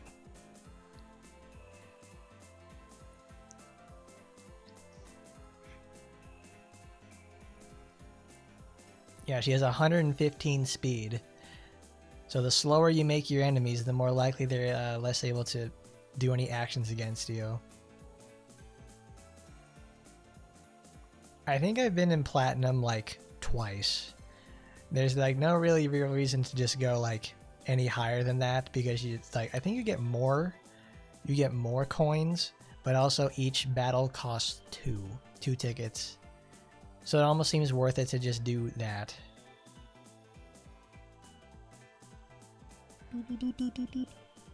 Great to see you too, Menos. I'm glad you showed up.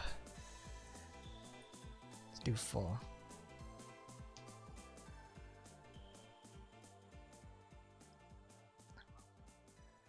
Now, why wouldn't you want to be a Sayori copy?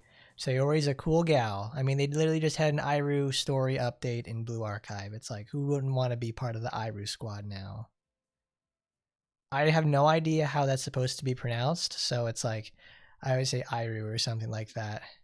Or Arius or something. Did you know that Trinity Girls' School in Blue Archive is based off the actual Trinity College in Britain? I legitimately did not know that until my roommate was watching a video about like some guy who was doing like tours of places to eat in like England, and he went to Trinity College, and I'm like, are you fucking serious? That's where it comes from? And then I started putting the dots in my head, started putting together, like I felt the neurons fire up. Oh, That means Trinity is supposed to be the copy for British people in that game. Wow. And then Gehenna is supposed to be for Germany. This is insane.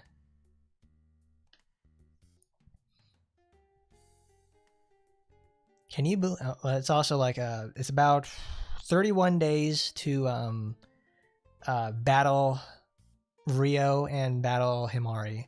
That's going to be a good one. It's going to be Rio Pie. I already have the title for my stream and the thumbnail art I made up. It's literally going to be fucking Rio Pie versus Himari Ketsu, and it's going to be awesome.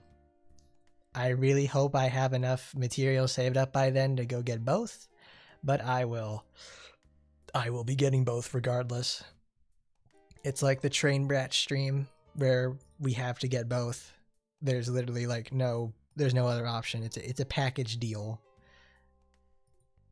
You just can't not have them. Because I think I've said this one before, but a long time ago in a galaxy, not in an anime convention far away, me and my friend went there to like the bazaar area, and just pick up some stuff where like all the vendors are at, and it's like, oh cool, and it's like they had oh my god, what are the names of the girls from not Shiro and Kuro, it's not Kuro and Miyu, oh my god, it's Ilya and Kuro, that's it. They had the really like the version 1, like from all the way in season 1 of Prisma Ilya, of both Ilya and Kuro together. It's the 2-part standing statues that you get together. He's a really big fan of Kuro, so he picked that up. And the guy at the register, like I'm sitting there like looking at some other stuff, and I hear him say like, "Oh, you're picking up Kuro? That's pretty good." But it's like you gotta have Ilya. They're literally like two halves of the same whole, quite literally thematically, and also they're part of the same set. You just gotta pick it up.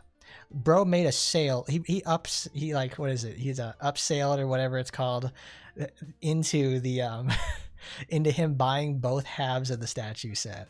I was like, this man is a pro. He knows his audience of who is buying these things in the first place. Bro is probably like the sensei we all wish we could be.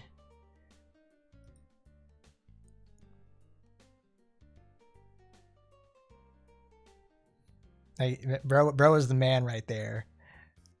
He also had one of like the biggest stands there, like at the bazaar area. So something tells me like I think he's done this a few times.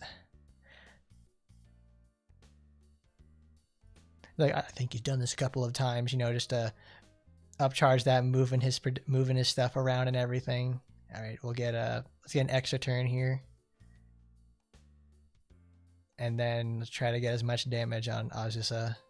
That's not going to kill. She's going to get her turn.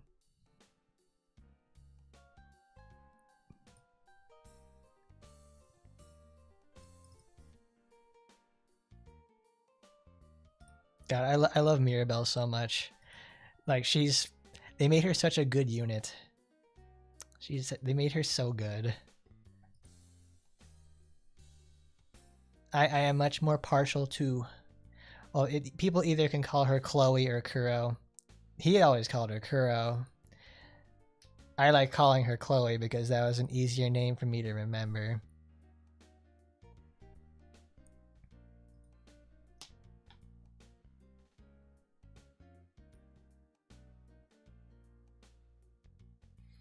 Because they have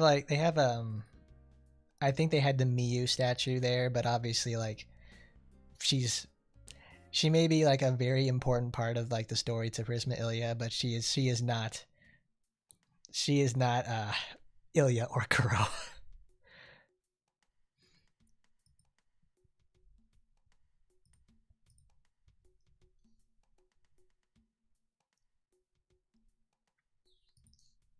Don't worry, we will be part of that level 60 Asagi club soon enough. That is literally today. Freedom is invisible.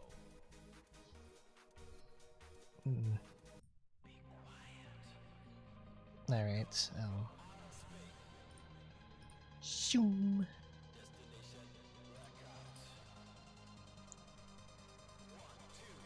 I have a feeling, well, I can probably I understand their Y masher in the sense it's like, it's too, it feels almost too on the nose, to say the least. There's not like, well, there obviously is a degree of playfulness there, but it's also like, it's not the, it's too on the nose. It's just like, they don't make it fun, to say the least, you know? It's not like the Blue Archive portrayal of it.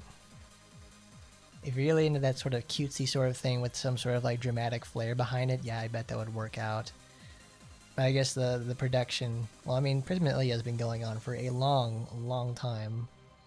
So it's I'm not surprised. It's like when I heard they're like, you know, releasing new stuff for it in the first place, I'm like, wow, that's still going. But then I had to remember, oh yeah, it's Ilya, it's Prisma Ilya, it's fucking huge. I'm not sort of into like I'm not the PDF sphere. I honestly, I gotta say that's probably like the best abbreviation I've ever heard for that name in the first place. Calling them PDFs, I'm like, wow, it's really funny.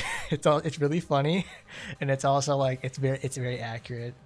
Because calling them like chomos, I'm like, that's why that just sounds stupid.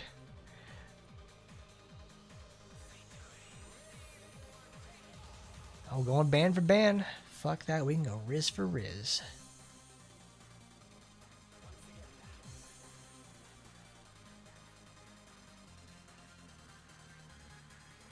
Swing.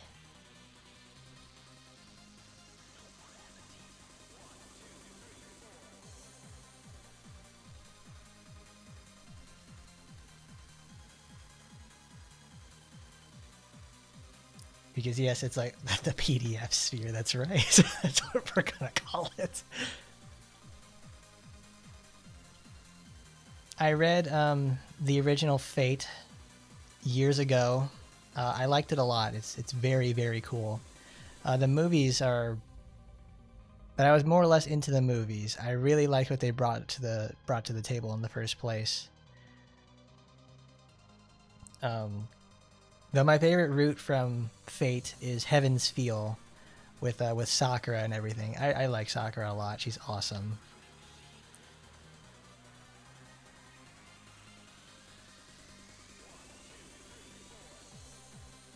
I think like once a year, like me and my friends get together and we watch all three of the Heaven's Feel movies, all three parts of it, because it's like it's so good, it's great. It's like it's all of our favorite route. Like none of us like Rin. We do like Saber though, but we don't watch the original movie first. We don't watch the original movie. Unlimited Blade Works is very good. I like it. Especially like, you know, Archer doing his cool reality marble shit. But it's like, nah, brother. We're all up in that worm business, if you know what I mean. We're worm food for the most part.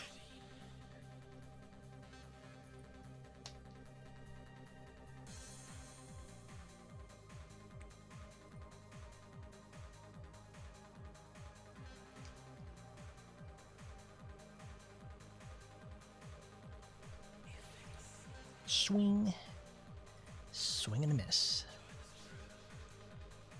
I always just find that funny. Like Roxas's blade is just like it looks like the same asset that Lucia uses for her swords, and I'm like, nice.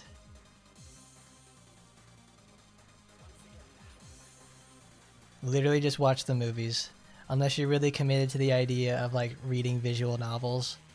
I like those, so I read them, but oh, they got the RPGX team. Like you can literally just like watch one of those movies a day. They're just like watch one every other day and you'll be fine. It's nothing too crazy.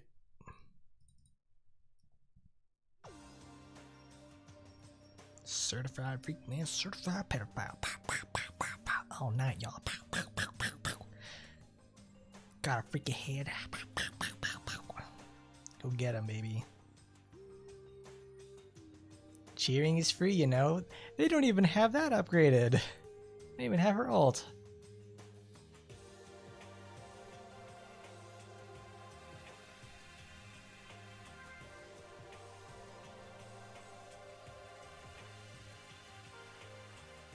Yes, you need to read the original, like the first route of Fate, to really understand the setting and where everything comes from. Because even though they make a lot of changes thanks to Fate Grand Order, a lot of the stuff is based off of that.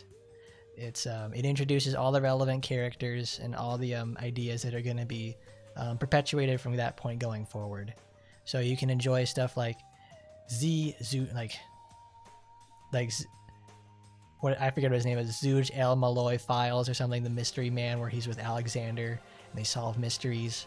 You can enjoy Unlimited Blade Works and Heaven's Feel after that. It's a good recommended read.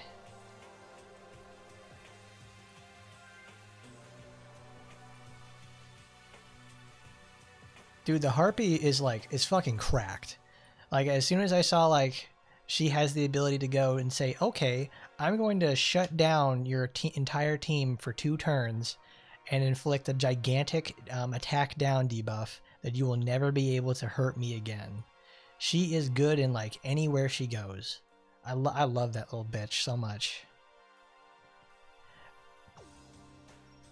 I always find a way to take her on, like, any team that I have. It's like, it's good. It's like, she's just so nice to have. She is enormous. Like, there is no reason for her not to be in AT. Like, this dumbass over here, look at that. She's got the pink hair. She's automatically slutty. And then she's that big over here. She's already got medium armor and stuff. Man, why isn't she in the game? She's built for speed. Not enough arena ticket. Good. That means it's fucking over. Oh, let's go back to the shop. Alright, I have 1,311 coins. Cool, I can pick up some Oboros.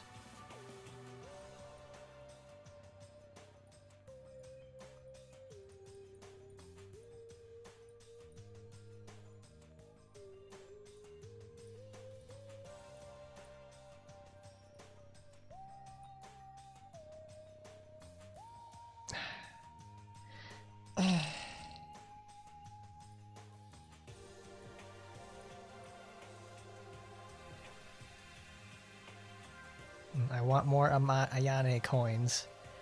So it's 1,000. So, alright. I did the math for this one, so I can figure it out again. 5 for 10. I need 800.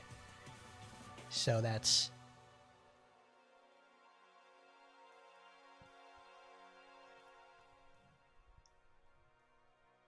I need 800 of those. And 100 of these is 50. That's why 5 times 10 is 50. So I need 400 silver.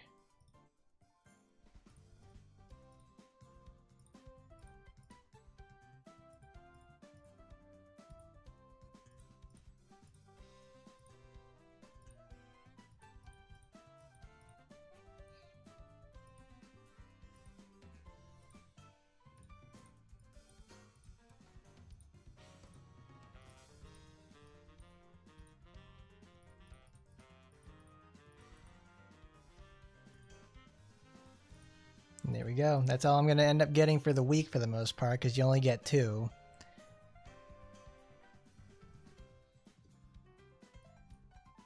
Because I missed getting my Ayame fragments last week because I was moving. But it's like, now I got another copy of Ayame. I'm almost there to my Emily, though. That's going to be great. I forgot that Emily was a balanced character because...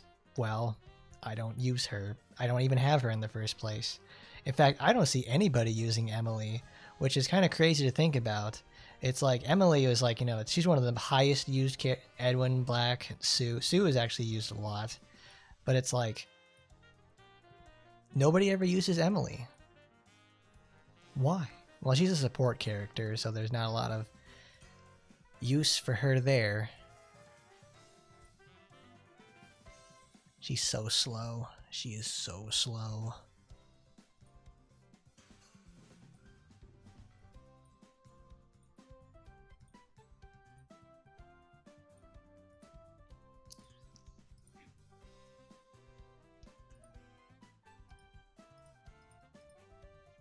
Alright, what can we get out of Exchange Post today? Tier 1 stuff? That's gonna be fodder.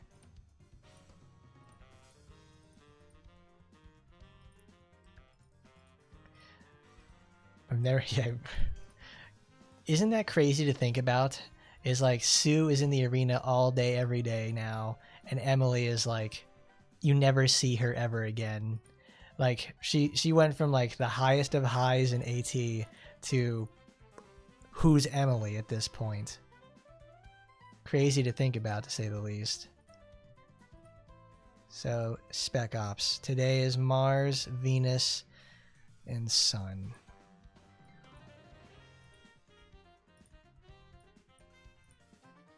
I think I only have like, what, 2 Mars characters? Oh yeah, I have some, but it's like they're all not leveled or anything like that. They're all over the place. Somebody does. Somebody likes Sue, and I'm glad they do. I know our man Gorg over there. He's a really big fan of. He's a big fan of Sue. So any way, shape, or form that makes her like make her better, he's like, yeah, I'll be there. I'll be there, bud.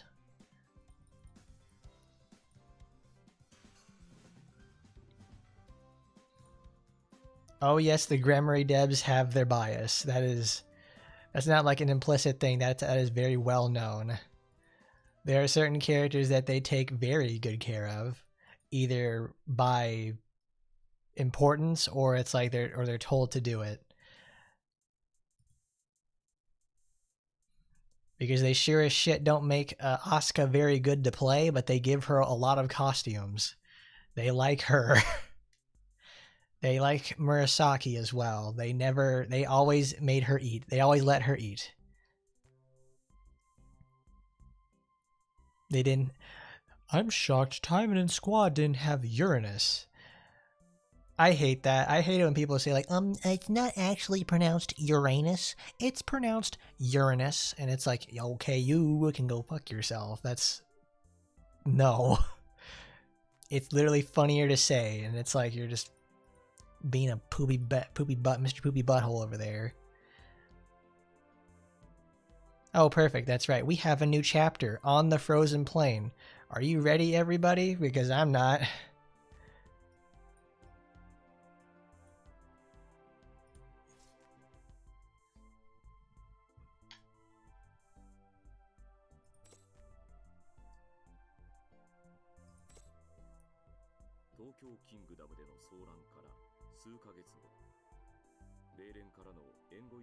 A few months, so this actually takes place a little after that then. もうすぐ指示された降下ポイントに到着します。輸送機の操縦士が機内アナウンスで告げると、眼下の白い雲の隙間から広大な米連の大陸が見えた。だが、おかしい。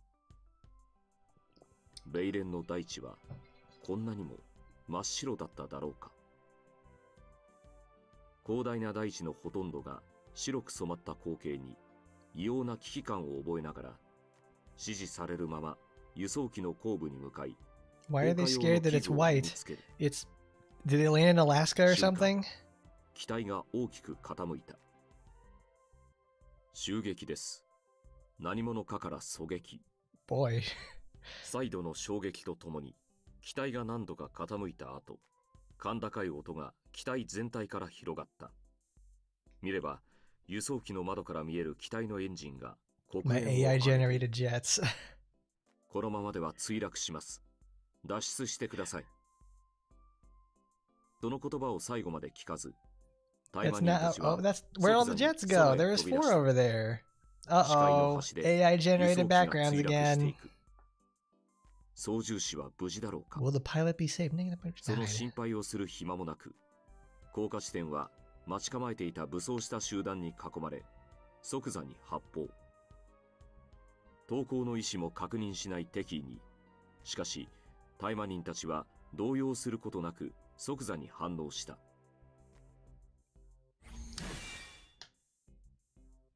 Anthology storytelling, cool. Yeah, these are our events, guys. Story events.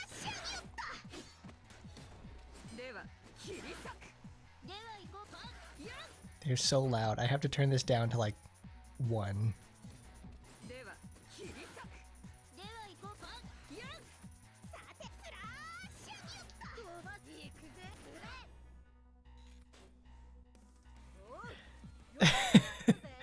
Squad is very hard to recommend to my friends. Yes, 100%. It is very difficult to say, yep, this is a worthwhile play. It's like, it's got pretty ladies. Yeah, but you know what else has pretty ladies?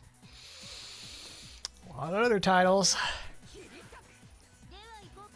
Oh, dude, they got fucking Crypto the Super Dog over there with the damn like rocket launchers attached to him. Because the blue and the red dogs are are AT models. I don't think I've ever seen the yellow one.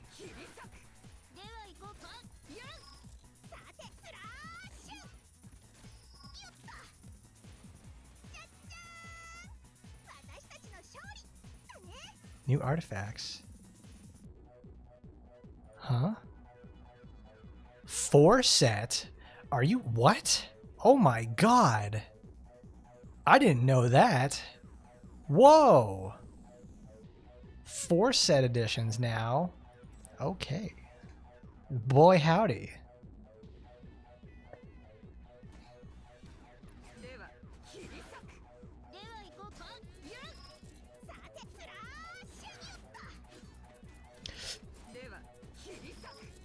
That's nuts.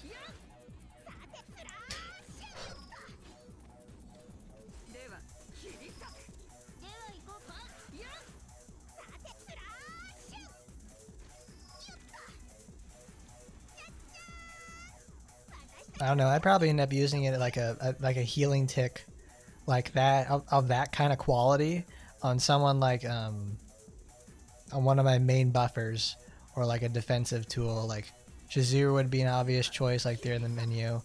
Minasaki, Torajiro, Tokiko. Anything that can help keep them alive, or at least like survive another turn. Oh, dude, they got Pitbull. Oh, Mr. Worldwide. See, he's in Alaska now. Mr. Worldwide. They said the Walmart from Alaska won their trip, so I went to Alaska and gave them the time of their lives. Gave them a show. I like that. Micah always has this one rock, no matter what kind of terrain she's in. It's got rebar and everything inside it, and it's like, there she is. She's doing it.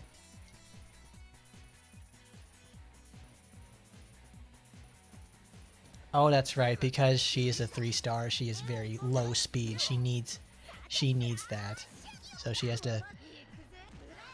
That's because what was it? You build speed, and then you have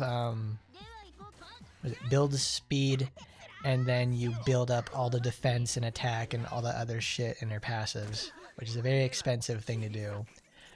That's kind of scary. Wow. Bro just applied 3 different bleed stacks at once. That robot dude is gonna be gas for like debuff flush attacks. Like if you need like, oh, we have 3 different bleed stacks applied to you, and they're gonna all explode at once. Bro is built for a built for those in the first place. This is another case of 3 stars being better than legendary people again. At least he's farmable too.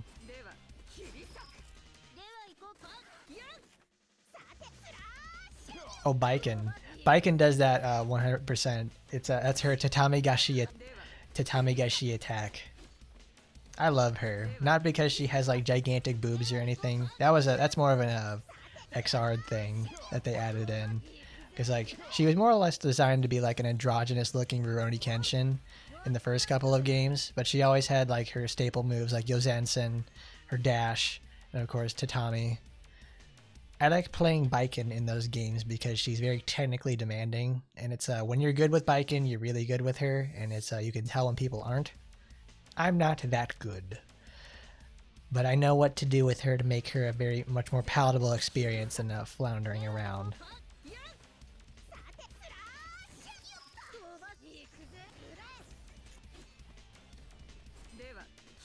Because her iteration in Strive is people don't use her because she's like this is like honestly like she's at her worst because it's very rough for her to do anything.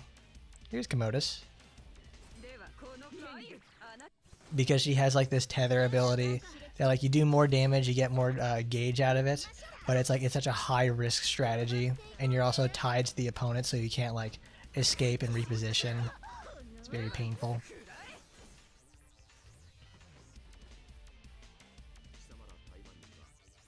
You gracious Taimanins! で我々を攻撃してきただろう。そのくせに平然な顔で今度は救援に来ただと。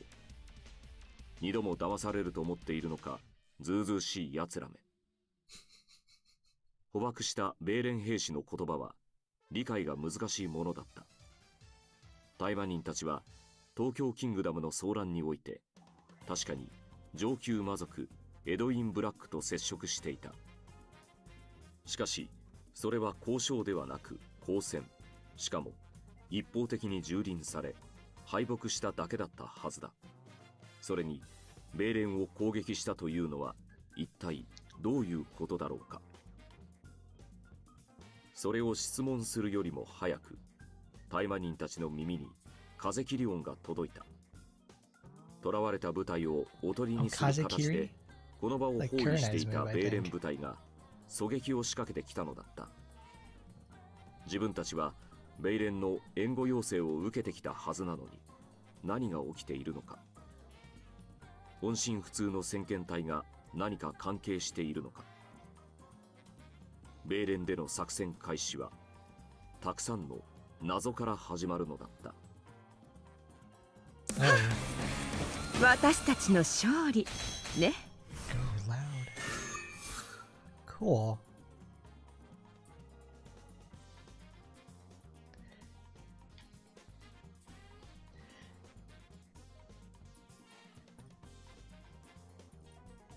She was known for being difficult to use back then, and she's still known for that now.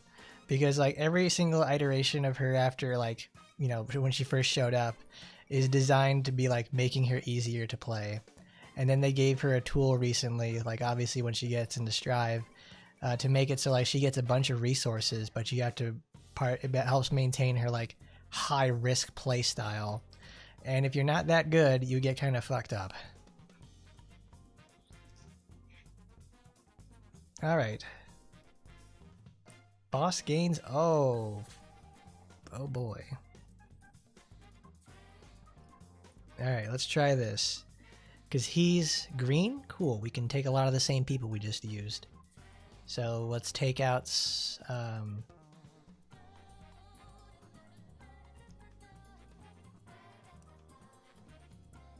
take her out. Where's Minasaki? There she is. Baby girl. I got her to 5-star this morning, so that'll be nice. Miss Sassy. Can I give her something? Cool. 1.6 speed. Gave her an 84. There we go.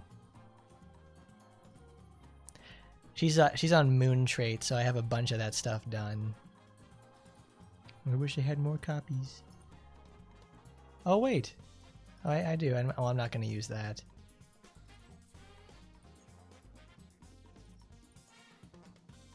Wow, there is no reason to use her weapon. It's an active detriment for her. Where is its ability unlock? Look at that, juicing her up.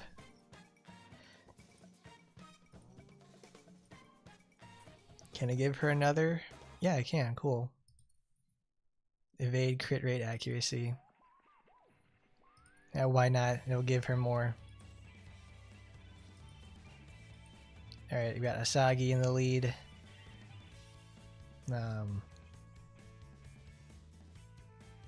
Oh wait, I don't want that because it's an active. Because that's a weakness. What did we put there? Who's a good greener? Well, this would be perfect. Perfect. Who would have thought? It's like we'll get my entire team is now super slow. We're gonna be slower than the boss.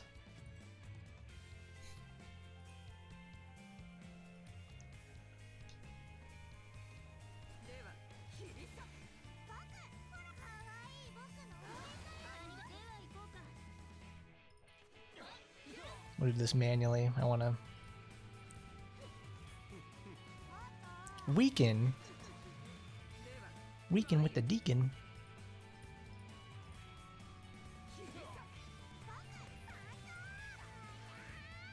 Because the final boss from like chapter 1, he's a bit of a rough customer. He's not like my team. At least like the farm him isn't set up correctly. So it's like I lose like almost every other fight because one of my main people gets targeted and they just don't know what to do after that point, which sucks.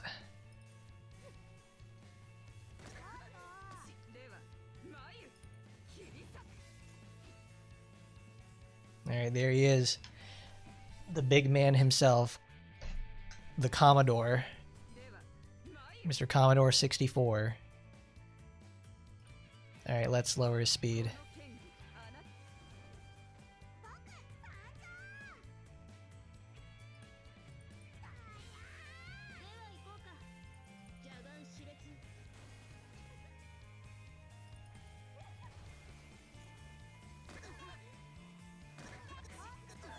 Oh, that's right, he has attack up, so he's just like, okay, I'm going to fucking kill you now.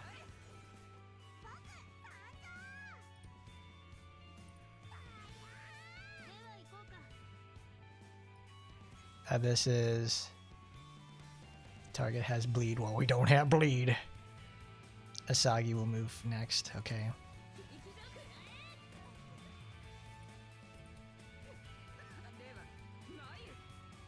Did not give him an attack down. I need to find some way to remove that buff. Because he's going to kill ALL next turn. Or him.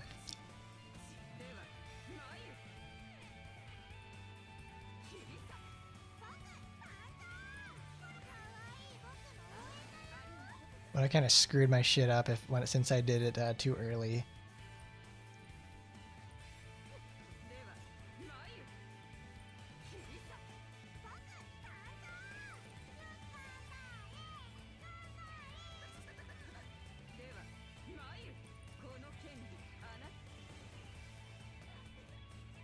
Speed down. Okay.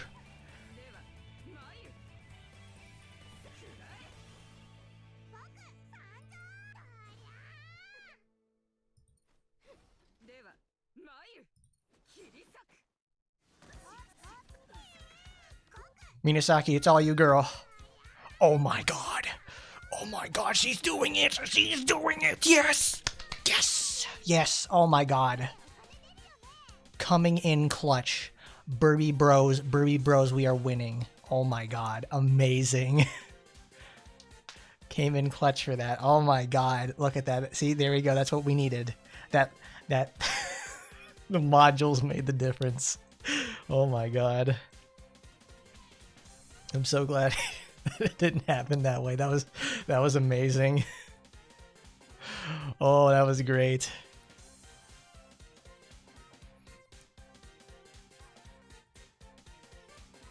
That's so fucking good. I love it. That could have probably went a lot better. Because there's certainly probably other things I could have done there to make that a little bit better. That was fucking amazing. We'll do that some other time.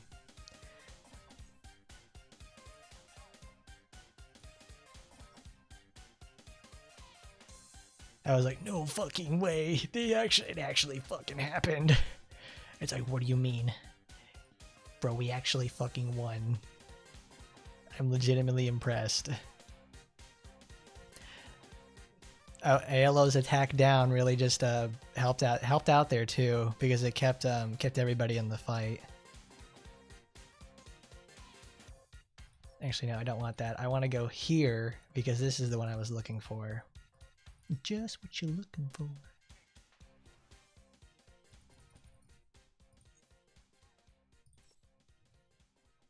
See, their sweeps method is like a little odd to say the least, but it works.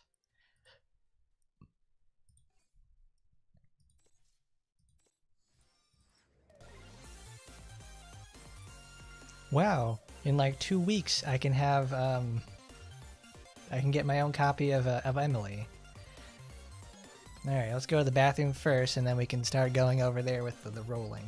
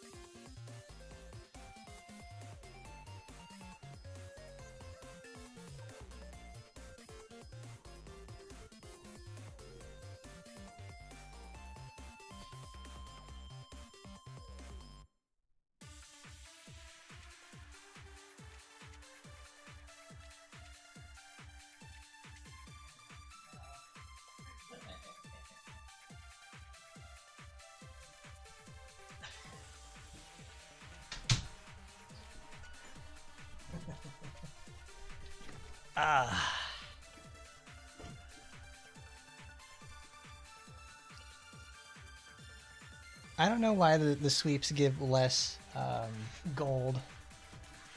They also give less experience too. Alright, first of all, let's go over to here to inventory. Miss Asiago. We need to jam her stuff up there. Sadly, I wish I could get her crit rate up higher, because I want it to be at least 50, because she doesn't get any use out of that in the first place. When she does crit, though, it's pretty awesome. So there we go. Let's go to autofill. Let's use our 3 items. So look, it's even got her picture on it. That's what they're for. 1, 2, grade upgrade. There it is. Finally. Finally, we got ourselves 6-star Asiago. There we go. Look at her. We get screenshot material. It's like, there we go. Character has reached the highest mountain. We'll go save that. We'll go put it in down roads. Ability unlock. What's it going to take to do that? 54-15. Pretty cool. So wow, that's a permanent boost to her crit rate by 2%. That's honestly pretty crazy. And then it sends it from 57.5 to 65.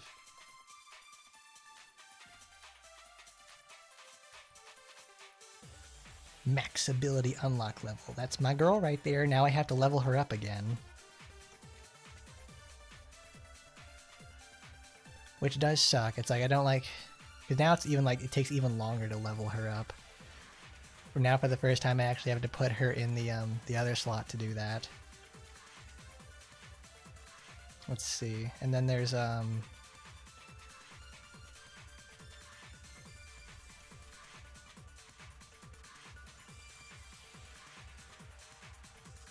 that's right. We can do this now. We'll go to challenge mode. See, the best thing about sweeps is that you can do this. Is you can now put in like all the characters you want to level up and everything like that. And you can just have them like go, okay, I'm gonna use the sweeps ability and do that stuff. Let's go to ability unlocked, grade upgrade actually. Because we have a whole bunch of these guys.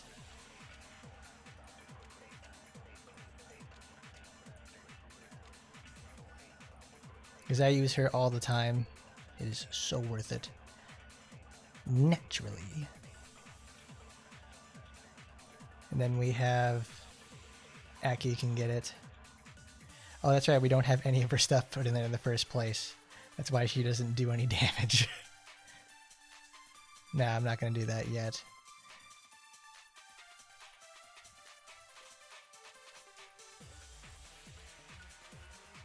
That Harpy has been helping me out more times than I can count. She has been like, in any sort of like challenging content, I can take her there, and she just like, she'll clear it. She helps so much.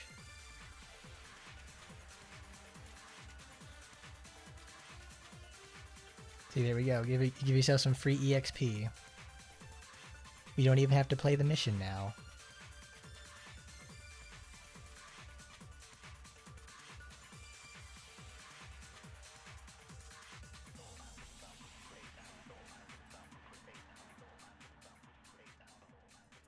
$12. Oh my god, that's the highest possible roll you can get.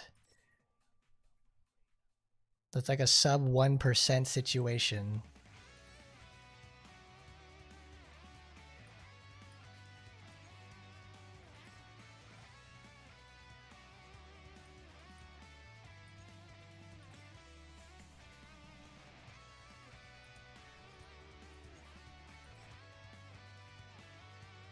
Good, Asagi's now strong enough to where she can take on content by herself.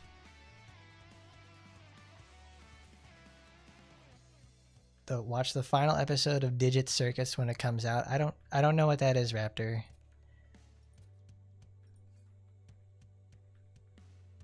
Alright, now we're gonna go to recruit. So this time we've got at least enough rolls to probably get closer to that. Let's see what our resources are going to bring us to try and get ourselves a Snake Lady or an anime. Alright, everybody, let's go gambling. Hopefully we get something good out of this. At least I hope so.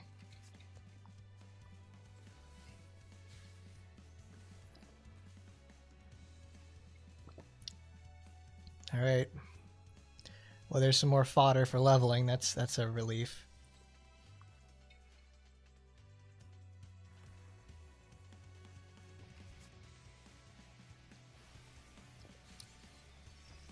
I've never seen it myself, so I don't know exactly what we're looking forward to with that.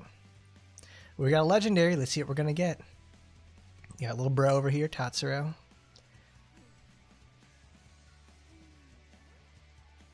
Who's this? Oh my god, on the second one. Are you shitting me? Oh my god. Yes. Perfect. Fantastic. Fantastic today. Oh, the snake is in the house. Renee, another copy of her. I like that. We got Cool Bro. Oh, that's awesome. Oh, another Kataro copy.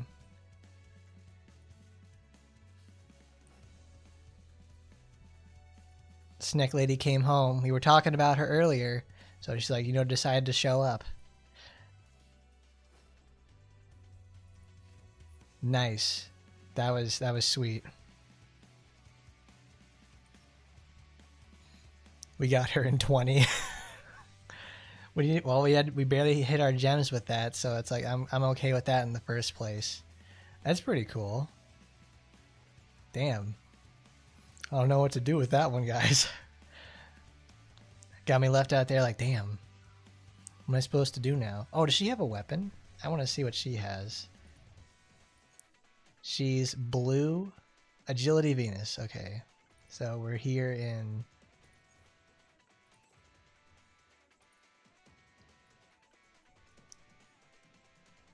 Naraka Blade Point? What?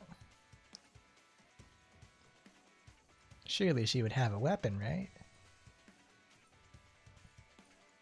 No way.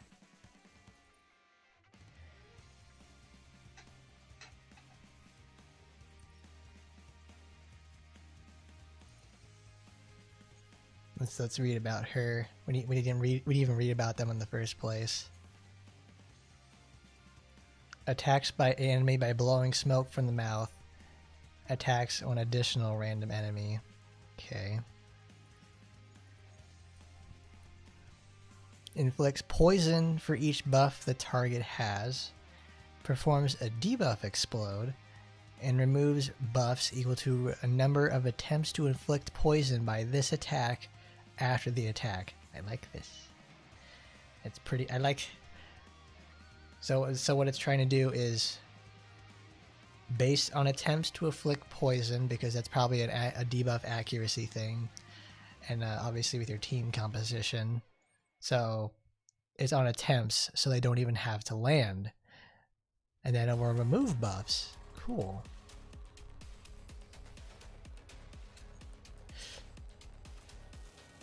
So she gives a drop kick, so it's type based. Inflicts feint, weaken off a defense type, offense crit resistance down. Wow, so that's pretty damning to say the least.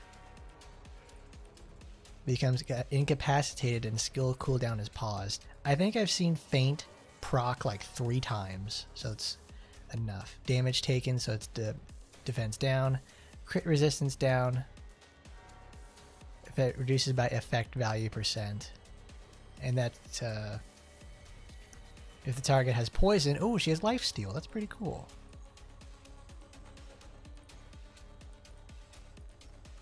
So I imagine this one, oh, there it is. Oh, it's just damage boost, so you're not going to get, so your debuff accuracy is going to be important, along with your, if you're going for like Venus agility compositions. So she's an agility character, so she gets all the wonderful bonuses that brings. And what's her passive? Increase accuracy of agility allies in all battles. So accuracy aura, I don't know. We don't really have too much with accuracy, to say the least. Let's get ourselves the spider lady next. Alright, what are we going to get for Crimbus, everybody? Oh, we got a purple. Oh my god, were we going to get spider lady? Come on, bros. Let's see where it's gonna go. There she is, dumbass Renee. Nice. I'm maxing my Senshu over here now. That's good. Another copy of Torajiro. Always welcome. The fucking goofy ass feet. Oh, she's related to Shiranui. Kasumi ga Okarinka. Cool. Another Sora, Mizuker, Shirayuki. Yes, look at that, amazing. The next one, so good. There she is. Hold on, I need to post that. Let me get a copy of that. Another Renee copy. Oh, wait, what? Oh, there it is. I was like, where did it go? Because it's usually stuck off to the side. Yeah, boy. Yeah, boy. Yeah, boy.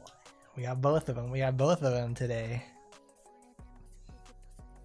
We got both Snack and Spider on the next rolls, too. Look at that. They literally bookended the entire thing with Renee. It's awesome. Bro, we got materials now. We got materials, baby. Let's go to my characters.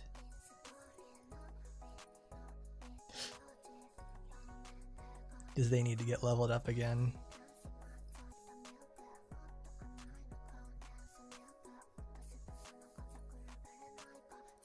I mean, we already got the whole fucking team in here, which is why not? CQC double attack. Oh, dude's trying to be Solid Snake, but he just ain't doing it. He just ain't cutting it.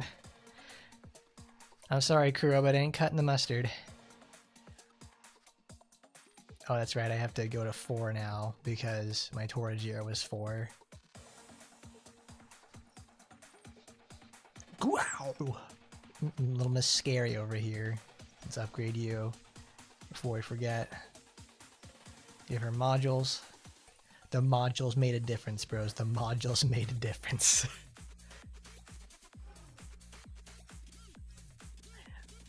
Gives her a 30%, and then it's like, what is that? 80% attack up. Holy fuck. Can we have the slutty tree lady be playable too? I think that would be pretty cool. I mean, what would you even do with her? She's probably one of those type of characters, they take up the whole thing. She's that freaking enormous.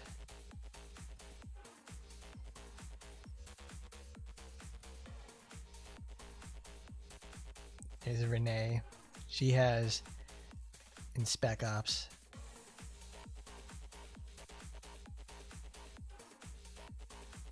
I love her so much. She's just a big old dumbass. Turn into Captain Halloween.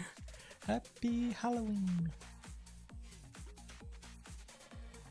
She's not very good, but she's pretty cool.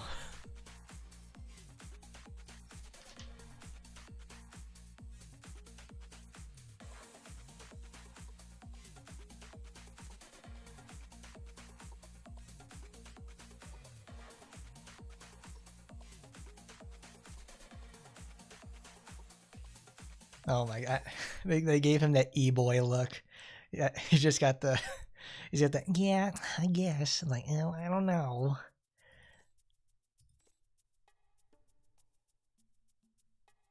At a 50% chance. Oh, so it's like you want to get as many copies of this as possible and level up his passive so you can, oh, this doesn't have a cooldown. So if you have like a specific debuff, it's like, that's probably why it's like you have the speed down team, so you can just have debuff extension like for days on end. Wow.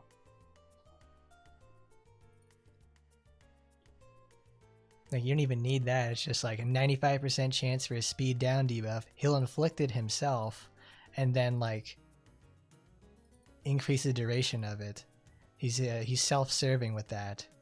Like, you don't even want him to inflict evade down, because it's less of a chance to increase it.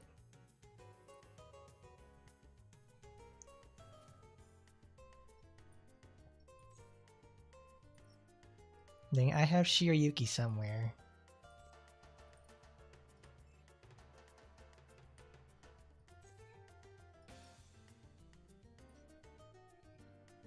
Well, of course he's got fans somewhere. He's gotta be.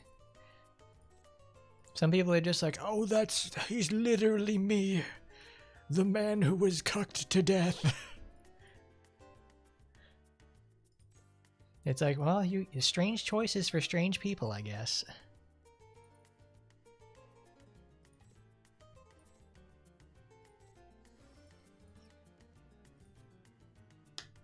I remember reading something about like confusion is one of the most like devastating buffs you can have.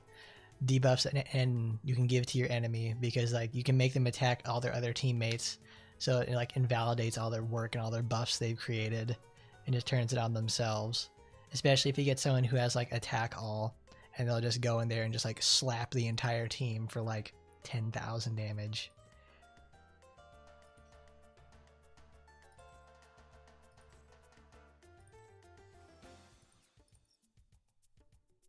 See, at this point, I'd rather have Tatsuro, because it's like increases.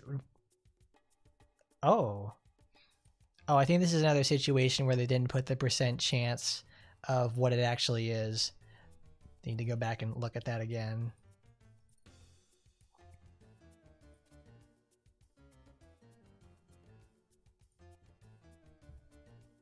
It is very much a surprise in the first place. It's like, he has fans? How could he have fans? The only fans he has is the one that is subscribed to his sisters. Oh. Morale motivation. What is that? 90% attack up, and then he can extend it. Honestly, insane stuff. I didn't even know he got a weapon. What does this do? Steals a buff. Okay, that's actually a pretty nice one to have. That's crazy that they have like a level 6. It's like, okay, here you go. Here's 90% attack up. You're going to have the hardest hit of your life for like 3 turns. And if it doesn't work out, congratulations, you're going to fucking lose.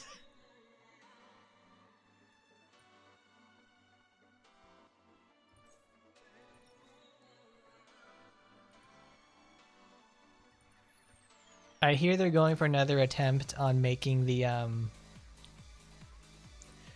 on making Last Origin an English version, but it's like Last Origin itself is like, I played that in the past. It's designed to be like a competitor to Azur Lane. It obviously does not have the mass appeal of it, but it's when I played it, it's a big puzzle solving experience, because after a certain point, it's like, you know, you'll do your grinding, you'll level up, but you need to solve the game in the way that they want you to do it.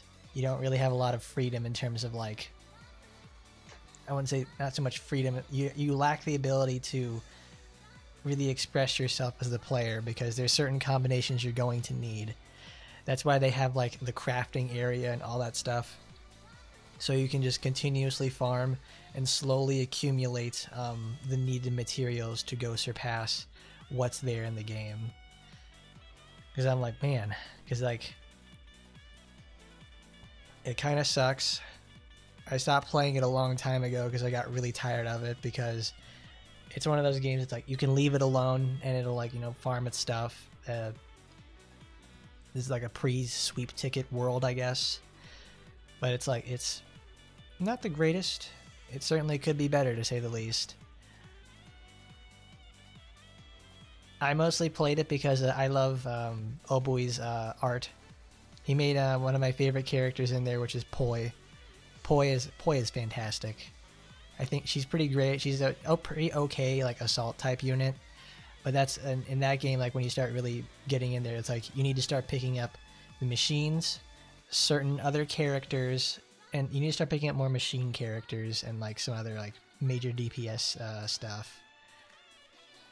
But you can really tell that they were trying to copy and make their own version of, like, of Azur Lane. And they made their own version of it, but it's like, it's very specific on how they want you to solve a problem. It's quite literally, alright, do you got it? Okay, you do or don't. You're just kind of screwed from there. Not my most favorite thing in the world, but it's like, it's mostly what got me to stop, is also because it's such a long process. Very tiresome.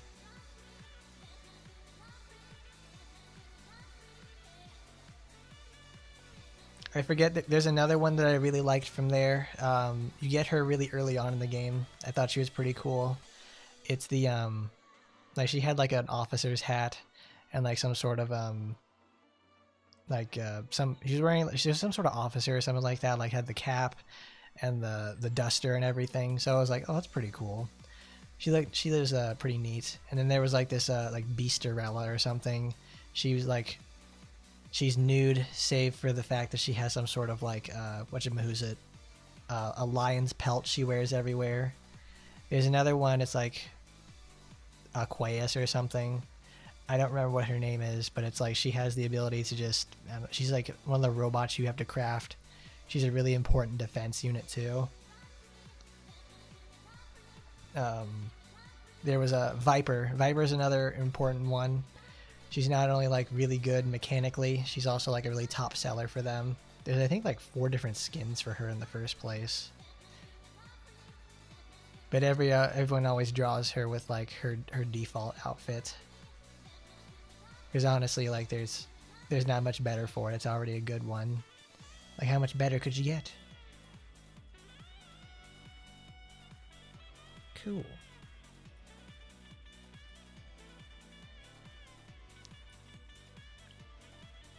We got her, so we'll save that for there. Well, we got 239 tickets. Let's get another premium ticket in there, because why not? Oh, cool. That's a good job on me for skipping it. Nice. We got another copy of Sakura, and we got another Shizuru. Okay, I guess we're watching all these now.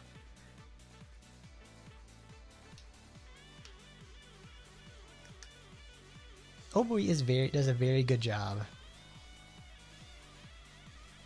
Great person all the way around. A real hard worker. All right, now we're gonna have to watch that because we literally just missed 2 drops. Because now that I've unlocked Asagi to 6 stars, I want to go out now and start ascending a bunch of these low level ones to at least 4. Nice. Fumamane. The gang's all here. I got a Sakura from a single pull, and it's honestly been like pretty great to say the least. I got her, and she got banned in arena, and I'm like, cool. That's exactly what I was looking forward to. Now I can't use it in the one place she's good at. I think the Tatsuro wants to, hang out or something. He's always here. Bro is always here. Nice, another copy of Cyaneo. I think bro wants to hang out. He doesn't want to say doesn't say he wants to hang out. He just wants to do it.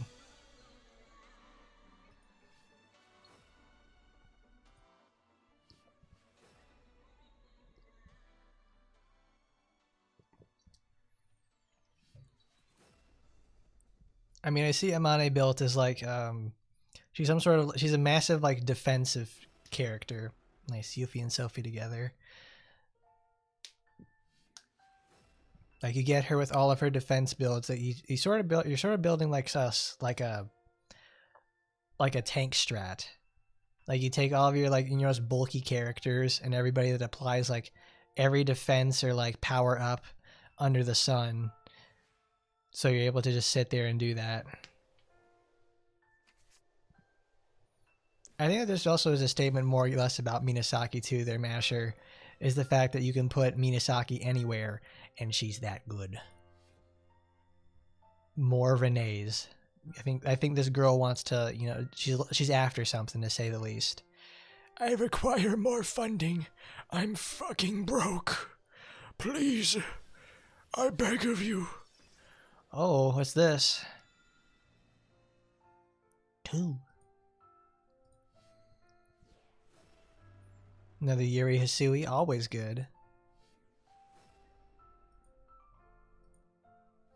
Renee wants it bad. Oh, dude, we have just Yuri.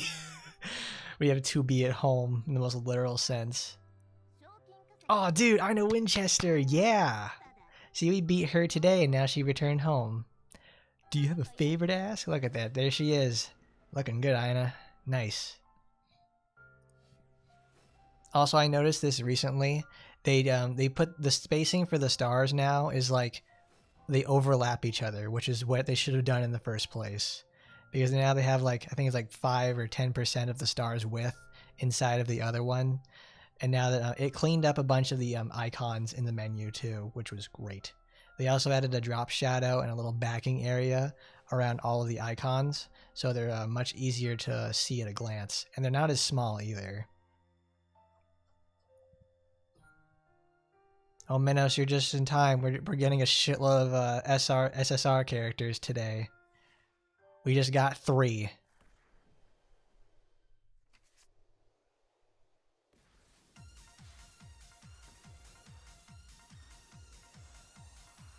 I don't like the art style for Chakal for the most part. It's just like, it's too weird. It's like everybody looks ridiculous and not in like the fun sense. I do like the speaky memes though. Those are fun. They get really creative with some of those in the first place. Like what really started selling me on the idea of Trikal was like I saw this one video called a Speaky Shot, where they took obviously like it's the song Big Shot from what's it called, from Deltarune, and they just did it with the Speaky's sound effects and the lines that she said from chapter 6, and she's like, "There's Bateo," and she's speaking in Korean, so I don't know how to say it. Amane again, girl is thirsty. Girl is thirsty. I love it. Dude, karaoke. Dude's got the fucking.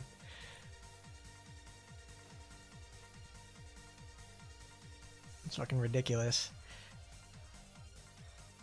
Oh my god. Oh shit. Oh, we have Anne Rose at home.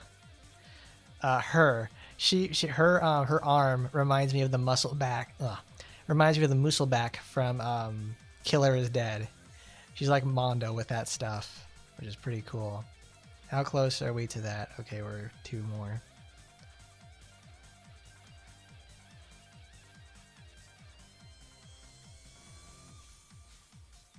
We'll go look up Speaky Shot after this.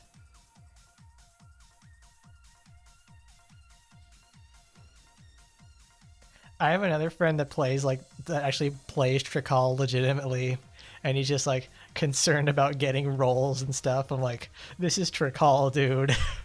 Nobody, no, you're not like playing hardcore PvP with Tricol and shit like that, man. It's like, calm down. That game is designed on purpose not to be serious. Bro, the game's title literally says pinch the cheek to enter the game. It's like, cool it, bro. Nice. Got a homer out of that. I got a Homer a Simpson. Mostly I just wanted to do this so I could get some more materials and level those characters up.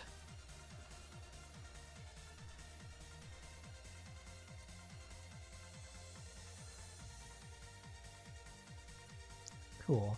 Then go here. Go down to Recruiter. Obtain reward. 1 premium recruit ticket, and we have 8. Almost there. We could pick stuff up eventually. Cool. Alright, let me go find Speaky Shot. Because that's actually like really cool.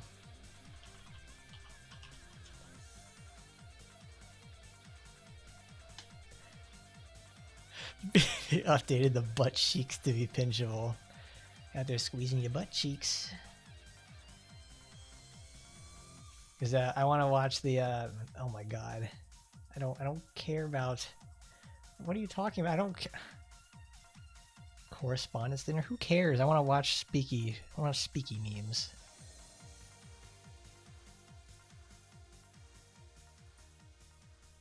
There we go. $10 for a large, $10 for any 3 toppings, $10 for your choice of hut crust, only at Pizza Hut. Get Spectrum fiber-powered internet and 2 Spectrum mobile phone lines. I hate using Chrome sometimes. And save Yeah, there we go.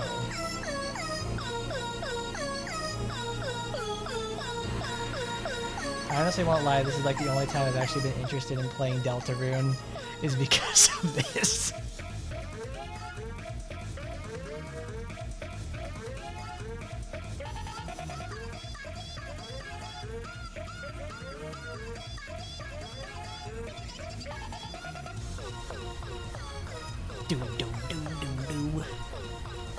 I love it. It's really good.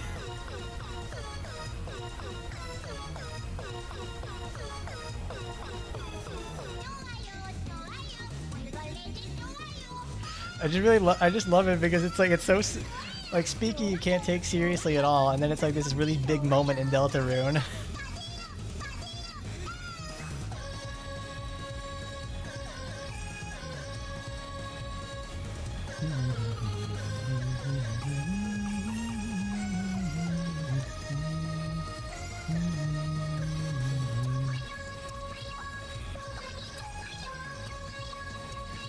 Oh no shit, Iris is playing Mass Effect, wow.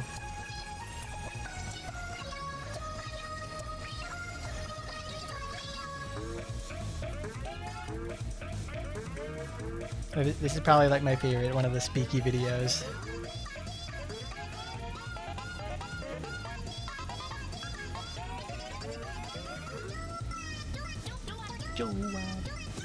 That's enough, because it's like that one part where like the Speakies all singing a chorus together. Where they have it all together in the chorus is like, that's my favorite part.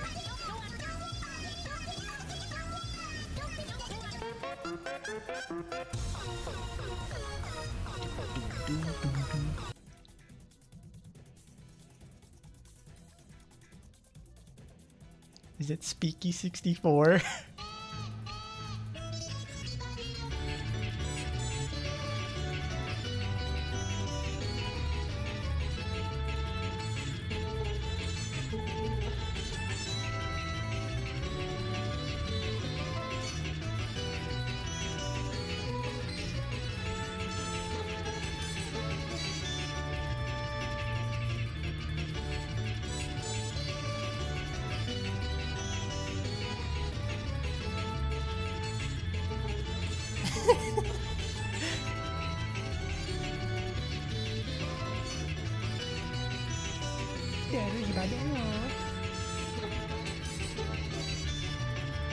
I think we might have to play Chakal now.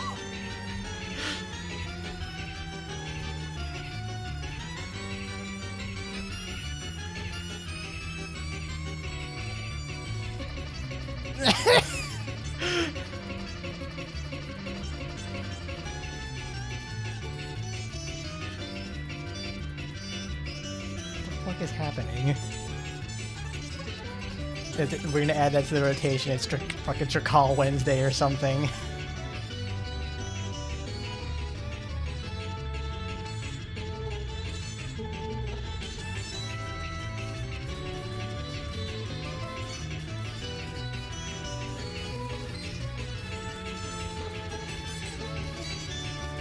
I mean, it would be honestly be like pretty. It'd be pretty neat to like try at least, because it would give us obviously something to do during for squad stuff. Because like right now I'm done with squad. I want to watch some videos right now.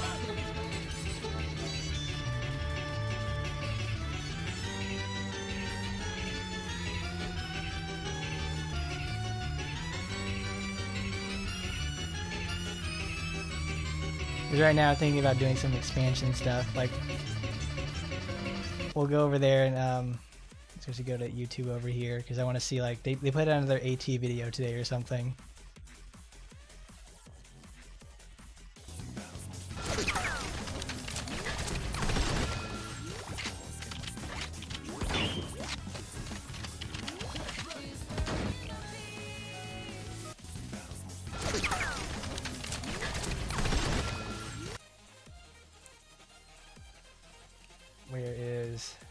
There it is. Because they had the videos for it.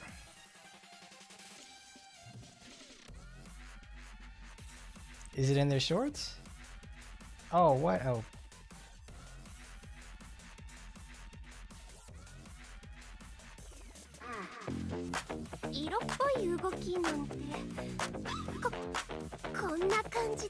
What is this? Holy shit, Mary. Girl, where are you getting this from? The fuck?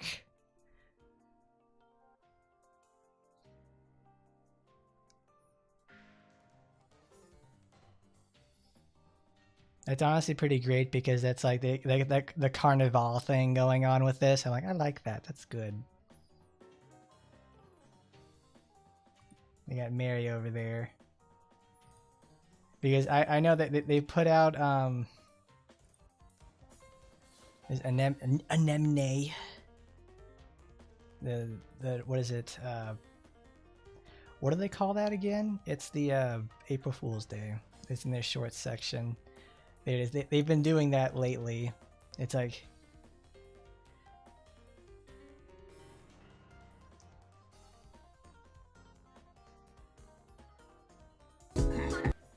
oh my god, I was gonna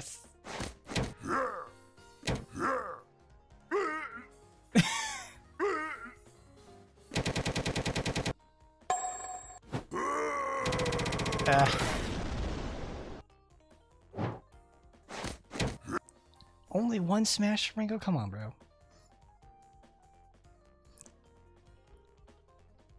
I mean, honestly, with like Orc Smasher Pass is like it's in the spirit of it, and the first it's the proper it's in the spirit. That's good. Let's see what the other shorts turn out to be. Humu. Humu.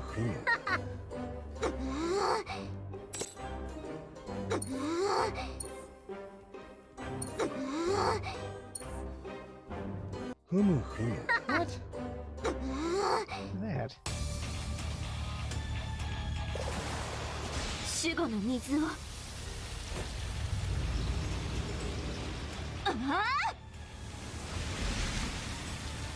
戦闘は苦手ですが何でも任せてください Okay, we did that. Snake lady. 切りかかる見えた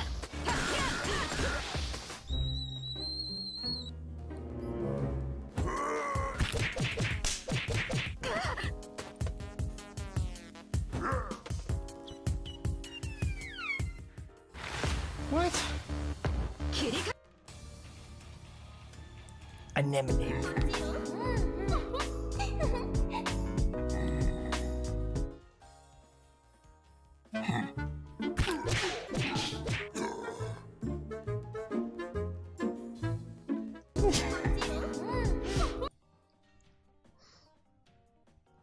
I think that's what they were trying to go for, is like the whole mobile ad situation. Like this, that's kind of dumb. Is it? I mean, obviously, it's not the most exactly like super refined series. But I'm like, okay, that's that's fun. Wasn't exactly my first choice. I know that's also like the aging gamer situation. It's like, why are they doing the crappy mobile ads? They got their eyes on it though. They've certainly hired somebody, I can already tell, because they have the shorts. They're doing like more shorts like these in the first place, which is good.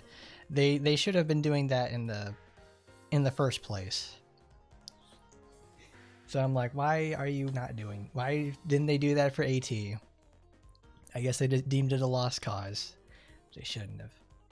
Let's go to here. Let's go to news. Emergency maintenance complete.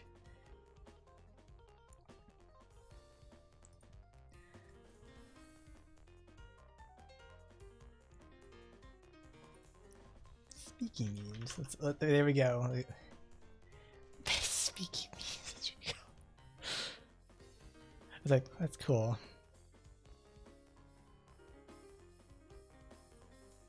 Say it again. Bundle and save on insurance with Liberty Bibbity. Swoon. Swoons. Such majestic Torajiro is in the Orc Smasher Pass thing. Only pay for what you need. 버리는 거야 이 자식아! 남을 빠따로 패놓고 못하는 말이 없네 이게!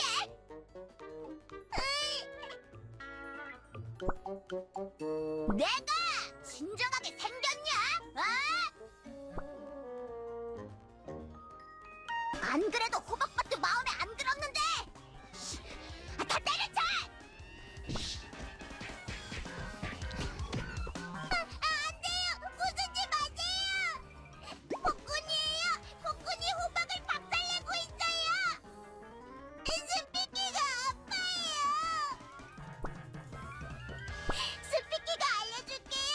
다른 요령 친구 좀 알려줄게요! 우리 집 말고 걔네 집 부수세요! 이 말을 어떻게 믿어? 빨리 탈탈 털어놓지 않으면 호박밭을 호박죽으로 만들겠어! 씨!